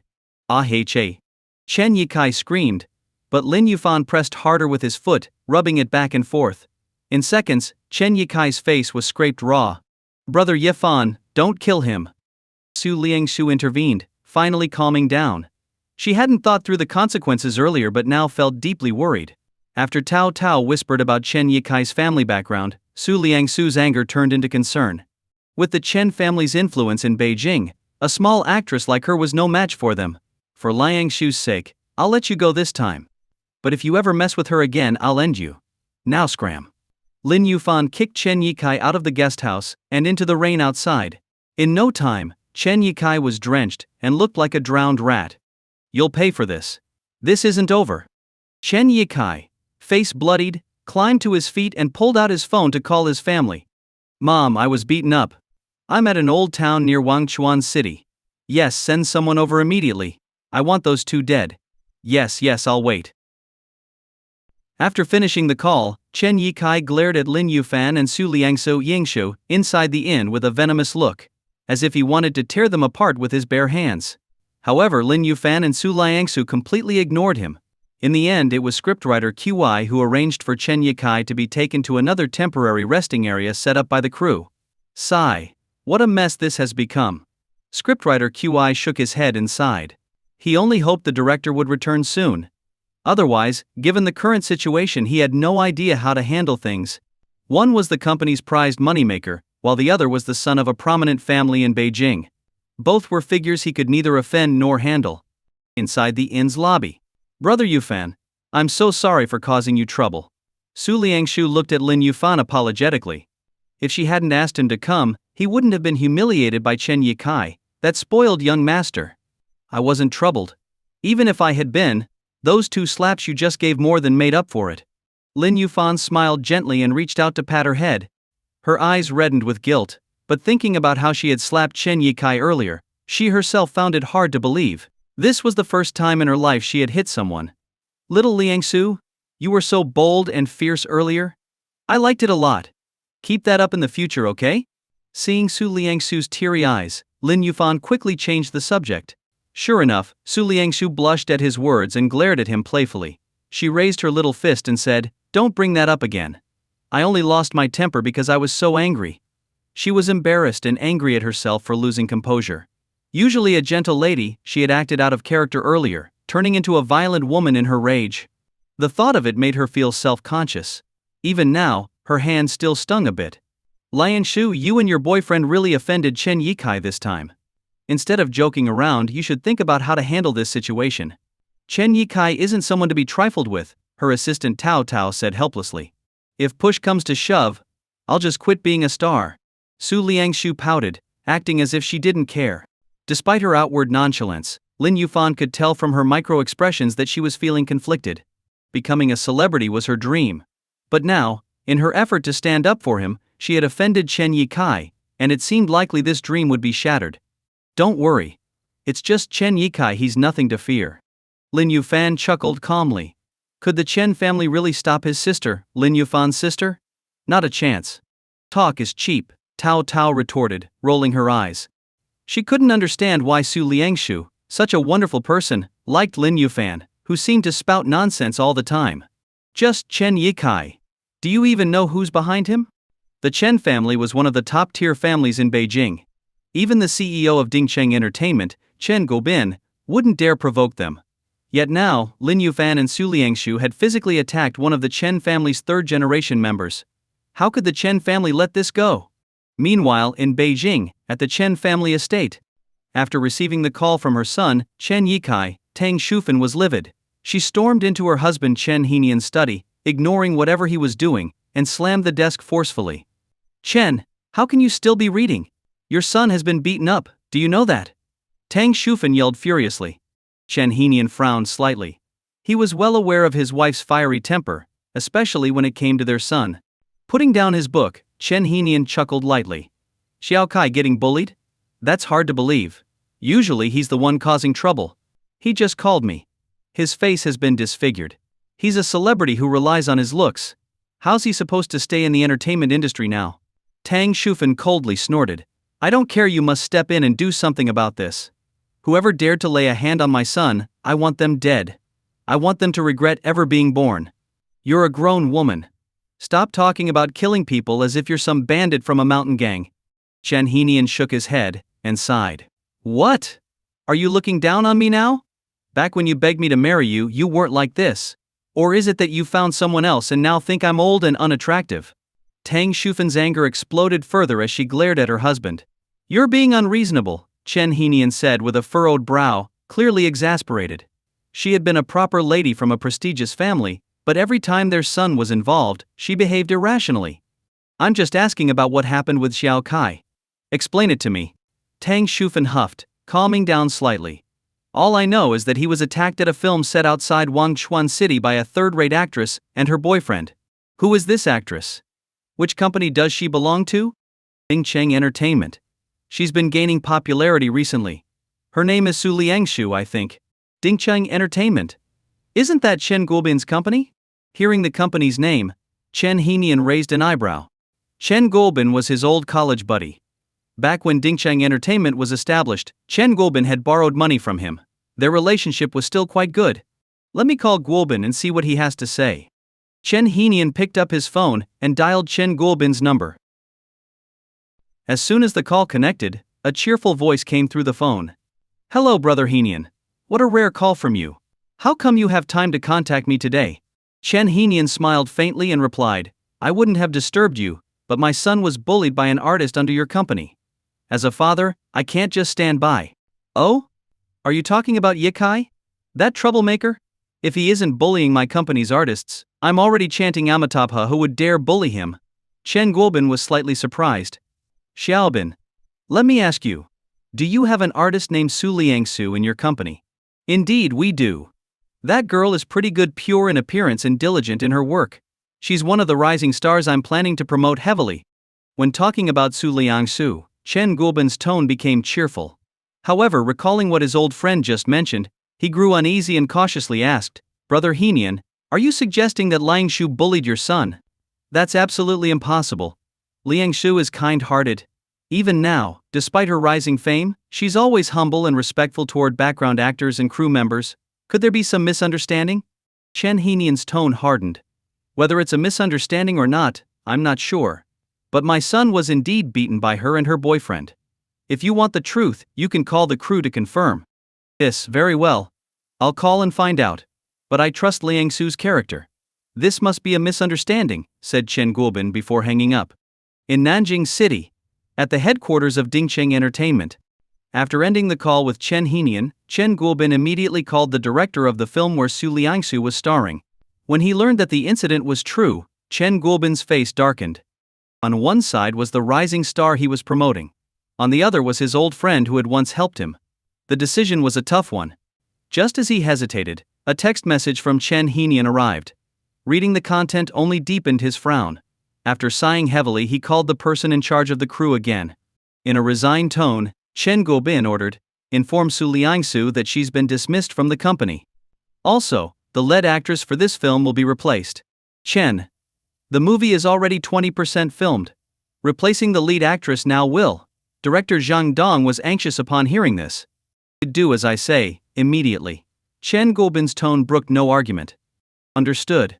I'll handle it right away," Zhang Dong reluctantly agreed. At that moment, Zhang Dong was driving back to the film set at the ancient town. Parking his car outside the town, Zhang Dong hurried toward the crew. The staff were chatting on the first floor of the inn when Zhang Dong walked in with a dark expression. The atmosphere immediately grew tense, as if something major was about to happen. "Where is Su Liangsu?" Zhang Dong asked scriptwriter Qi. "She's in the rest area on the second floor. Shall I call her down?" Noticing Zhang Dong's foul mood, scriptwriter Qi cautiously replied. "No need. I'll go up myself," Zhang Dong said, his face still grim, as he prepared to head upstairs. At that moment, Chen Yikai, with sponge bandages on his face and flanked by two assistants, walked in. "Director Zhang, you're finally back. Your company's artist, Su Liangshu, allowed her boyfriend to assault me. I expect you to give me an explanation. Otherwise, I'll use my connections to sue Dingcheng Entertainment." Chen Yikai fumed. Zhang Dong plastered on a smile and said, "Don't worry, Yikai. Our president has already issued orders. Su Liangsu is to be dismissed, and the lead actress for this film will be replaced. Does this resolution satisfy you? That's it? Just firing her and replacing her as the lead? What about the beating I took? Am I supposed to endure that for nothing?" Chen Yikai sneered. "What do you want then?" Zhang Dong asked helplessly. "It's not like we can have someone beat her up in return. She's just a young girl. It wouldn't look good if this got out. Don't worry. I'll handle the retaliation myself. Just make sure she's fired and blacklisted from the industry. Ensure she never steps foot in the entertainment circle again," Chen Yikai said viciously. Everyone present shivered at his words. "Blacklisting? Mate? That would completely cut off all of Su Liangsu's opportunities." "I'll have to check with our president," Zhang Dong said hesitantly. As a director, he had some authority in the crew but not enough to decide on blacklisting a star. "Check with him? Do you even know how Dingcheng Entertainment was founded? Even your president shows me respect. When I say blacklist her, he will listen. You just carry out the order. After it's done, I'll personally explain to your president," Chen Yikai snapped. "This. Fine," Zhang reluctantly agreed, seeing that Chen Yikai was still furious. "Scriptwriter Qi, call Su Liangsu down," Zhang Dong ordered. Scriptwriter Qi went upstairs to bring Su Liangsu down. Hearing scriptwriter Qi's serious tone, Lin Yuan, Shen Shiki, and Nan Huijin followed her downstairs. "Hey, you're asking for it again?" Lin Yuan teased upon seeing Chen Yikai. Hearing this, Chen Yikai reacted as if someone had stepped on his tail, immediately exploding in anger. "Kid, don't be so cocky. You'll regret crossing me. Especially you, Su Liangsu. Don't think you'll ever work in the entertainment industry again," Chen Yikai sneered. Su Liangsu's face paled, but Zhang Dong sighed and said, "Liangsu, President Chen has decided that you're dismissed from the company. You don't need to continue acting in this film." "What?" Even though she had mentally prepared for this, Su Liangsu's face turned pale. her eyes filled with tears, her vision blurring. Ahaha. Didn't you hear? You've been fired. Not just that you've been blacklisted. From now on, don't even think about making a living in the entertainment industry. Chen Yikai laughed gleefully, clearly reveling in her despair. Director Zhang, you promised me over the phone that you would protect Liangshu. How could you go back on your word now? Lin Yuan asked with a grim expression. Zhang Dong looked embarrassed. Mr. Lin, this wasn't my decision. I'm just an employee. This came from President Chen himself. There's nothing I can do. Brother Yufan, forget it. Let's just leave, Su Liangsu said softly, her eyes red as she tugged on Lin Yufan's sleeve, feeling utterly wronged. I am Shen Shiki from the Shen Group, Shen Shiki suddenly spoke up. Director Zhang, please inform Chen Guobin that if he insists on dismissing and blacklisting Su Liangsu, he'll need to find a new filming location. As the daughter of the Shen family, her words carried the weight of her father's decision. Hearing this, Director Zhang Dong's expression froze, unsure of how to respond. Change locations? Fine, with my Chen family's influence and connections in Longguo, do you think I can't find a suitable filming site? Seeing Zhang Dong's hesitation, Chen Yikai immediately made a bold statement. Upon hearing this, Zhang Dong's face eased slightly. What are you all still standing here for? You've been fired. Why aren't you leaving yet? Chen Yikai pointed at Su Liangshu and the others, shouting arrogantly. His smug expression infuriated both Shen Shiki and Nan Huijin. You want me to leave? Who do you think you are? This place has been bought by my Shen family. If anyone is leaving, it's you. Shen Shiki rebuked angrily. You. Chen Yikai was instantly enraged. However, realizing that this location indeed belonged to the Shen family, he could only grit his teeth and say, Fine, I'll leave. Do you think I want to stay in this lousy place? After speaking, Chen Yikai led his two assistants toward the door. Wait. Did I say you could leave? At this moment, Nan Huijin, who had been silent, suddenly spoke. Her sharp eyes locked onto Chen Yikai. If her father hadn't repeatedly instructed her not to act recklessly in front of ordinary people, she would have already slashed Chen Yikai with her sword. What, you little girl? Are you trying to make a name for yourself by challenging me? Chen Yikai glanced Nan Huijin up and down. He had to admit that she was beautiful, with a great temperament exactly his type. However, as a popular idol, he could have any woman he wanted. Women were practically lining up for him, there was no shortage. Make a name? Do you think you're worthy? Nan Huijin scoffed coldly. Kneel down and apologize to Liangsu. If she forgives you, I'll let you go. If not, I'll cripple you today. Oh, how bold. Cripple me? Who do you think you are? Chen Yikai laughed angrily. He, a member of the Chen family of Yanjing, had already been humiliated by Su Liangsu and beaten by Lin Yuan.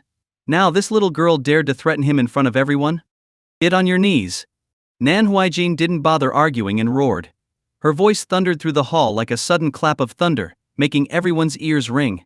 Chen Yikai frowned slightly but still smirked disdainfully. Little girl, do you think shouting makes you powerful? Or are you trying to grab my attention with such tricks? Humph. Nan Huijin's expression darkened. She flicked her finger, and a burst of energy struck Chen Yikai's knee. Ah? Chen Yikai cried out in pain and dropped to one knee. You. He was about to curse, but Nan Huijin flicked her finger again, hitting his other knee. Thud. Chen Yikai collapsed onto both knees in front of everyone. Feeling the mocking stares around him, Chen Yikai was consumed with humiliation and fury. He glared at Nan Huijin and roared, You're a martial artist? Oh, you actually know about martial artists? Nan Huijin was momentarily surprised before sneering.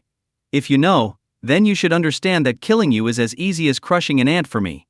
Now, apologize. You want me to apologize? Forget it. Even if I die. Chen Yikai gritted his teeth, his face contorted with rage. Still so stubborn. Nan Huijin's figure blurred. In an instant, she appeared before Chen Yikai. Slap.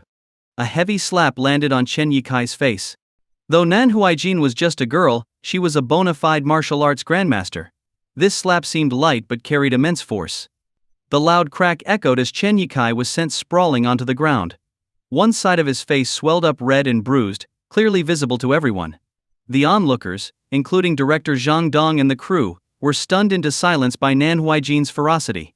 Chen Yikai's two assistants tried to intervene, but with a casual wave of her hand, Nan Huijin sent them flying out of the inn. I'll ask you one last time. Are you going to apologize? Nan Huijing cracked her neck and walked toward Chen Yikai. Judging by her stance, it was clear that if Chen Yikai didn't apologize, she would beat him to death on the spot. Don't come closer. I'm a member of the Chen family in Yanjing. If you offend me, you fine. I'm sorry. I was wrong. I'll never do it again. Initially, Chen Yikai tried to issue threats, but as Nan Huijing approached, he caved in fear. Better to live and fight another day. You're pathetic. If you'd apologized earlier, this wouldn't have happened. Nan Huijing snorted disdainfully, her eyes full of contempt. Chen Yikai's face turned ashen. He had never been so humiliated in his life. From being slapped by Su Liangsu to being beaten by Lin Yuan, and now utterly humiliated by this little girl, he vowed to make them pay dearly. Scram! Nan Huijing waved her hand, sending Chen Yikai flying out of the inn. Liangsu, stop crying. I've avenged you. If you're still unsatisfied, I'll kill him for you. Nan Huijing walked over to Su Liangsu, holding her cold hands and speaking gently. Su Liangsu had been on the verge of tears from her grievances. Seeing Nan Huijing stand up for her, she was deeply touched.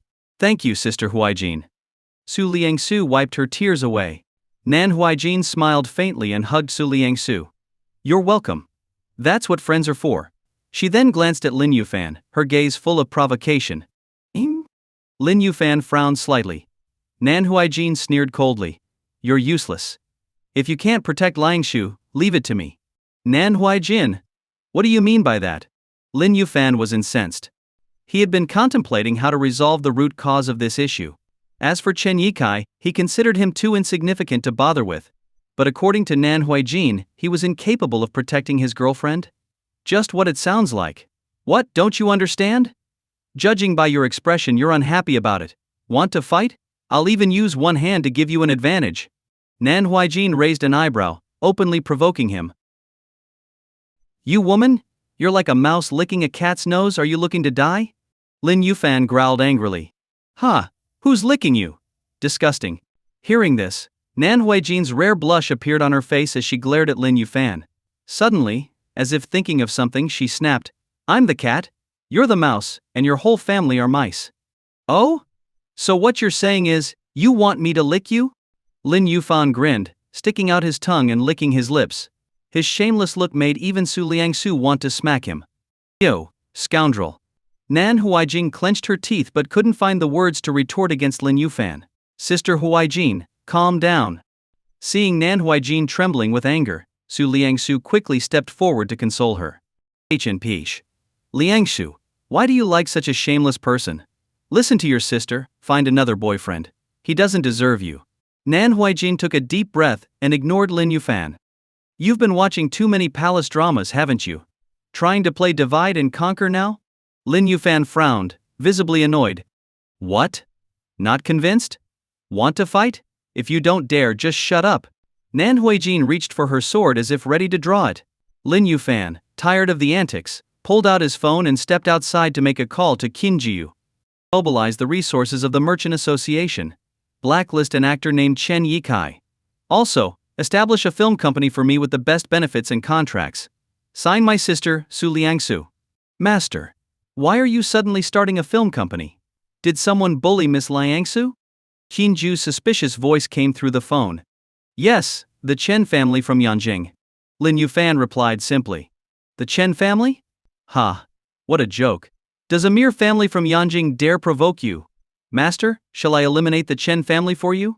Qinju immediately offered, eager to act. Since Lin Yuan had previously saved his life, Qinju had been waiting for an opportunity to repay the favor. That won't be necessary for now. I have other plans for the Chen family. After giving his instructions, Lin Yuan hung up. His eyes flickered as he thought for a moment before deciding to call Lin Qingchan. The Lin family was also in Yanjing, making this the perfect opportunity to reconnect with Lin Qingchan. Hello? Brother, is that you? The phone quickly connected, and Lin Qingchan's clear yet slightly fatigued voice came through. Chan-er, how have you been lately? Lin Yuan asked with concern. I'm doing well. What's going on? You don't call often. There must be something you need, right? Nothing much, really. I just wanted to ask you about the Chen family in Yanjing. What's their relationship with the Lin family? The Chen family? They're just an ordinary secular family.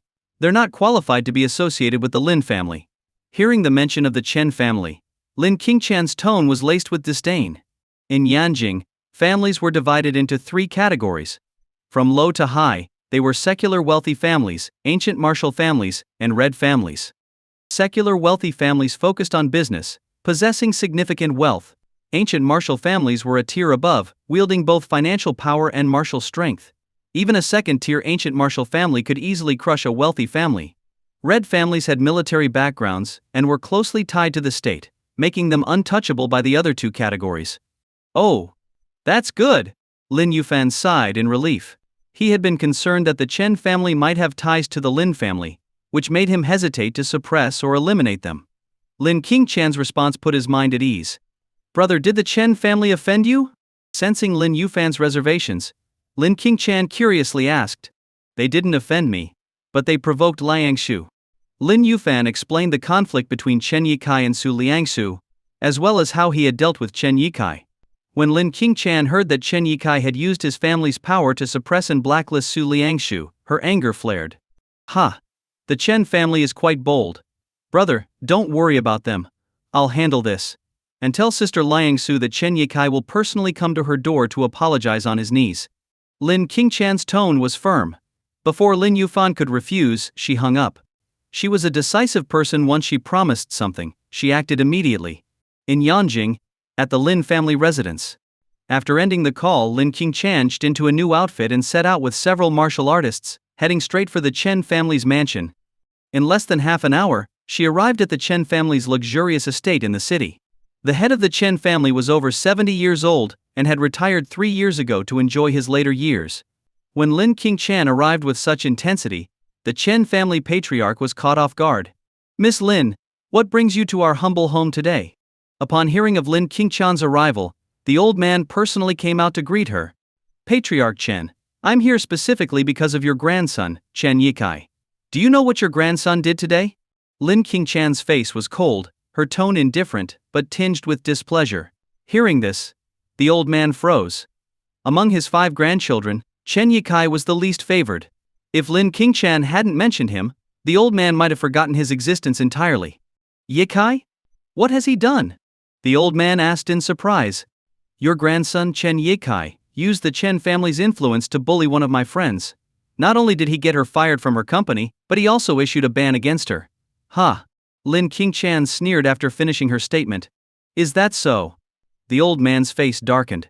He could tell that Lin Qingqian was here to settle accounts. Understanding the Lin family's influence in Yanjing, the old man quickly offered a conciliatory smile. Miss Lin, please calm down. Since my unworthy grandson has wronged your friend, he is indeed in the wrong. Rest assured, I will give you a satisfactory resolution. If this matter isn't resolved by today, I don't mind teaching your grandson a lesson myself. Lin Qingqian delivered her warning before leaving without stepping foot inside the Chen family estate. After watching her leave, the old man's expression darkened. He turned to a servant and ordered, inform Chen Heniang to come see me immediately. Wangchuan City. Ancient town film set. After driving Chen Yikai away, Su Liangsu began packing her things, preparing to return to Nanjing City. The crew members were filled with reluctance, and her assistant Tao Tao couldn't help but burst into tears. Still, no one tried to make her stay, knowing it would be futile. This was a decision made by the company's CEO Chen Guobin. Miss Su, are you really leaving? An 18-year-old background actor stepped forward to help Su Liangsu carry her luggage. Yes, but we may have the chance to work together again someday. Su Liangsu forced a smile, though the loneliness in her eyes was hard to hide. The young man nodded firmly and said, Miss Su, I'll definitely become a big star in the future, and act alongside you. It's a promise. Su Liangsu smiled genuinely. Just then, the hum of an engine grew louder as Shen Shiki drove up in a car. The young man helped load Su Liangshu's suitcase into the trunk. Lin Yufan opened the car door and smiled. Liangshu, let's go. Liangshu is clearly upset, and yet you can still smile? You really are an unfeeling scumbag, Nan Huijin scoffed, shooting Lin Yufan a sidelong glance before climbing into the passenger seat herself. Do you even know what a scumbag is? Stop spouting nonsense. Lin Yufan's face instantly darkened. He felt that Nan Huijin had a grudge against him, constantly picking fights and ridiculing him. What made it worse was that Nan Huijin was a martial arts grandmaster, not someone he could easily deal with. Ugh, scumbag. Don't talk to me. I find it disgusting. Manhwa Jin said, as she slammed the car door and rolled up the window. Brother Yufan, let's just go. We've been away from Nanjing City for days now, and I miss Yunxi a little. Su Liangshu got into the car. Shen Shiki turned the car around, and just as they were about to leave, it started raining in the small town again. If not for the incident with Chen Yikai, Lin Yufan had planned to explore the town that night to uncover the mystery of the formation. However, given the circumstances, he could only put that idea on hold. Liangshu, let's not rush back to Nanjing City just yet.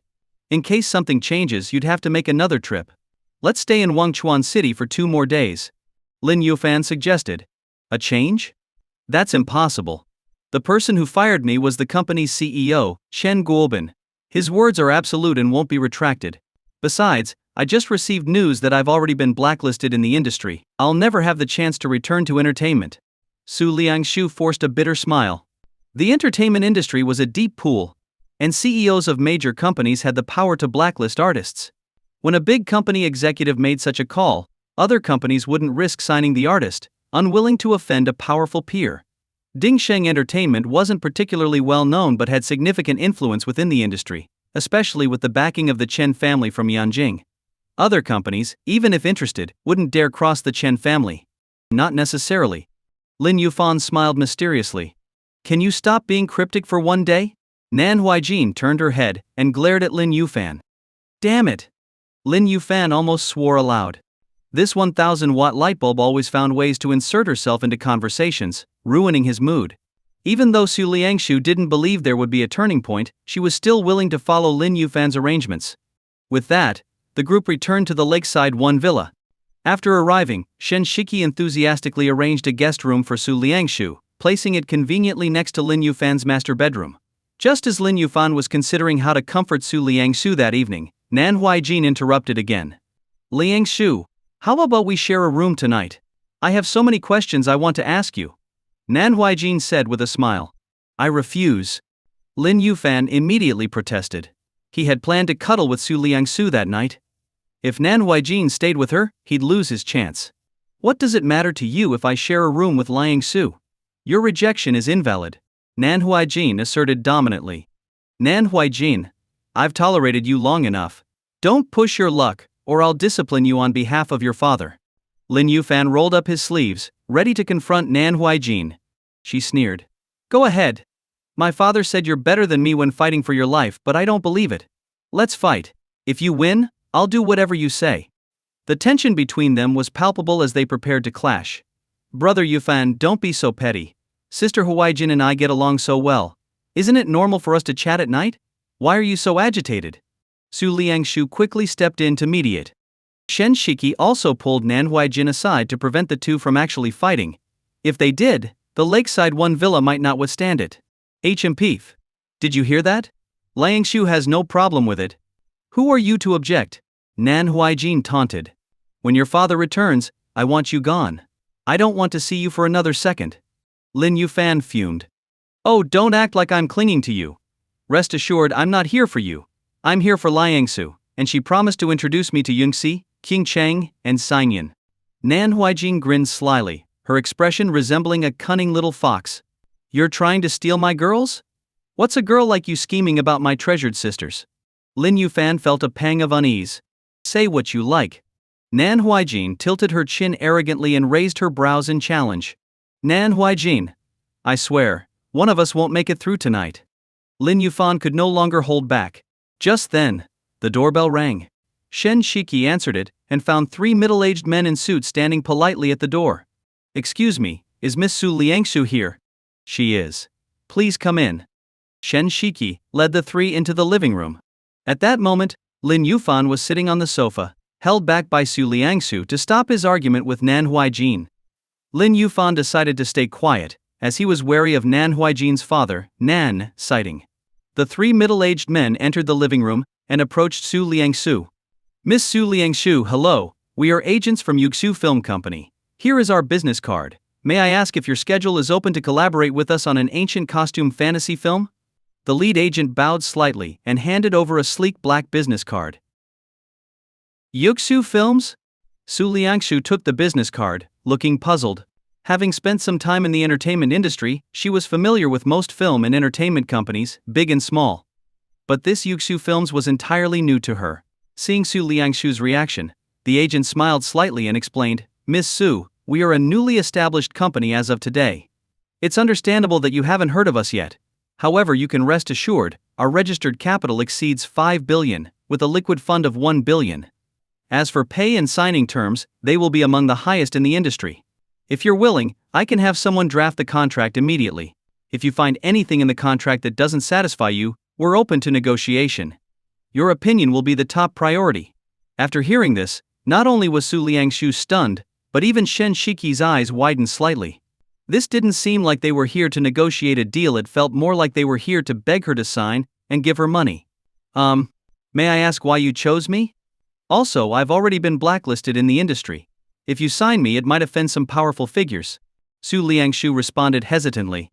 Although she was tempted, she didn't want to selfishly drag a newly established company into becoming an enemy of the entire industry. We're aware of that, but you can rest assured, Miss Liangsu. Our company has strong backing. Forget a few industry bigwigs, even if the entire industry blacklisted you, we have the means to make them lift the ban. If they refuse, we'll bankrupt them and drive them out of the film and entertainment circles. The agent's tone was brimming with confidence.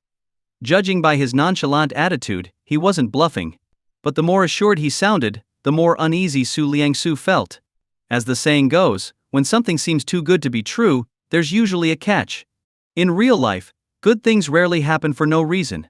More often than not, it's a storm brewing in disguise. Can I think about it for a while? After a moment of silence, Su Liangsu decided to delay her decision. She didn't want to rush into signing anything just yet.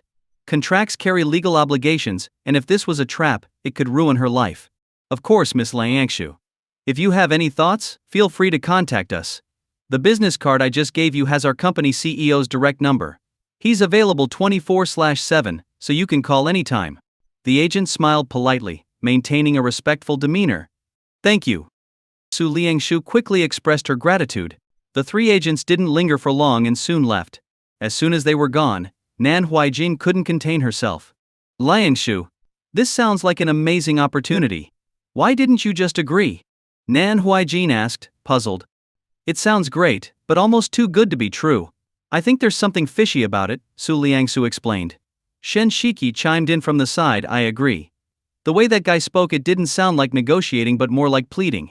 It felt off. Liangshu is a girl, and she's very beautiful. It's not uncommon for powerful people in the industry to take an interest in her. Being cautious is wise, it helps avoid falling into traps. Whoever dares to take advantage of Liangshu, I'll cut them down myself. Nan Huijin sneered coldly, and shot a sidelong glance at Lin Yuan as she spoke. Why are you looking at me? Lin Yuan retorted irritably. Nan Huijin snapped back without hesitation. What are you shouting about? Do you think I'm giving you any respect? I'll endure this. Lin Yuan gritted his teeth and held back his anger. Damn it, master. Hurry up and come back from the kindling forbidden zone. If you don't return soon, your disciple will be bullied to death. He complained inwardly. If only his master, the sage of heavenly secrets, were around. Under the sage's protection, Lin Yuan wouldn't have to worry about offending Nan Exciting. But without the sage's presence, he didn't dare provoke Nan Sighting's beloved daughter. Coward. Nan Huijin remarked with disdain when she saw him remain silent. Liangshu, I think you should accept the offer, Lin Yuan suggested, choosing to ignore Nan Huijin and addressing Su Liangsu instead. After all, the Yuxu Film Company was created on his orders specifically for Su Liangsu's career. Why do you think so? Su Liangsu looked at him, her eyes full of doubt. Because Yuxu Films was established at my request to ensure your career stability. Lin Yuan didn't hide the truth and explained directly. Oh, come on, brother Yuan. This is not the time for jokes, Su Liangsu said, rolling her eyes. It was clear she didn't believe him. Liangshu, I'm serious. I'm the master of the Heavenly Secrets Pavilion, which oversees both the Martial Academy and the Commercial Academy. The Commercial Academy is so wealthy it could rival nations. Setting up a film company just for you is as easy as saying a few words.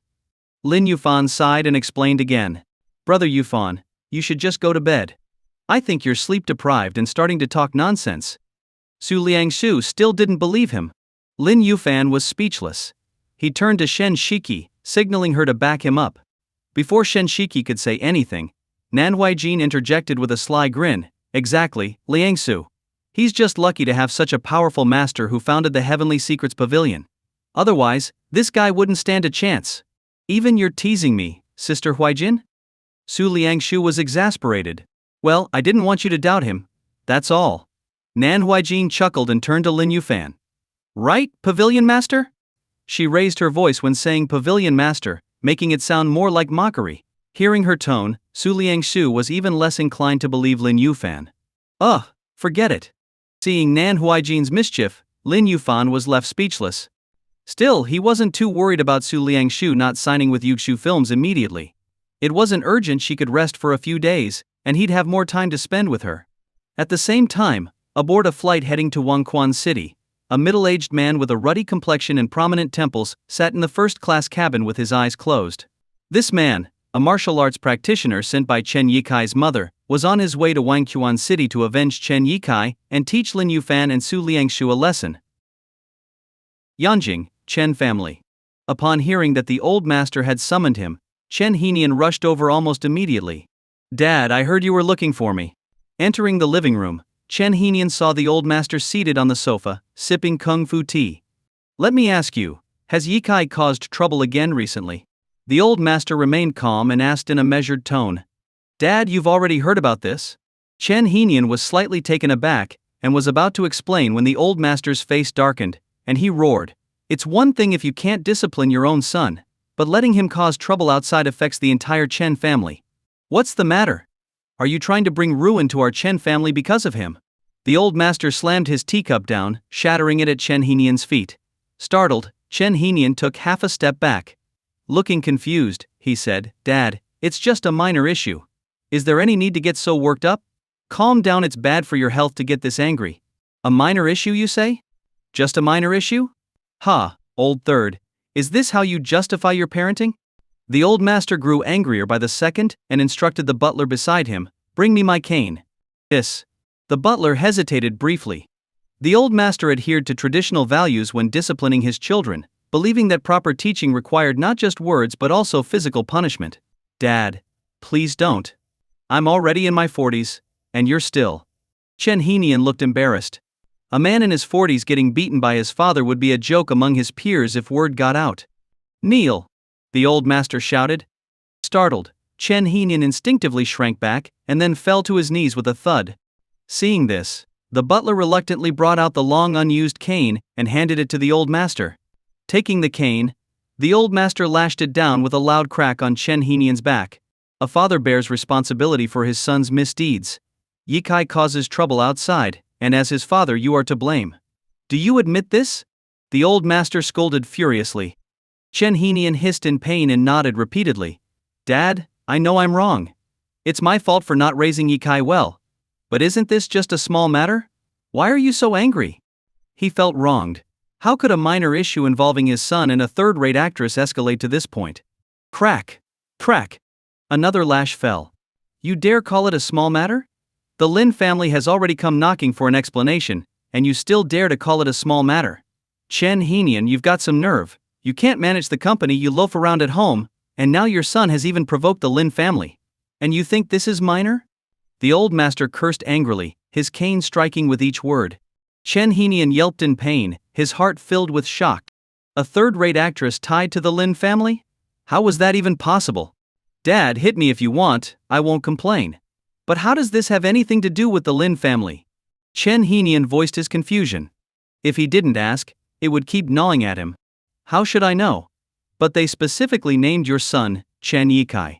If you don't give me a satisfactory solution, I'll throw your entire family out of the Chen household and out of Yanjing. The old master tossed the cane aside, panting heavily after the outburst. Dad, I'll investigate thoroughly and ensure the Lin family receives a proper explanation.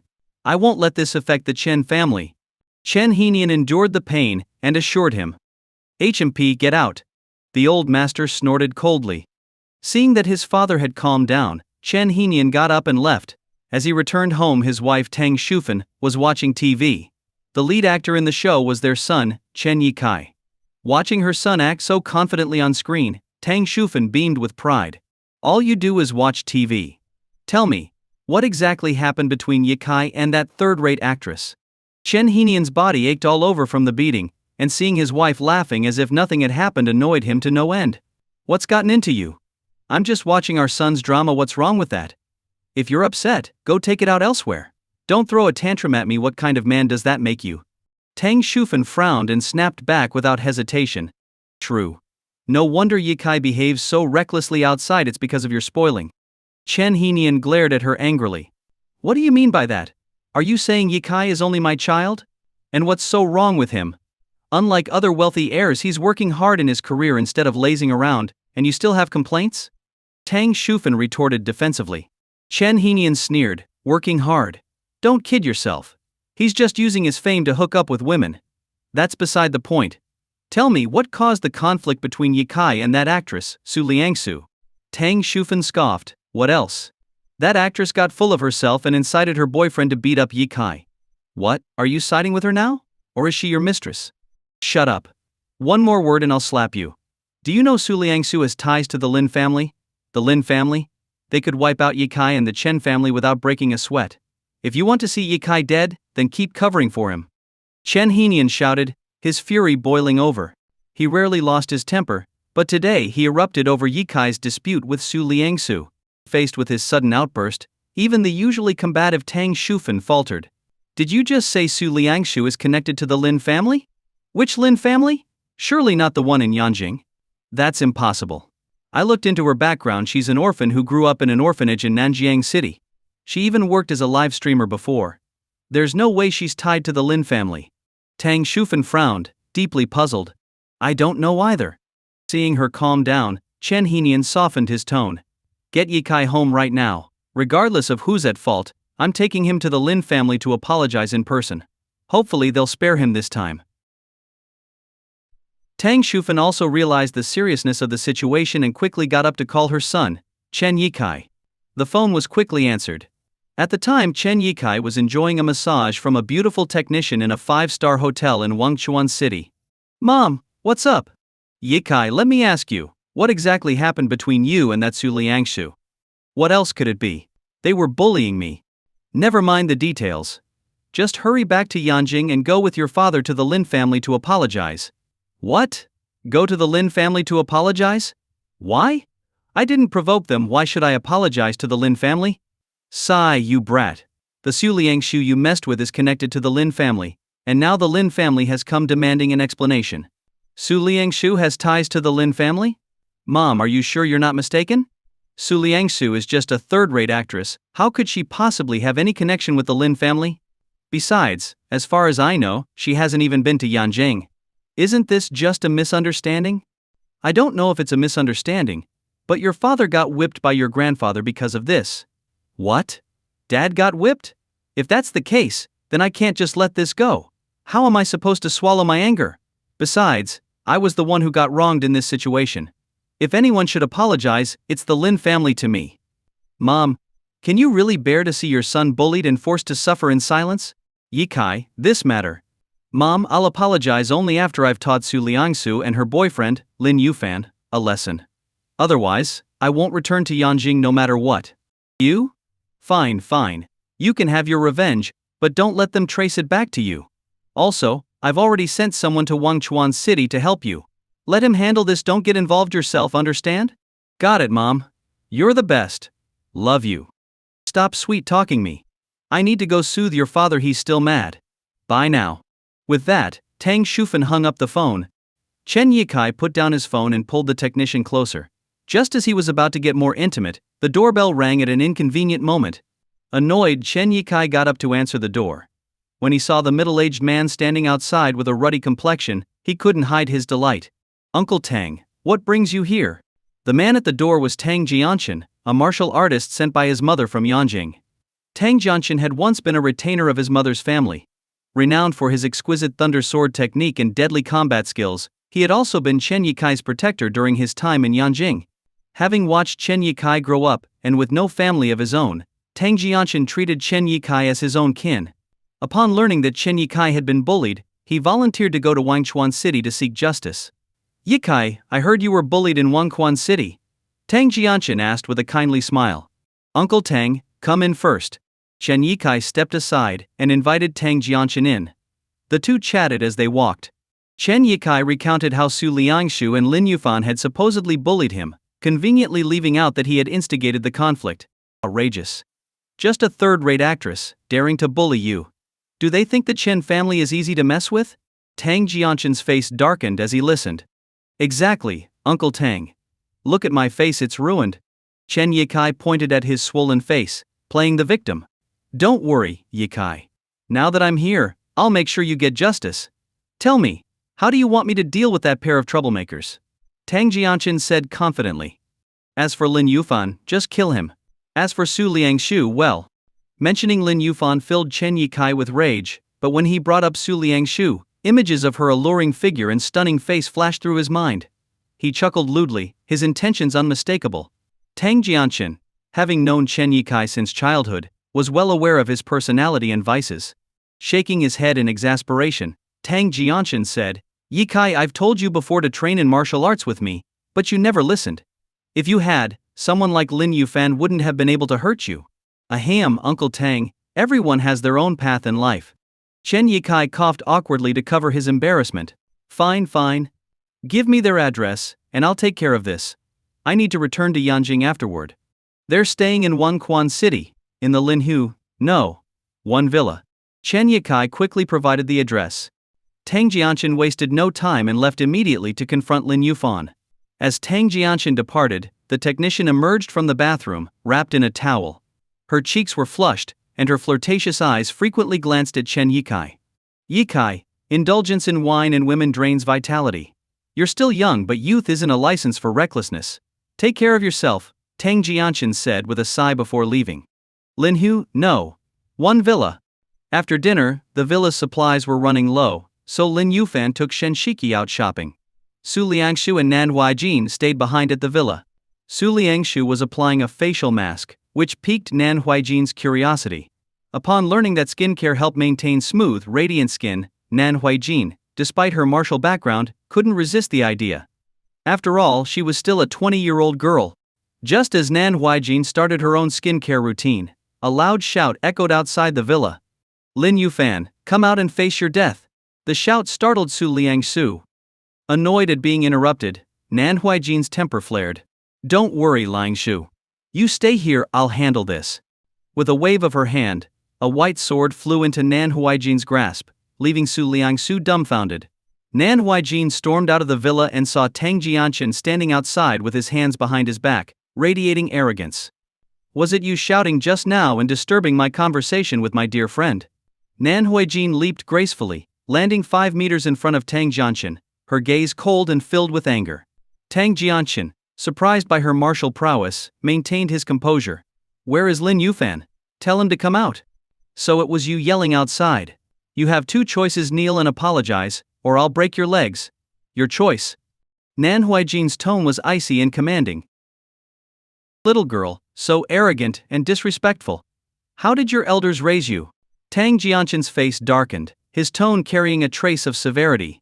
As a peak internal energy expert, Tang Jianshan was always treated with reverence wherever he went. Yet today, a young girl had pointed at his nose and demanded he kneel and apologize. It seems you're not planning to kneel and admit your mistakes willingly. In that case, take one strike from my sword. If you can withstand it, I'll let this go. Nan Huijin scoffed disdainfully and drew her sword. With a clear ringing sound, a snow-white ancient sword appeared, immediately catching Tang Jianshan's eye. His gaze filled with greed. A supreme treasure sword. This must be the work of a top-tier master. If only I could claim it for myself. Tang Jianshan, a sword cultivator himself, had always been obsessed with unparalleled swords. Unfortunately, despite decades in the field, the best sword he'd encountered was merely forged from refined steel, far from the legendary sharpness that could slice through iron like mud. But his experience in assessing swords was unmatched.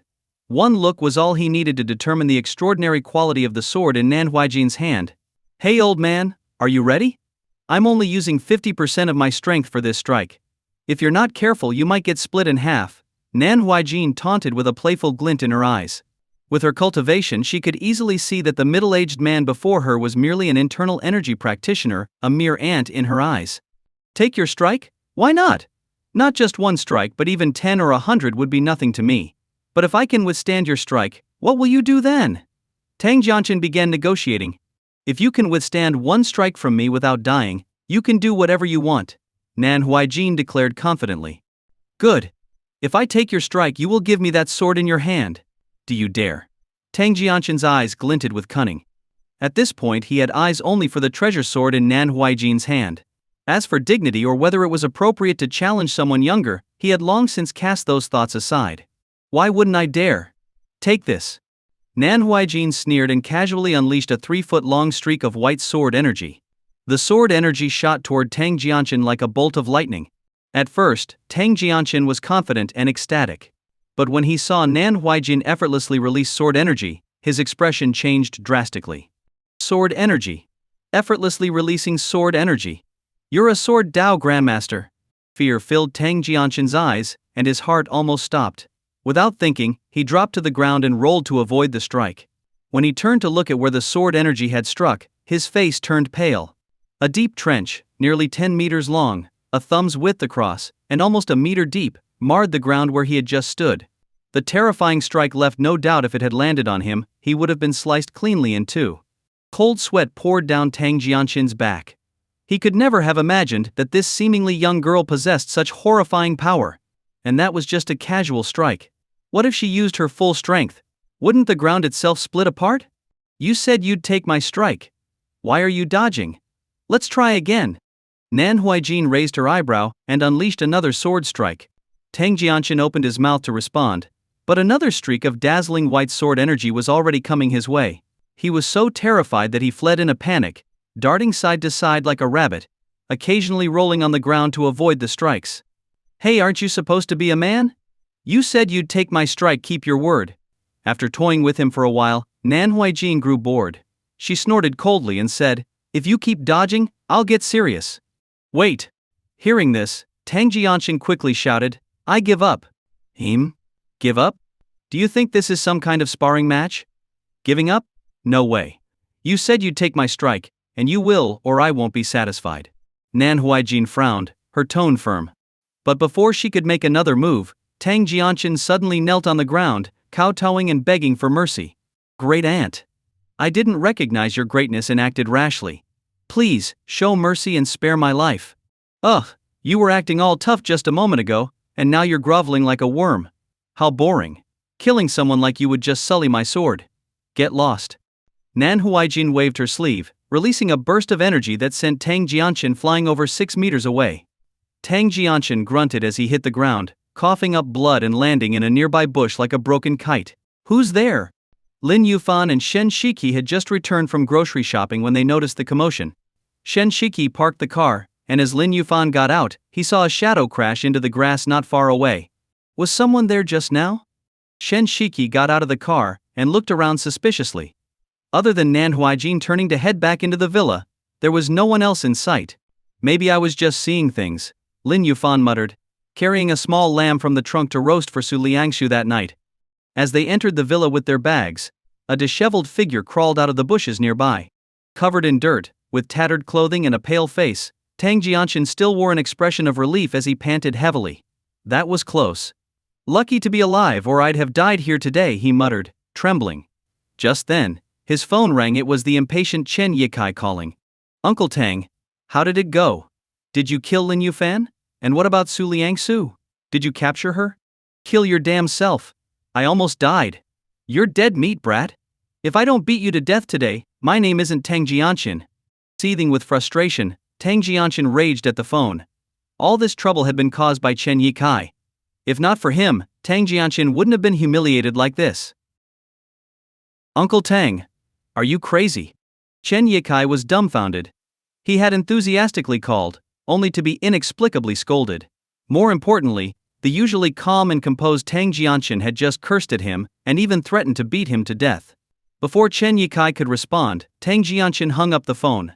After ending the call, Tang Jianchen limped toward the hotel. Reaching the roadside, he hailed a taxi and provided the driver with the hotel address where Chen Yikai was staying. The driver hit the accelerator, and they set off. In the hotel room, Chen Yikai paced back and forth, feeling frustrated. In his opinion, Tang Jianchen's threat was likely made in anger, probably due to some mishap. Just as he was thinking about it, the doorbell rang. Chen Yikai opened the door to find Tang Jianshan standing there, disheveled and covered in dust. Uncle Tang, what happened to you? Chen Yikai widened his eyes in surprise, staring at Tang Jianshan. What happened? You have the nerve to ask me what happened? Tang Jianshan's fury grew, and he slapped Chen Yikai across the face with a resounding smack. Caught off guard, Chen Yikai staggered backward, hitting the wall heavily. Uncle Tang, are you out of your mind? Chen Yikai clutched his face, utterly bewildered by the slap. Yes, I must be out of my mind to have volunteered to come to Wangchuan City and help a troublemaker like you. Tang Jianshan gritted his teeth and kicked Chen Yikai, sending him sprawling to the ground. This scoundrel had brought him nothing but bad luck. If he had known how much trouble Chen Yikai could cause, especially daring to provoke a sword Dao Grandmaster, he would never have gotten involved with the Tang or Chen families. Uncle Tang, please go easy. Chen Yikai shielded his head and begged for mercy. To outsiders he was the Chen family's young master, a star, and a wealthy playboy. But in front of Tang Jianshan, he was just a junior. Despite being his mother's bodyguard, Tang Jianshan commanded respect even from her. After all, martial arts practitioners of Tang Jianshan's caliber were no ordinary people. Once they reached a certain level, their status was beyond comparison with mere wealthy individuals. They were revered guests wherever they went, coveted by the elite and the powerful. Pass this on to your mother from now on. I, Tang Jianshan, sever all ties with the Chen and Tang families. Let them find someone else to serve as their enforcer. Tang Jianshan still harbored anger but understood that Chen Yikai was an ordinary mortal. If he hit too hard, the boy could die. While he could endure Chen Yikai's death, the Chen and Tang families would not let it go.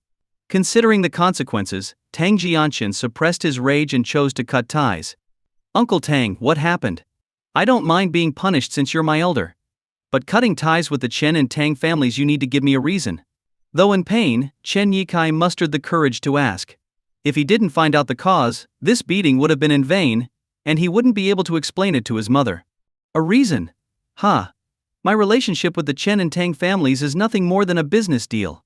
I protect your family, and you treat me as an honored guest. That's the arrangement. Now, I'm tired of it, and want out. Is that reason enough for you? Tang Jianshan sneered, leaving those words behind as he turned and walked away without looking back. But his limping stride, combined with his disheveled appearance, made for a rather comical sight. What's going on? At least explain why you're angry and hit me. Chen Yikai got up from the ground and shut the door in frustration. Lin Hu no. One villa. The courtyard was fully lit, and Lin Yuan, wearing an apron and holding a brush with seasoning, was busy basting a rack of lamb on the grill. The sizzling of the meat on the charcoal fire filled the air with a tantalizing aroma. Not far away, Su Liangsu, Shen Shiki, and Nan Huijin were playing in the pool. Hearing the occasional splash of water, Lin Yuan couldn't help but glance over. But as soon as he looked, a sharp, cold gaze shot back at him. You crazy girl! I wasn't even looking at you. What's with the glare? Lin Yuan gritted his teeth and turned back, though his mind began comparing the three women's figures.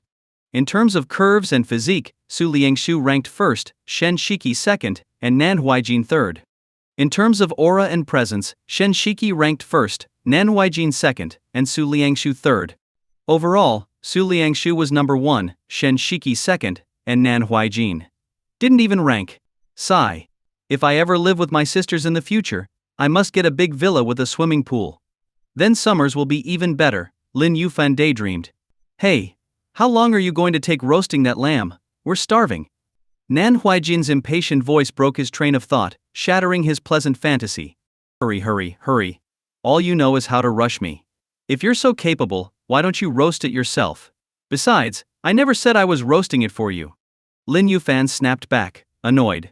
No sooner had he spoken than a stream of water, wrapped in energy, splashed onto his face with a loud splat. If you're talking, talk. But no turning around to sneak a peek. Nan Huijin swam over to stand protectively in front of Su Liangsu and Shen Shiki, shielding them with outstretched arms. If you want me to look only at you, just say so. No need for all these excuses, Lin Yuan muttered, wiping his face and rolling his eyes. Shameless. Filthy. Nan Huijin's cheeks turned red as she crossed her arms, her eyes glinting with coldness. She was about to summon her sword to teach Lin Yuan a lesson when he, sensing her intent, quickly turned back to focus on grilling the lamb. If not for the lamb, I would have given you a thorough beating for your shameless words. Nan Huijin snorted coldly. Then, suppressing her aura, she turned to Su Liangsu with a smile. Liangsu, your butterfly stroke was amazing earlier. Can you teach me? Maybe hand on hand, just to make sure I get it right. Of course. Su Liangsu nodded, unsuspecting. Shen Shiki, watching all this, found it oddly amusing. For some reason she felt that Nan Huaijin was deliberately targeting Lin Yufan, as if trying to monopolize Su Liangsu's attention. Maybe I'm overthinking it. After all, she's just another girl, Shen Shiki mused. Half an hour later, Lin Yufan's roasted lamb was finally ready, and the three women gathered around, eagerly waiting to dig in. Just then Shen Shiki got up and went inside the villa, returning with a few bottles of expensive imported wine. Roast meat and fine wine tonight, we drink until we're satisfied, Shen Shiki said with a smile. Nan Huaijin chimed in enthusiastically, yes, drink until we're satisfied. Even Su Liangsu nodded for once, saying, let's seize the moment and enjoy tonight. Seeing everyone in high spirits, Lin Yufan didn't want to dampen the mood. Soon, the four of them were eating meat, drinking wine, and even playing drinking games. Su Liangsu was the first to succumb to her low alcohol tolerance. After an hour, she was already passed out. Next was Shen Shiki. As the daughter of a wealthy family, she occasionally accompanied her father to social events and had a decent tolerance. But even she gave in after an hour and a half, declaring her limits before slumping over. This left only Lin Yufan and Nan Huaijin. The two of them were naturally at odds. Lin Yufan found Nan Huaijin insufferable, someone he couldn't beat up or scold freely. Now that he had the chance, he was determined to drink her under the table and capture her embarrassing moments as future leverage. Drinking games are too slow. If you're a real man, drink directly with me. However much I drink, you drink the same. Whoever passes out first stays away from Liangsu. Dare to take me on? Nan Huaijin, dressed in white with a cold and stunning appearance, acted more like a mountain bandit than a refined woman. She casually placed one foot on the table, exposing her fair legs, which gleamed under the lights. Afraid? Me? I just don't want to bully you, Lin Yufan scoffed. Alright, you can't do anything but brag anyway. Since you're not scared, let's do this. Nan Huaijin smirked disdainfully, pouring 2 glasses of wine, one for herself and one for Lin Yufan. She downed her glass in one go, then turned it upside down to show she had finished every drop. Lin Yufan didn't hesitate and downed his glass too. The two went back and forth, glass after glass, with neither showing signs of defeat. Eventually they ran out of wine, but the contest remained unresolved. Nan Huaijin got up and went back into the villa, returning with more bottles in her arms. Let's continue. Let's continue. An hour quickly passed. Lin Yufan began feeling a bit dizzy and considered using his inner energy to expel the alcohol from his system. But after a moment of hesitation, he dismissed the thought. Nan Huaijin, being a martial grandmaster, would easily detect such tricks. If caught cheating, his embarrassment would only worsen. Damn it! How can I lose to this wild girl? Lin Yufan shook his head and kept drinking, making sure to eat in between to line his stomach. Another hour passed. Lin Yufan felt the drunken haze setting in, a lightheadedness that made everything seem carefree, as if all worries and pressures had disappeared, leaving only the act of drinking. Come on, let's keep going. He grew even more enthusiastic, continuing for another hour. Slow down, I'm feeling dizzy, Nan Huaijin muttered, hugging a wine bottle with one arm and rubbing her temple with the other, looking visibly unwell. What's the matter? Giving up? Just admit defeat already. Save me the trouble of being accused of bullying you, Lin Yufan laughed smugly. Admit defeat? Dream on. Liangsu is mine. Nan Huaijin frowned, forcing herself to drink a few more glasses. But after that she was thoroughly drunk and lost all awareness of what was happening. You little brat, trying to steal Liangsu from me? Dream on. Lin Yufan chuckled triumphantly before slumping onto the table with a loud thud. Though he ultimately passed out too, at least he considered it a win. With a faint smile on his lips, he fell asleep right there. But after Lin Yufan passed out, the supposedly unconscious Shen Shiki stirred. She quietly got up, glanced around, and saw that Su Liangsu and Nan Huaijin were both completely out cold. Carefully, she approached Lin Yufan. Lin Yufan? Mine Yufan? She gently shook him. Seeing no response, she supported him and helped him back to his room. Once Lin Yufan was settled, Shen Shiki went back to move Nan Huaijin and Su Liangsu into their respective rooms. After finishing everything, she bit her lip, then slipped into Lin Yufan's room. Looking at Lin Yufan lying drunk and unconscious on the bed, Shen Shiki blushed slightly, removing her clothes piece by piece before sliding under the covers. At around 4 a.m., Nan Huijin woke up feeling unwell and went to the bathroom. Still groggy, she returned to what she thought was her room but accidentally entered Lin Yufan's instead. Half conscious, she collapsed onto the bed without realizing where she was. The next morning at 10:15 a.m. Ouch! Lin Yufan groaned awake, his head throbbing with pain. As he opened his eyes and reached for water, he realized something was pressing down on both his arms. To his left was Shen Shiki, her bare shoulder peeking out from the blanket. On his right was Nan Huijin, sleeping soundly with her long eyelashes trembling lightly. Nan Huijin was only wearing an undershirt, which looked rumpled and distressed, as if it had been through a rough night. Wait, Nan Huijin? Why was she in his bed? Could it be that last night, he and Nan Huijin? Lin Yufan's vision darkened as panic set in. Crap. If Nan Shooting finds out, he'll kill me with one strike. Thinking about Nan Shooting's formidable strength, Lin Yufan felt cold sweat on his back. If Nan Shooting discovered he had done that to his precious daughter, he would likely stop at nothing to obliterate him. Stay calm. Stay calm. There's always a solution. Lin Yufan frantically tried to come up with a plan. Escape now? No, his arms were pinned down, and it was too late. If they woke up and saw him running, the situation would be even harder to explain. As the seconds ticked by, Lin Yufan noticed Nan Huijin stirring. She was fidgeting, clearly about to wake up. Biting his tongue to distract himself with pain, Lin Yufan let out a soft sob. The quiet sound reached Nan Huijin's ears, pulling her out of her dreams. Opening her eyes groggily, she saw Lin Yufan right in front of her, staring blankly at the ceiling, his face a picture of despair. Huh? What's going on here? Nan Huijin froze, utterly confused. Nan Huijin's last memory was of drinking with Lin Yufan. As they kept drinking, she started feeling dizzy. But what happened afterward was a complete blank. Did I lose control after drinking and assault this jerk? Staring at Lin Yufan's despairing, lifeless expression, Nan Huijin couldn't help but let her imagination run wild. Yes, that must be it. Otherwise, why would he look like life has no meaning anymore?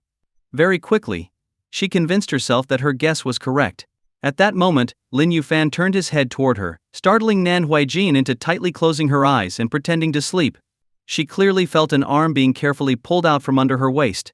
Just keep pretending to sleep. I know nothing. I remember nothing, Nan Huijin thought to herself, her heart racing.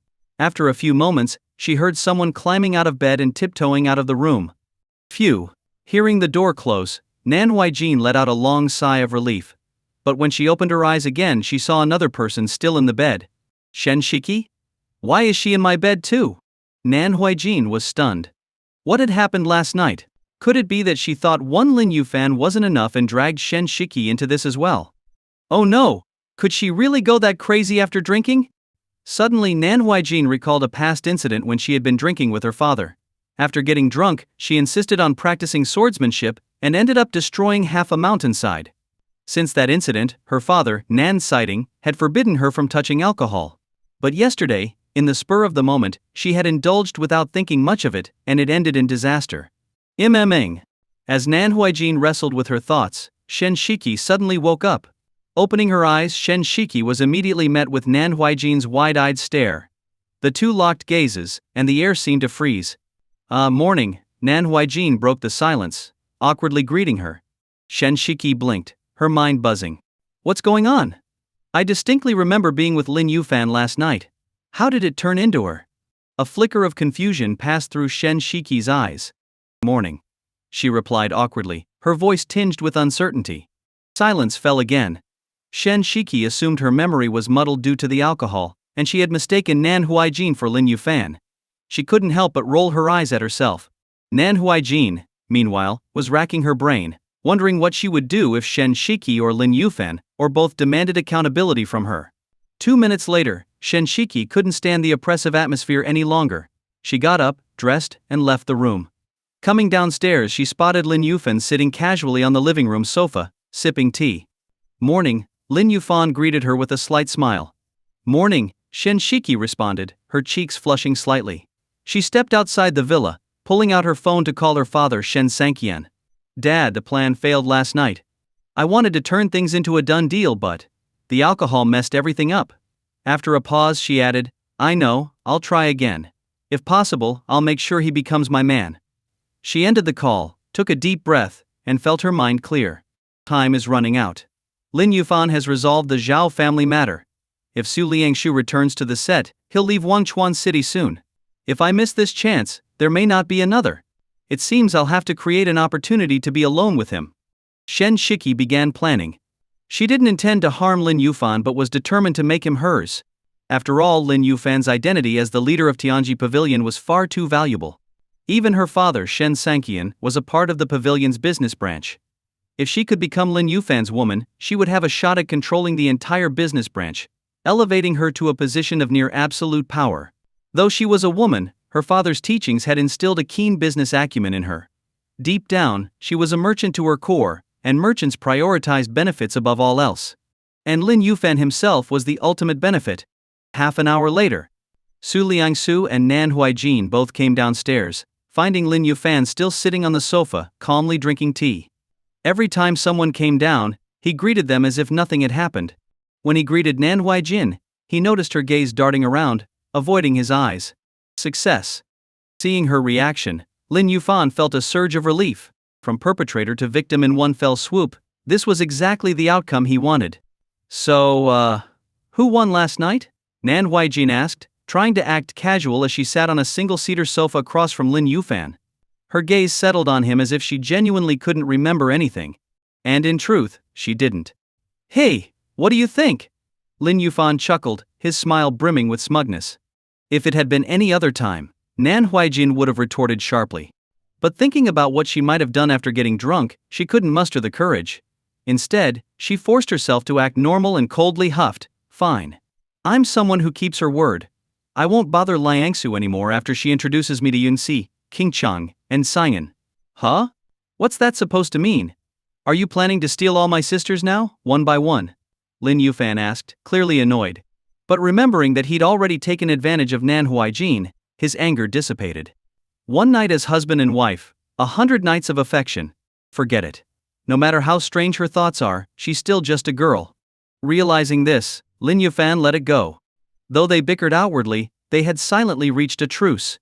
At that moment, Su Liangshu received a call. After hanging up, she turned to Lin Yufan.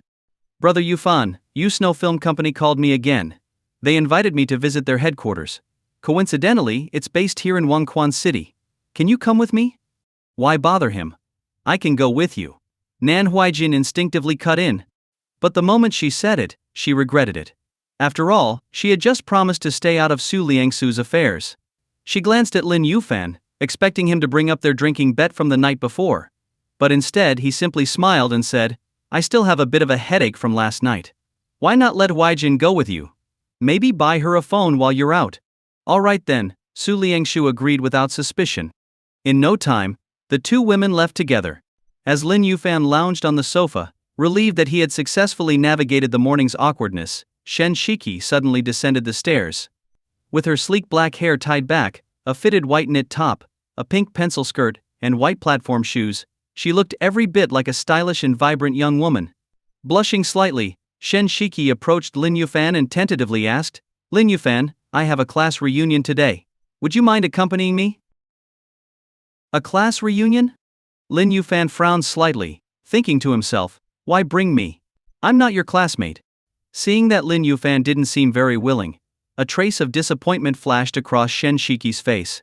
She forced a faint smile. "If you're busy, never mind," she said, turning to leave. The desolation in her eyes was all too obvious. "Wait." After hesitating for a moment, Lin Yufan recalled the sight of her bare shoulder earlier that morning. A sense of guilt and remorse welled up in him. "What is it?" Shen Shiki turned around, hope glimmering in her eyes. "I don't have anything else to do anyway. How about I go with you? Besides, I might score a free meal," Lin Yufan said with a smile. "Really? That's great. But, could you change your clothes first? My classmates are all doing pretty well, and they're the kind who like to compare and look down on others. If you go like this, they might ridicule you." Hearing this, Shen Shiki looked delighted but couldn't help showing a hint of embarrassment when she glanced at his outfit. Lin Yufan felt a little awkward. "What's wrong with my clothes? They cost over 1,000 yuan, definitely not cheap. How about this, Lin Yufan? There's a mall near the private club. Let's stop there first, and I'll pick out a few outfits for you," Shen Shiki suggested. "All right, whatever you say." Nodding in agreement, Lin Yufan didn't dwell on it. Before long, Shen Shiki drove her convertible sports car, taking Lin Yufan toward a private club in the eastern part of Wangchuan City. Near the club was a luxury shopping mall. Shen Shiki parked the car and pulled Lin Yufan inside to shop. Versace, Armani, Burberry, Zegna. Lin Yufan, which brand do you usually prefer? As they passed brand name stores, Shen Shiki turned to ask him. Me? I'm not picky. Anything works, as long as it fits, Lin Yufan replied casually with a shrug. On the mountain, he had worn coarse linen for years without issue. But ever since coming down, people around him seemed to care a lot about appearances. Cars had to be luxury brands, clothes had to be designer, homes had to be villas, and meals had to be at fancy restaurants. Armani, then. Come with me, Shen Shiki decided, pulling him into an Armani store. As soon as they entered, a sales associate warmly greeted them.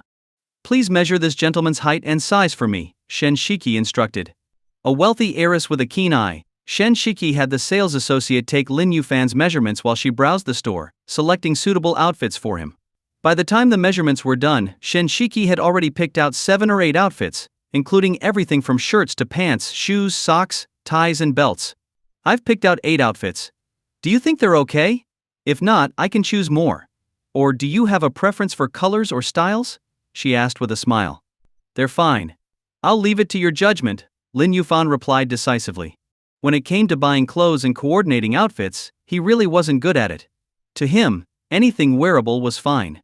All right, sales associate, please pack these 7 outfits and have them sent to this address. Leave this one behind for my friend to change into, Shen Shiki instructed. Handing over her bank card to another associate, she added, charge it, thank you. Understood, ma'am. The male sales associate took the card, his eyes flashing with surprise and admiration. Sir, your girlfriend treats you really well. The associate commented as he processed the payment, casting a look of envy at Lin Yufan. Before Lin Yufan could respond, Shen Shiki spoke up first. We're just close friends of the opposite sex. Oh, my apologies. You two just seemed like such a good match that I assumed you were a couple, the sales associate explained. It's rare to have such a generous friend these days. My female friends don't even let me treat them to dinner, let alone buy me clothes worth tens of thousands. After swiping the card, the associate returned it to Shen Shiki. Go change into this outfit, Lin Yufan, Shen Shiki said, handing him a stack of clothes. The fitting room is over there. All right. Taking the clothes, Lin Yufan headed to the fitting room.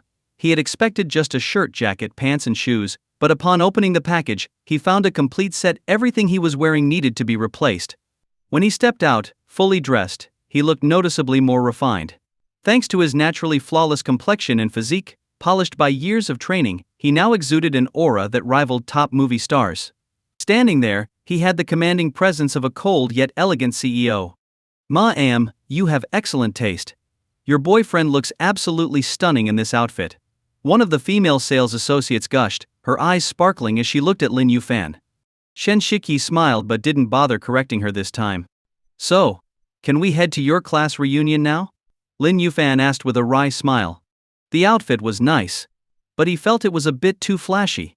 As they left the store, they attracted many admiring glances. Some bold young women even approached Lin Yufan to ask for his contact information.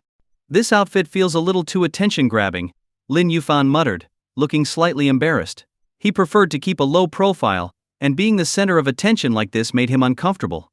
Not at all. You'll get used to it. After all, you're the pavilion master of Tianji, Shen Shiki said with a chuckle. Stopping in front of a hair salon, she added, let's give you a proper hairstyle while we're at it. You're serious? Lin Yufan asked, incredulous. Of course. With a playful smile, Shen Shiki grabbed his arm and pulled him into the salon.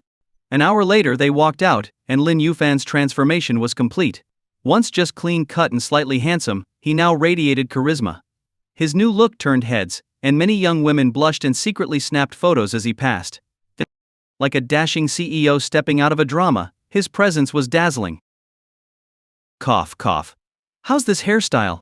Lin Yufan cleared his throat twice and looked at Shen Shiki, whose beautiful eyes were fixated on him with a radiant gleam.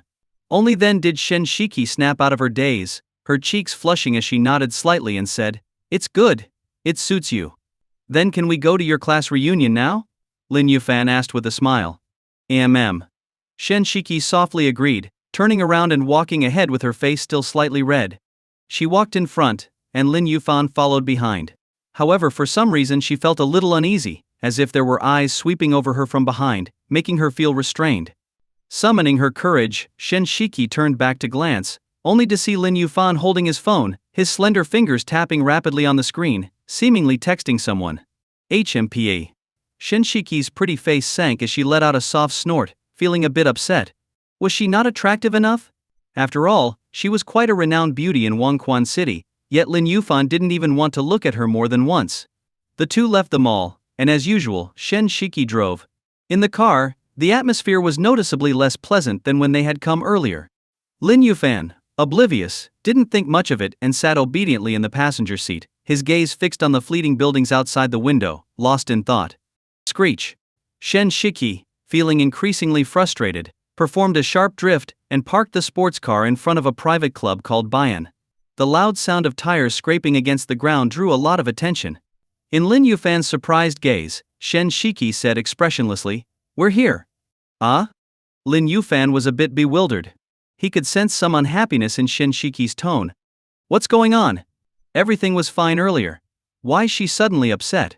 A woman's heart is as unfathomable as the ocean. How could Lin Yufan possibly guess what Shen Shiki was thinking, or why she suddenly became unhappy? Get out. Shen Shiki unfastened her seatbelt, pushed open the car door, and stepped out. As soon as she appeared, the security personnel and some newcomers outside the private club couldn't help but have their eyes light up, admiration flashing across their faces. What a beautiful woman. Shen Shiki? Miss Shen? I can't believe I ran into her here. Those who didn't know Shen Shiki were stunned by her beauty, while those who did showed expressions of admiration. Shen Shiki, daughter of Shen Sanqian. And who was Shen Sanqian? One of the top 3 tycoons on Wangquan City's rich list. It wouldn't be an exaggeration to call Shen Shiki a top-tier socialite in Harris. As everyone marveled at Shen Shiki's beauty, a young man in a tailored blue suit, with handsome features, fair skin, and the air of a domineering CEO from a drama, stepped out of the passenger seat of the sports car. His appearance immediately drew the attention of everyone present. So handsome. Some girls' eyes sparkled, as if they had just seen their long-awaited Prince Charming. Meanwhile, some men looked ashamed and muttered to themselves, "Who's this pretty boy? Is he with Shen Shiki? Could he be her boyfriend? No way, Shen Shiki is my dream goddess. And now she has a boyfriend? HMFH, just a kept pretty boy. If I had his looks and build, I'd eat that soft rice too." You! Forget it. With your looks, finding a wife would be a problem. Some people started whispering among themselves. Shen Shiki ignored them, walking straight to Lin Yufan's side and actively hooking her arm around his. Lin Yufan's body stiffened, and he gave Shen Shiki a strange look. Seeing her composed expression as she headed toward the club's entrance, he chose not to say anything. The two entered the club, and a female manager quickly approached to greet them. "Miss Shen, this way please. Young Master Xu and the others have already arrived." The manager, a heavily made-up woman in her 30s with a decent figure, looked surprised to see Shen Shiki holding Lin Yufan's arm but suppressed her curiosity due to her professional demeanor. Following the manager's lead, the trio took the elevator. "Young Master Xu? Who's that?" In the elevator, Lin Yufan couldn't help but ask curiously. Hearing the name Xu, Shen Shiki frowned slightly and casually explained, "Oh, just a classmate of mine." "Oh." Noticing that Shen Shiki didn't seem willing to talk further, Lin Yufan tactfully dropped the subject. His indifference, however, only made Shen Shiki angrier. "You jerk, do you care so little about me? You can't even ask one more question." Shen Shiki fumed inwardly, but as a top-tier socialite in Harris, she wouldn't show it easily. Soon, the manager led Shen Shiki and Lin Yufan to the 5th floor. When the elevator doors opened, they were greeted by a massive banquet hall. The hall's sides were lined with tempered glass. On the left was a high-end restaurant with over a dozen waiters in white shirts stationed in various areas. On the right was an entertainment area featuring a heated pool, gym, karaoke rooms and more. Wow! This club is pretty interesting. The unique layout of the club caught Lin Yufan's attention. This club belongs to a friend of mine, and the layout was designed by her personally. Each floor is a private suite combining dining, leisure, and entertainment elements. Shen Shiki explained softly. Also, the club only hosts one group per floor per day, and bookings must be made a month in advance. By that standard, this must be the best private club in Wangquan City? Lin Yufan remarked, rubbing his nose. Pretty much. Shen Shiki nodded slightly. At that moment, two girls suddenly strode toward them. Shiki, why are you so late? I've been waiting for you for an hour. Huh? Who's this handsome guy next to you? Wow, Shiki. Is this handsome guy your boyfriend? You traitor. We agreed to stay single, but you secretly got yourself a hot boyfriend. Too much. The two girls' eyes were immediately drawn to Lin Yufan, and they couldn't resist teasing Shen Shiki. Shen Shiki's cheeks flushed as she hurried to explain, don't misunderstand. We're not a couple yet. Not yet means it's only temporary. Soon you will be. I get it. The shorter-haired girl chuckled mischievously, lightly nudging Shen Shiki with her elbow, her eyes full of playful intent. Meanwhile, the long-haired girl confidently extended her hand to Lin Yufan and said, Hello, handsome. I'm Xu Fang, Shiki's close friend. Nice to meet you. Hello, Lin Yufan. Lin Yufan responded politely with a smile, reaching out his hand. To his awkward surprise, Xu Fang, who appeared so ladylike, turned out to be a flirt. She held onto Lin Yufan's hand and seemed reluctant to let go. Cough. Cough. Lin Yufan's expression turned awkward. He cleared his throat twice to remind her. But the girl named Xu Fang just smiled sweetly and showed no intention of letting go. Shen Shiki noticed something was wrong. Her face sank as she feigned anger and said, Fang Fang, be a little more reserved. Haha, what's this? You said you don't have feelings for him, yet you're already jealous. Xu Fang teased with a giggle before finally letting go of his hand. The short-haired girl chimed in, Shiki. I have to say, you've got good taste. By the way, what does your boyfriend do for work? I don't think I've seen him before. Is he not local? Although she said this casually, she had another thought in her mind. Could this handsome guy be someone you're keeping as a boyfriend? After all, with their family background and their social circle in Wangchuan City's upper class, they would definitely know or at least have seen any good-looking man of note. However, Lin Yufan was an unfamiliar face, which either meant he wasn't local or he came from a poor family. Shen Shiki didn't know how to respond to this question. I don't have a job, Lin Yufan said openly with a smile. No job? The short-haired girl's initial reaction was to label him as poor and a pretty boy. Although she felt some disdain for his answer, she didn't show it outwardly out of respect for her good friend. I'm Jiang Kyun. Nice to meet you. The short-haired girl smiled politely and gave a simple self-introduction. Hello. Lin Yufan nodded slightly in response. As the four of them were chatting, another figure approached. This was another young woman, around 24 or 25 years old. She was dressed maturely and had a decent figure, but her looks were inferior to Shen Shiki's. Shiki, you're usually so punctual. Why are you so late today? The woman wore a luxurious outfit, and her demeanor suggested she was a moderately successful entrepreneur. Sister King I ran into something on my way out, so I got delayed, Shen Shiki replied with a smile. The woman Shen Shiki called Sister King nodded and looked at Lin Yufan. Is this your friend? His name is Lin Yufan. He's a close friend of mine, Shen Shiki said and then introduced him. This is Ni King, the owner and designer of this private club. She personally designed the layout here. Well, it's about time. Let's have dinner together first.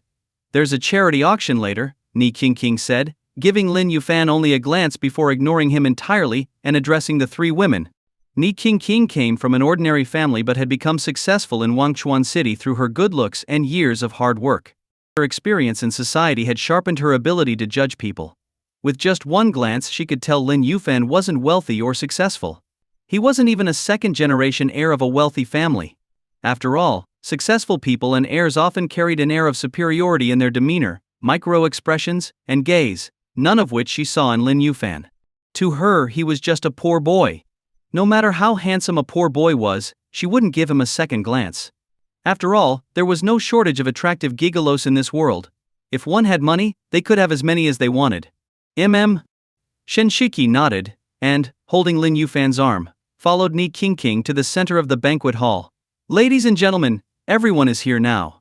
Let's have dinner first, we can talk more at the table, Ni King announced with a smile to the crowd. In school, she had been the class monitor. Although her family background wasn't as strong as most people present, none of them could match her capabilities. As a result, when she spoke, even the wealthy second-generation attendees obediently headed toward the dining area. This class reunion had over 20 attendees, most of whom were well-dressed, clearly from affluent families. After entering the dining area, the men and women sat at separate tables. However, the men's table was full, leaving no seat for the newcomer, Lin Yuan. Seeing this, Shen Shiki pulled him over to sit at the women's table. The moment he sat down, he became the center of attention. Who's this guy? I don't think I've seen him before. Was he in our class? A chubby boy looked puzzled. Never seen him. Judging by how close Shen Shiki is to him, he's probably her boyfriend, right? A tall, thin young man glanced at Lin Yuan and Shen Shiki and whispered, "What? Shen Shiki's boyfriend? That's impossible. Our school belle had such high standards that even Chang Xiao got rejected. I thought she'd stay single forever." Someone exclaimed. "Kalf!" Others glanced at a handsome young man sitting at the table, his expression darkening. This was Chang Xiao, full name Cheng Yuefei. His family owned a mall in Wangchuan City worth billions, making him one of the few top-tier wealthy attendees at this reunion. "Old Cheng, what do you think about that guy?" A burly young man sitting next to Cheng Yufei nudged him and asked with a smirk. "What else?" "The usual," Cheng Yufei replied, sipping from his crystal glass, a hint of coldness flashing in his eyes. "The usual? You're ruthless." The burly young man gave Cheng Yufei a thumbs up. He had a close relationship with Cheng Yufei and knew about some of his shady actions. For instance, last year, when a nouveau riche's son pursued Shen Shiki relentlessly, Cheng Yufei found out and secretly targeted the nouveau riche's family. Not only did he bankrupt them, but he also had their son crippled. Afterward, the family left Wangchuan City and never returned. "Find out that guy's background for me when you get a chance," Cheng Yufei said, putting down his crystal glass with a sneer. "Does he think being handsome is enough to get the woman I like? Huh, I'd like to see how much he can make in a single night if I throw him into a nightclub." "Throw him into a nightclub?" The burly young man's expression turned odd. He wanted to laugh but held back. He glanced at Lin Yuan, who was surrounded by a group of girls not far away, and gave him a look of sympathy. At this moment, Lin Yuan had no idea he was being targeted. He sat next to Shen Shiki, looking quite embarrassed.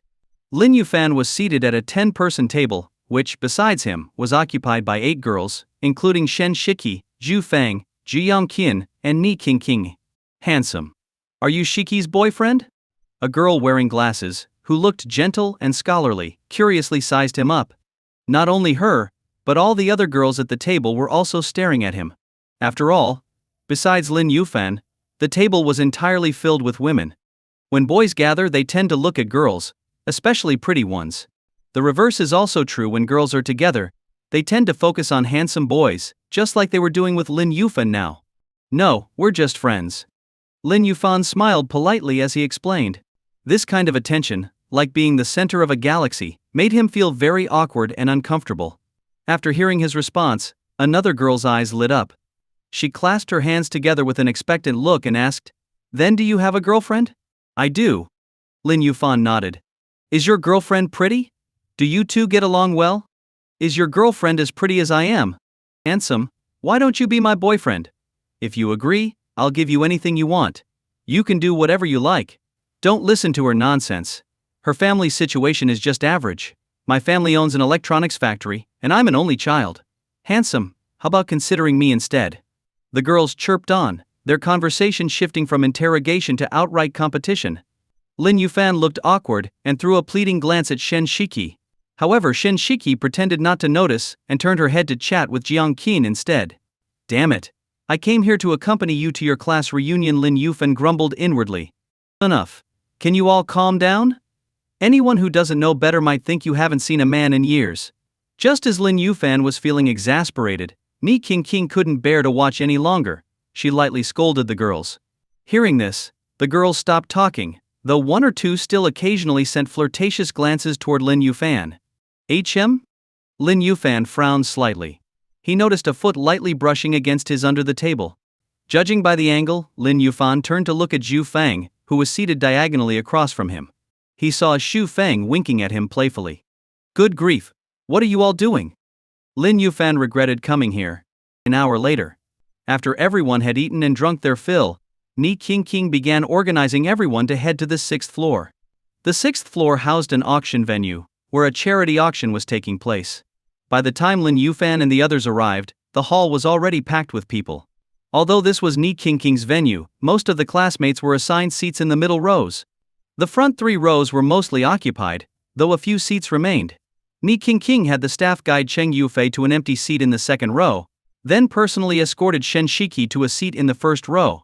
Shiki, as the Shen family heiress, I specially reserved a seat closest to the auction stage for you, Ni Qingqing said with a radiant smile. However, Shen Shiki glanced at Lin Yufan and said, "You sit here. I'll sit in the back." Okay. Lin Yufan didn't stand on ceremony and sat down without hesitation. This action immediately made Ni Qingqing frown. He's just a freeloading pretty boy, and yet he accepts her generosity so readily. Don't disturb the guests on either side of you. Otherwise I'll have to move you to the back row, Ni Qingqing said coldly, her tone haughty, as she warned Lin Yufan. After delivering her warning, she didn't wait for his response and turned to leave. Soon, the auction began. The process was no different from other auctions Lin Yufan had attended, formal and tedious. He yawned, clearly uninterested. When the auction reached its intermission, all the guests moved to the lounge adjacent to the auction hall. The lounge was a spacious room with a long table laden with various snacks and desserts. 10 young female servers in short skirts carried trays, weaving through the crowd. As Lin Yufan entered the lounge, a female server approached him, asking what he'd like to drink. He casually picked up a cocktail and nodded slightly in thanks. The server blushed and quickly retreated into the crowd. The large room was filled with about 70 people, each mingling with acquaintances, chatting and laughing. Some used the opportunity to discuss business with executives or CEOs. Everyone kept their voices low, trying not to disturb others. "You're Lin Yufan?" As Lin Yufan was about to find a spot to smoke, 2 young men emerged from the crowd. The speaker was about 25 years old, somewhat handsome, but not as good-looking as Lin Yufan. The other man, of similar age, had a burly build, appearing strong and muscular. From one glance, Lin Yufan could tell he was a fitness enthusiast. His overly defined muscles were clearly the result of deliberate training. "And you are?" Lin Yufan asked calmly. "I'm Cheng Yufei. Ever heard of me?" The handsome man smirked, his tone carrying a hint of amusement, as if expecting Lin Yufan to recognize his name. "Cheng Yufei? Are you famous? A celebrity?" Lin Yufan was briefly taken aback and looked puzzled. "You're not local, are you?" Cheng Yufei frowned. The fact that Lin Yufan hadn't heard of him confirmed his suspicion that Lin Yufan wasn't from Wangchuan City. In the city's elite circles, Cheng Yufei was quite well known, especially among girls who considered him a prince charming. Sensing some hostility in the man's tone, Lin Yufan replied coldly, "I'm not local, but what does that have to do with you? I'm giving you a chance. Leave Wangchuan City immediately and cut all ties with Shen Shiki.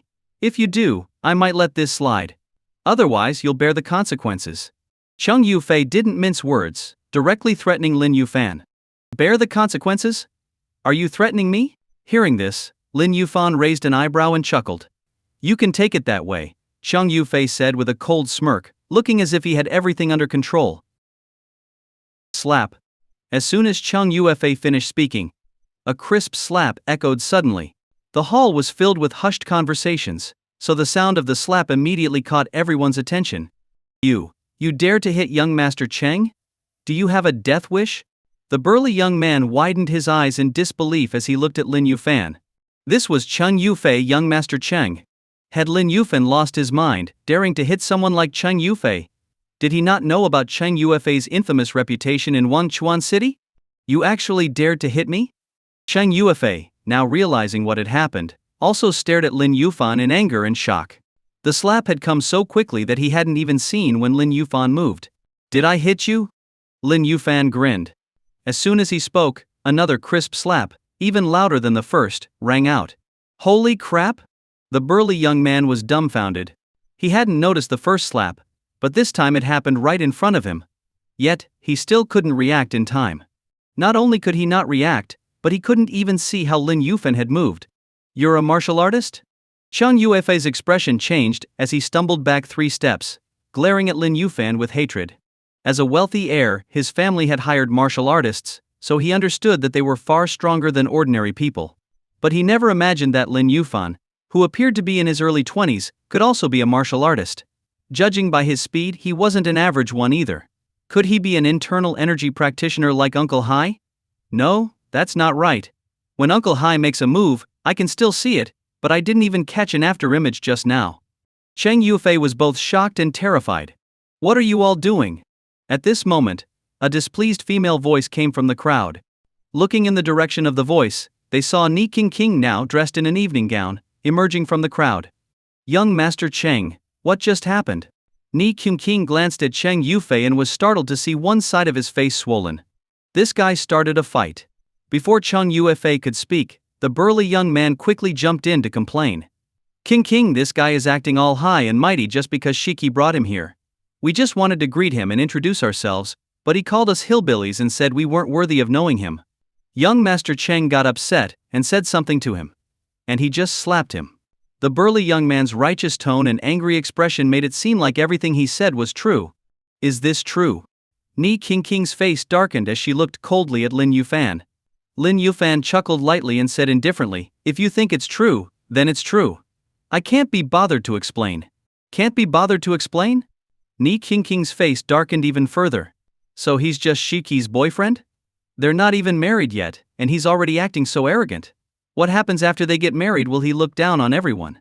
With a stern face, Ni King said coldly, as the owner of this club, I'm giving you a serious warning. You violated our rules. However, since you're Shiki's guest, I'll overlook this if you publicly apologize to young Master Cheng and earn his forgiveness. Otherwise I won't let this slide.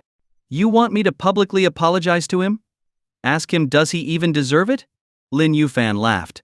You. Ni King was so furious she couldn't even speak coherently. It was the first time she had encountered someone as unreasonable as Lin Yufan. Lin Yufan, right? Don't think that just because you're a martial artist, you're invincible. There's always someone stronger out there. In the world of martial artists, you may have some capital to be arrogant among ordinary people, but don't forget we're not ordinary people. Cheng Yufei stepped forward, looking down at Lin Yufan with a condescending gaze. The Cheng family has been established in Wangchuan City for decades, with assets exceeding $1 billion and connections throughout the province. Martial artists? My family has several on payroll, and they're internal energy practitioners. Lin Yufan, you may be skilled, but if I call all the martial artists my family employs, how many do you think you can take on? Hearing this, some of the wealthy onlookers nodded quietly. When wealth and status reach a certain level, no matter how strong martial artists are, they're merely employees under their command. Oh? Is that so? That's fine. I was feeling bored anyway. Why don't you call all your family's martial artists here? I'll use just one hand against them, how about that? Lin Yufan smiled faintly, his tone calm.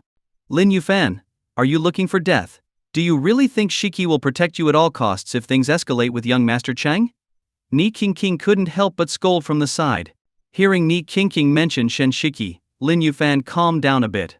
He glanced around but didn't see Shen Shiki anywhere. HMP, don't bother looking. Shiki had to leave for something urgent, Ni King said, her eyes flashing with disdain as she noticed Lin Yufan seemingly searching for his backer. In the end, he's just a freeloading pretty boy. She left? Lin Yufan frowned slightly but quickly relaxed. I admit that Shiki holds a significant position in our circles, but let me make it clear she's not the type to lose her judgment over emotions.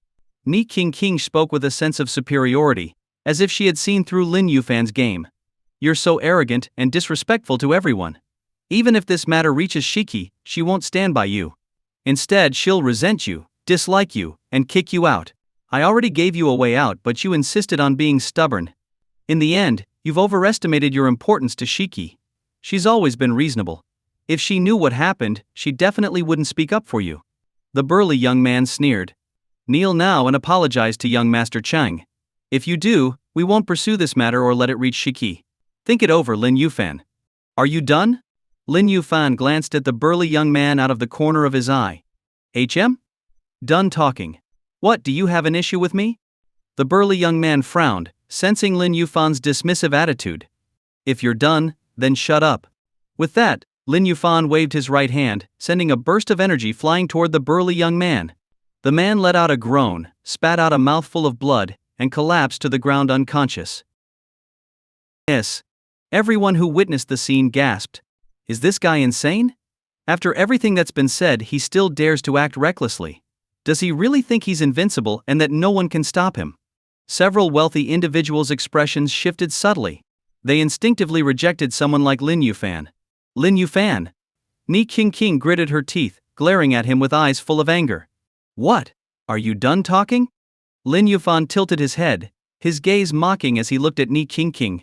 This woman had been prejudiced against him from the beginning, but Lin Yufan didn't care and hadn't taken it to heart. However, her earlier demand for him to kneel in public wasn't about resolving the situation, it was a deliberate attempt to humiliate him. He wasn't one to hold grudges, but that didn't mean he had a good temper. If pushed too far, he wouldn't hesitate to strike anyone down. Ni Qingqing had intended to lash out, but when she saw the burly man lying on the ground, uncertain if he was dead or alive, she hesitated. At that moment, the commotion in the hall attracted several security personnel stationed outside. These were highly paid staff hired by Ni Qingqing, many of whom had previous experience as mercenaries and were known for their formidable combat skills. There were 10 of them, each capable of taking on 10 opponents at once. If they all attacked together, even a martial artist might not be their match. The leader, a middle-aged man nearly 2 meters tall and built like a human fortress, approached Ni Qingqing and bowed slightly. "Miss Ni, what happened here? Do you need us to handle it?" Seeing her security team arrive, Ni Qingqing instantly regained her confidence. She pointed at Lin Yufan with a frosty expression and said, "You've come just in time. This man is causing trouble in my club. Seize him immediately." "Yes, miss." The middle-aged man nodded, then turned to look at Lin Yufan, who seemed frail and unremarkable in his eyes. "Seize him," the man commanded. As soon as he spoke, several security personnel swiftly advanced toward Lin Yufan. "This is bad." In the crowd, the short-haired Jiang Qin's expression changed. Beside her, the long-haired Zhu Fang looked anxious. Ni Qingqing has the advantage of numbers. Lin Yufan is in trouble now. She started to step forward to intervene, but was stopped by Jiang Qin. "Are you crazy? Ni Qingqing is obviously furious right now.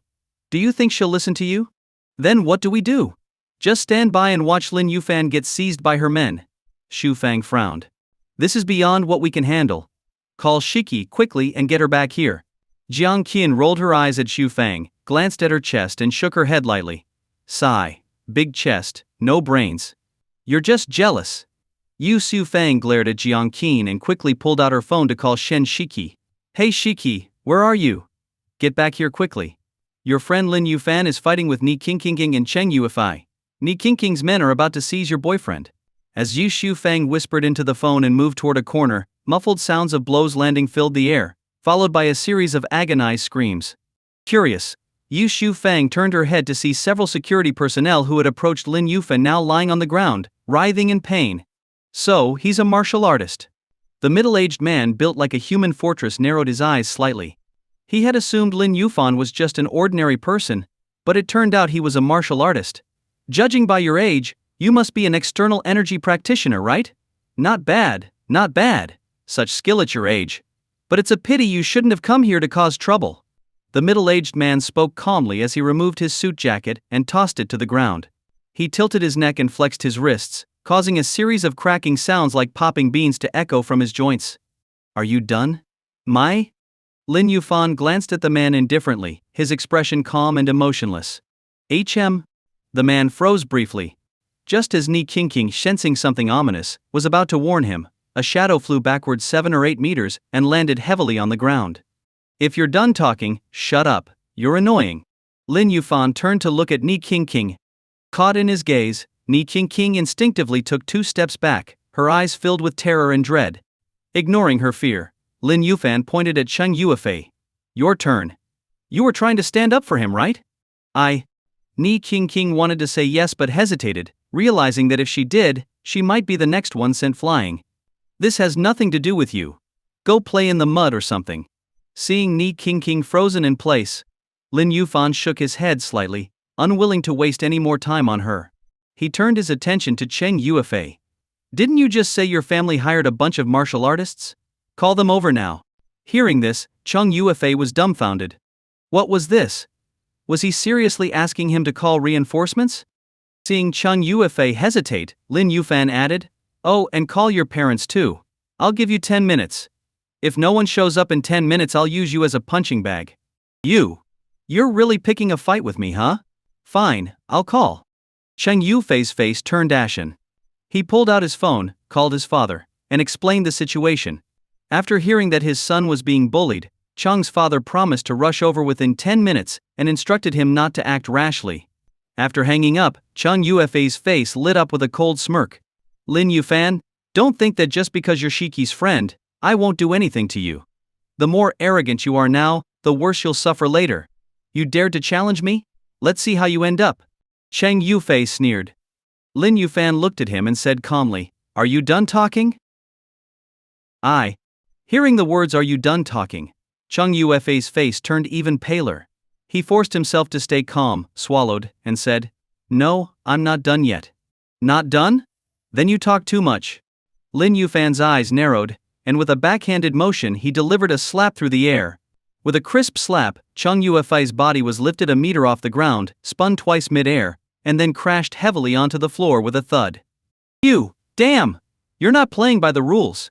Lying on the ground with his head tilted, Cheng Yufei glared at Lin Yufan with eyes full of hatred. After spitting out this sentence, he finally couldn't hold on and passed out. That slap was so powerful that it caused a concussion. Gulp.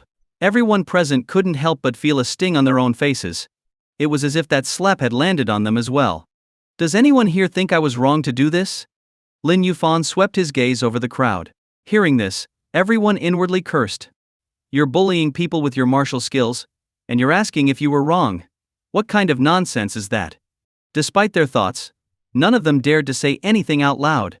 A wealthy man who happened to meet Lin Yufan's gaze quickly nodded. Right, whatever you do is right. Why do you sound insincere when you say that? Lin Yufan frowned slightly. Hearing this, the wealthy man felt like a lump was stuck in his throat. Cold sweat poured down his face, fearing that Lin Yufan might slap him just for disagreeing. Sigh, your expression makes it seem like you're afraid of me. No need for that. I'm not an unreasonable or violent person, Lin Yufan said with a faint smile, seemingly amused. But his words only made everyone silently complain in their hearts. If you're not unreasonable or violent, then no one in the world is. Zhang Qian muttered to herself, surprised by Lin Yufan's strength. She had initially thought he was in trouble, but now it seemed that even 10 security guards couldn't touch him. Even Ni Qingqing, who had been so confident, was too scared to speak up again. But the most unfortunate one was Cheng Yufei, who had been slapped 3 times. The first 2 were bad enough, but the last one just watching it made their own faces hurt. The originally lively atmosphere in the hall had turned oppressive and tense. No one joked or discussed business anymore. Instead, all eyes were on Lin Yufan, waiting to see how things would unfold when the Cheng family arrived. Time passed. Before long, a middle-aged man with a face full of harsh lines entered the hall, accompanied by 8 martial artists with steady and controlled breathing. The man bore a resemblance to Cheng Yufei. He was clearly Cheng Yufei's father, Cheng Yuansheng. As soon as Cheng Yuansheng entered, he scanned the crowd for his son. But after looking around, he didn't see him. Did I come to the wrong place? Frowning, Cheng Yuansheng ignored the strange looks from the others, and took out his phone to call his son. Just as he was about to leave while dialing, he heard a phone ringing from a corner of the banquet hall. Curious, Cheng Yuansheng followed the sound and found his son lying unconscious on the ground. His face was swollen to the point of being deformed. Who did this?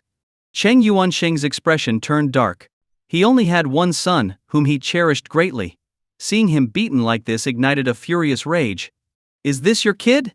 At that moment, a handsome young man walked over with a plate of food, eating casually. He's my son. Young man, do you know who did this to him? Cheng Yuansheng asked through gritted teeth. But he failed to notice the strange expressions on the faces of some wealthy individuals and younger attendees in the hall. Their gazes seemed to say something but remained silent. Oh, no need to look further. I did it. The handsome young man popped a cherry tomato into his mouth as he spoke. It was none other than Lin Yufan. He had been bored waiting, so he grabbed some food to pass the time. Just as he was finishing, Cheng Yuansheng arrived. What?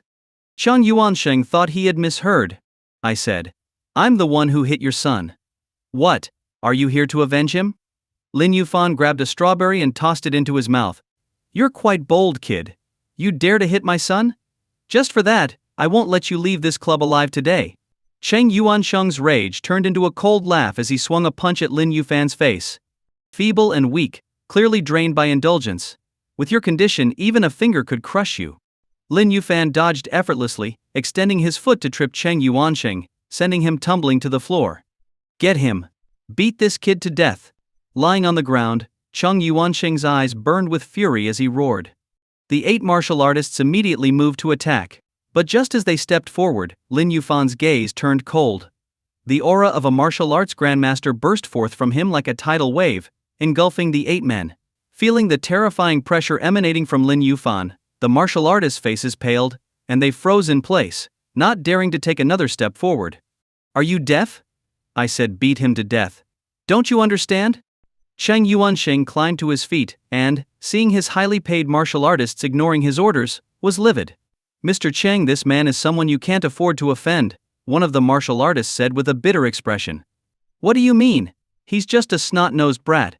Why can't I offend him?" Cheng Yuansheng said with a sarcastic laugh. "Your subordinates are right. This man is indeed someone you cannot afford to offend." At that moment, a booming voice came from outside the hall. Accompanying the voice, a large group of people entered the hall. At the forefront were none other than Shen Shiki's father, Shen Sanqian, Keon family patriarch Qian Lingshu, and even Xiao family patriarch Xiao Yuanheng.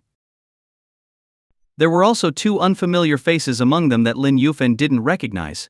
However, given that they were walking alongside Shen Sanqian and the others, their status was obviously not ordinary. A large group of people followed behind these 5 individuals, most dressed in suits, while some wore martial arts uniforms. They were clearly personal bodyguards or family retainers. The arrival of these 5 immediately drew the attention of everyone in the hall. After all, leaving aside Qian Lingshu and Xiao Yuanheng, Shen Sanqian and the 2 others beside him were 3 of the top tycoons in Wangchuan City. "Lin Yuan, I'm sorry. My father arrived and I went to pick him up. I didn't expect Cheng Yufei and King to."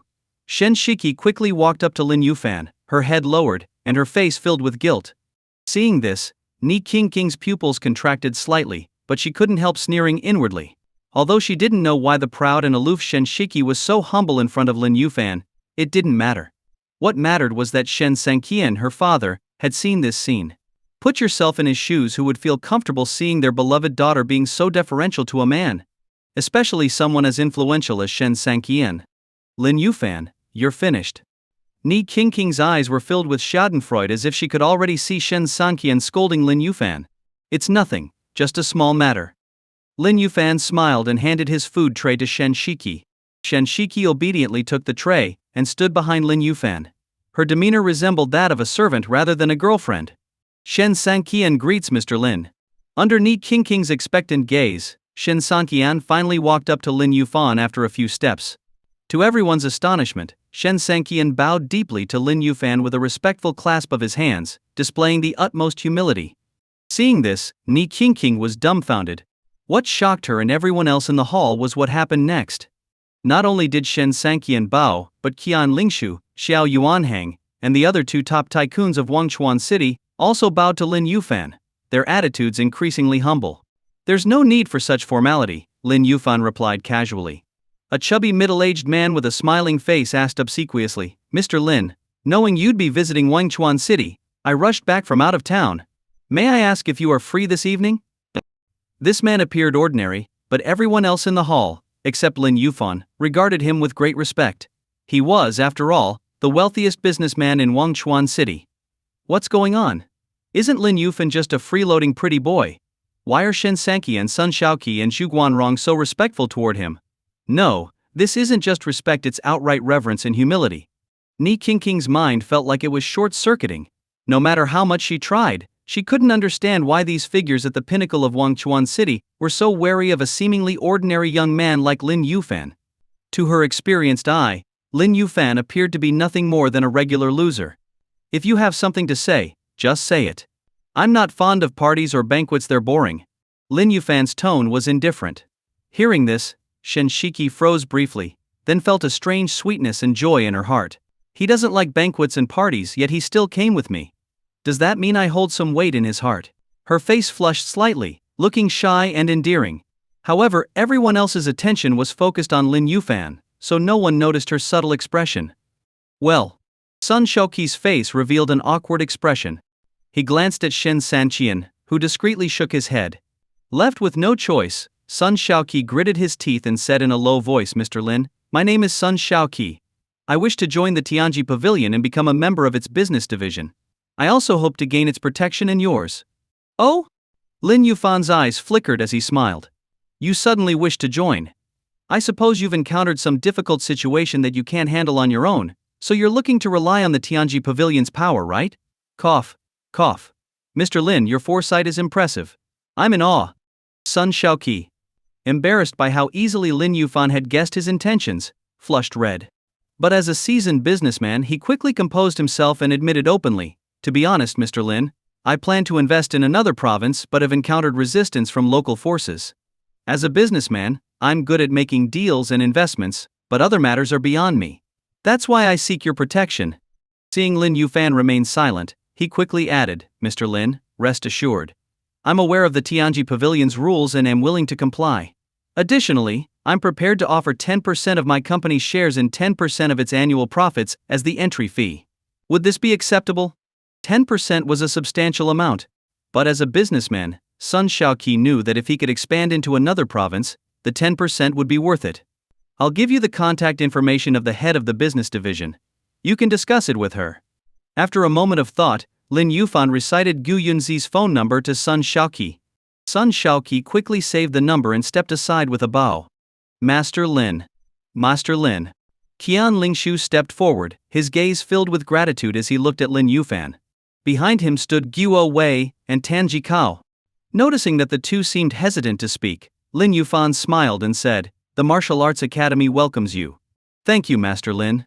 Guo Wei and Tan Jikao were overjoyed and immediately clasped their hands in salute. Before arriving, they had spoken with Lu Jingyan, who told them how Lin Yufan had used mysterious methods to elevate him to the rank of Grandmaster. Even the calm and composed Guo Wei and Tan Jikao couldn't remain unmoved. They had spent decades chasing the dream of reaching the Grandmaster level, a nearly impossible feat without extraordinary talent or fortune. Knowing that Lin Yufan held the key reignited their hope. "I know what you want. It's a trivial matter for me. However, you must first earn merit for the Tianji Pavilion." Lin Yufan's tone was indifferent. Hearing this, Guo Wei and Tan Jikao's expressions shifted slightly but quickly steadied. "Master Lin is right.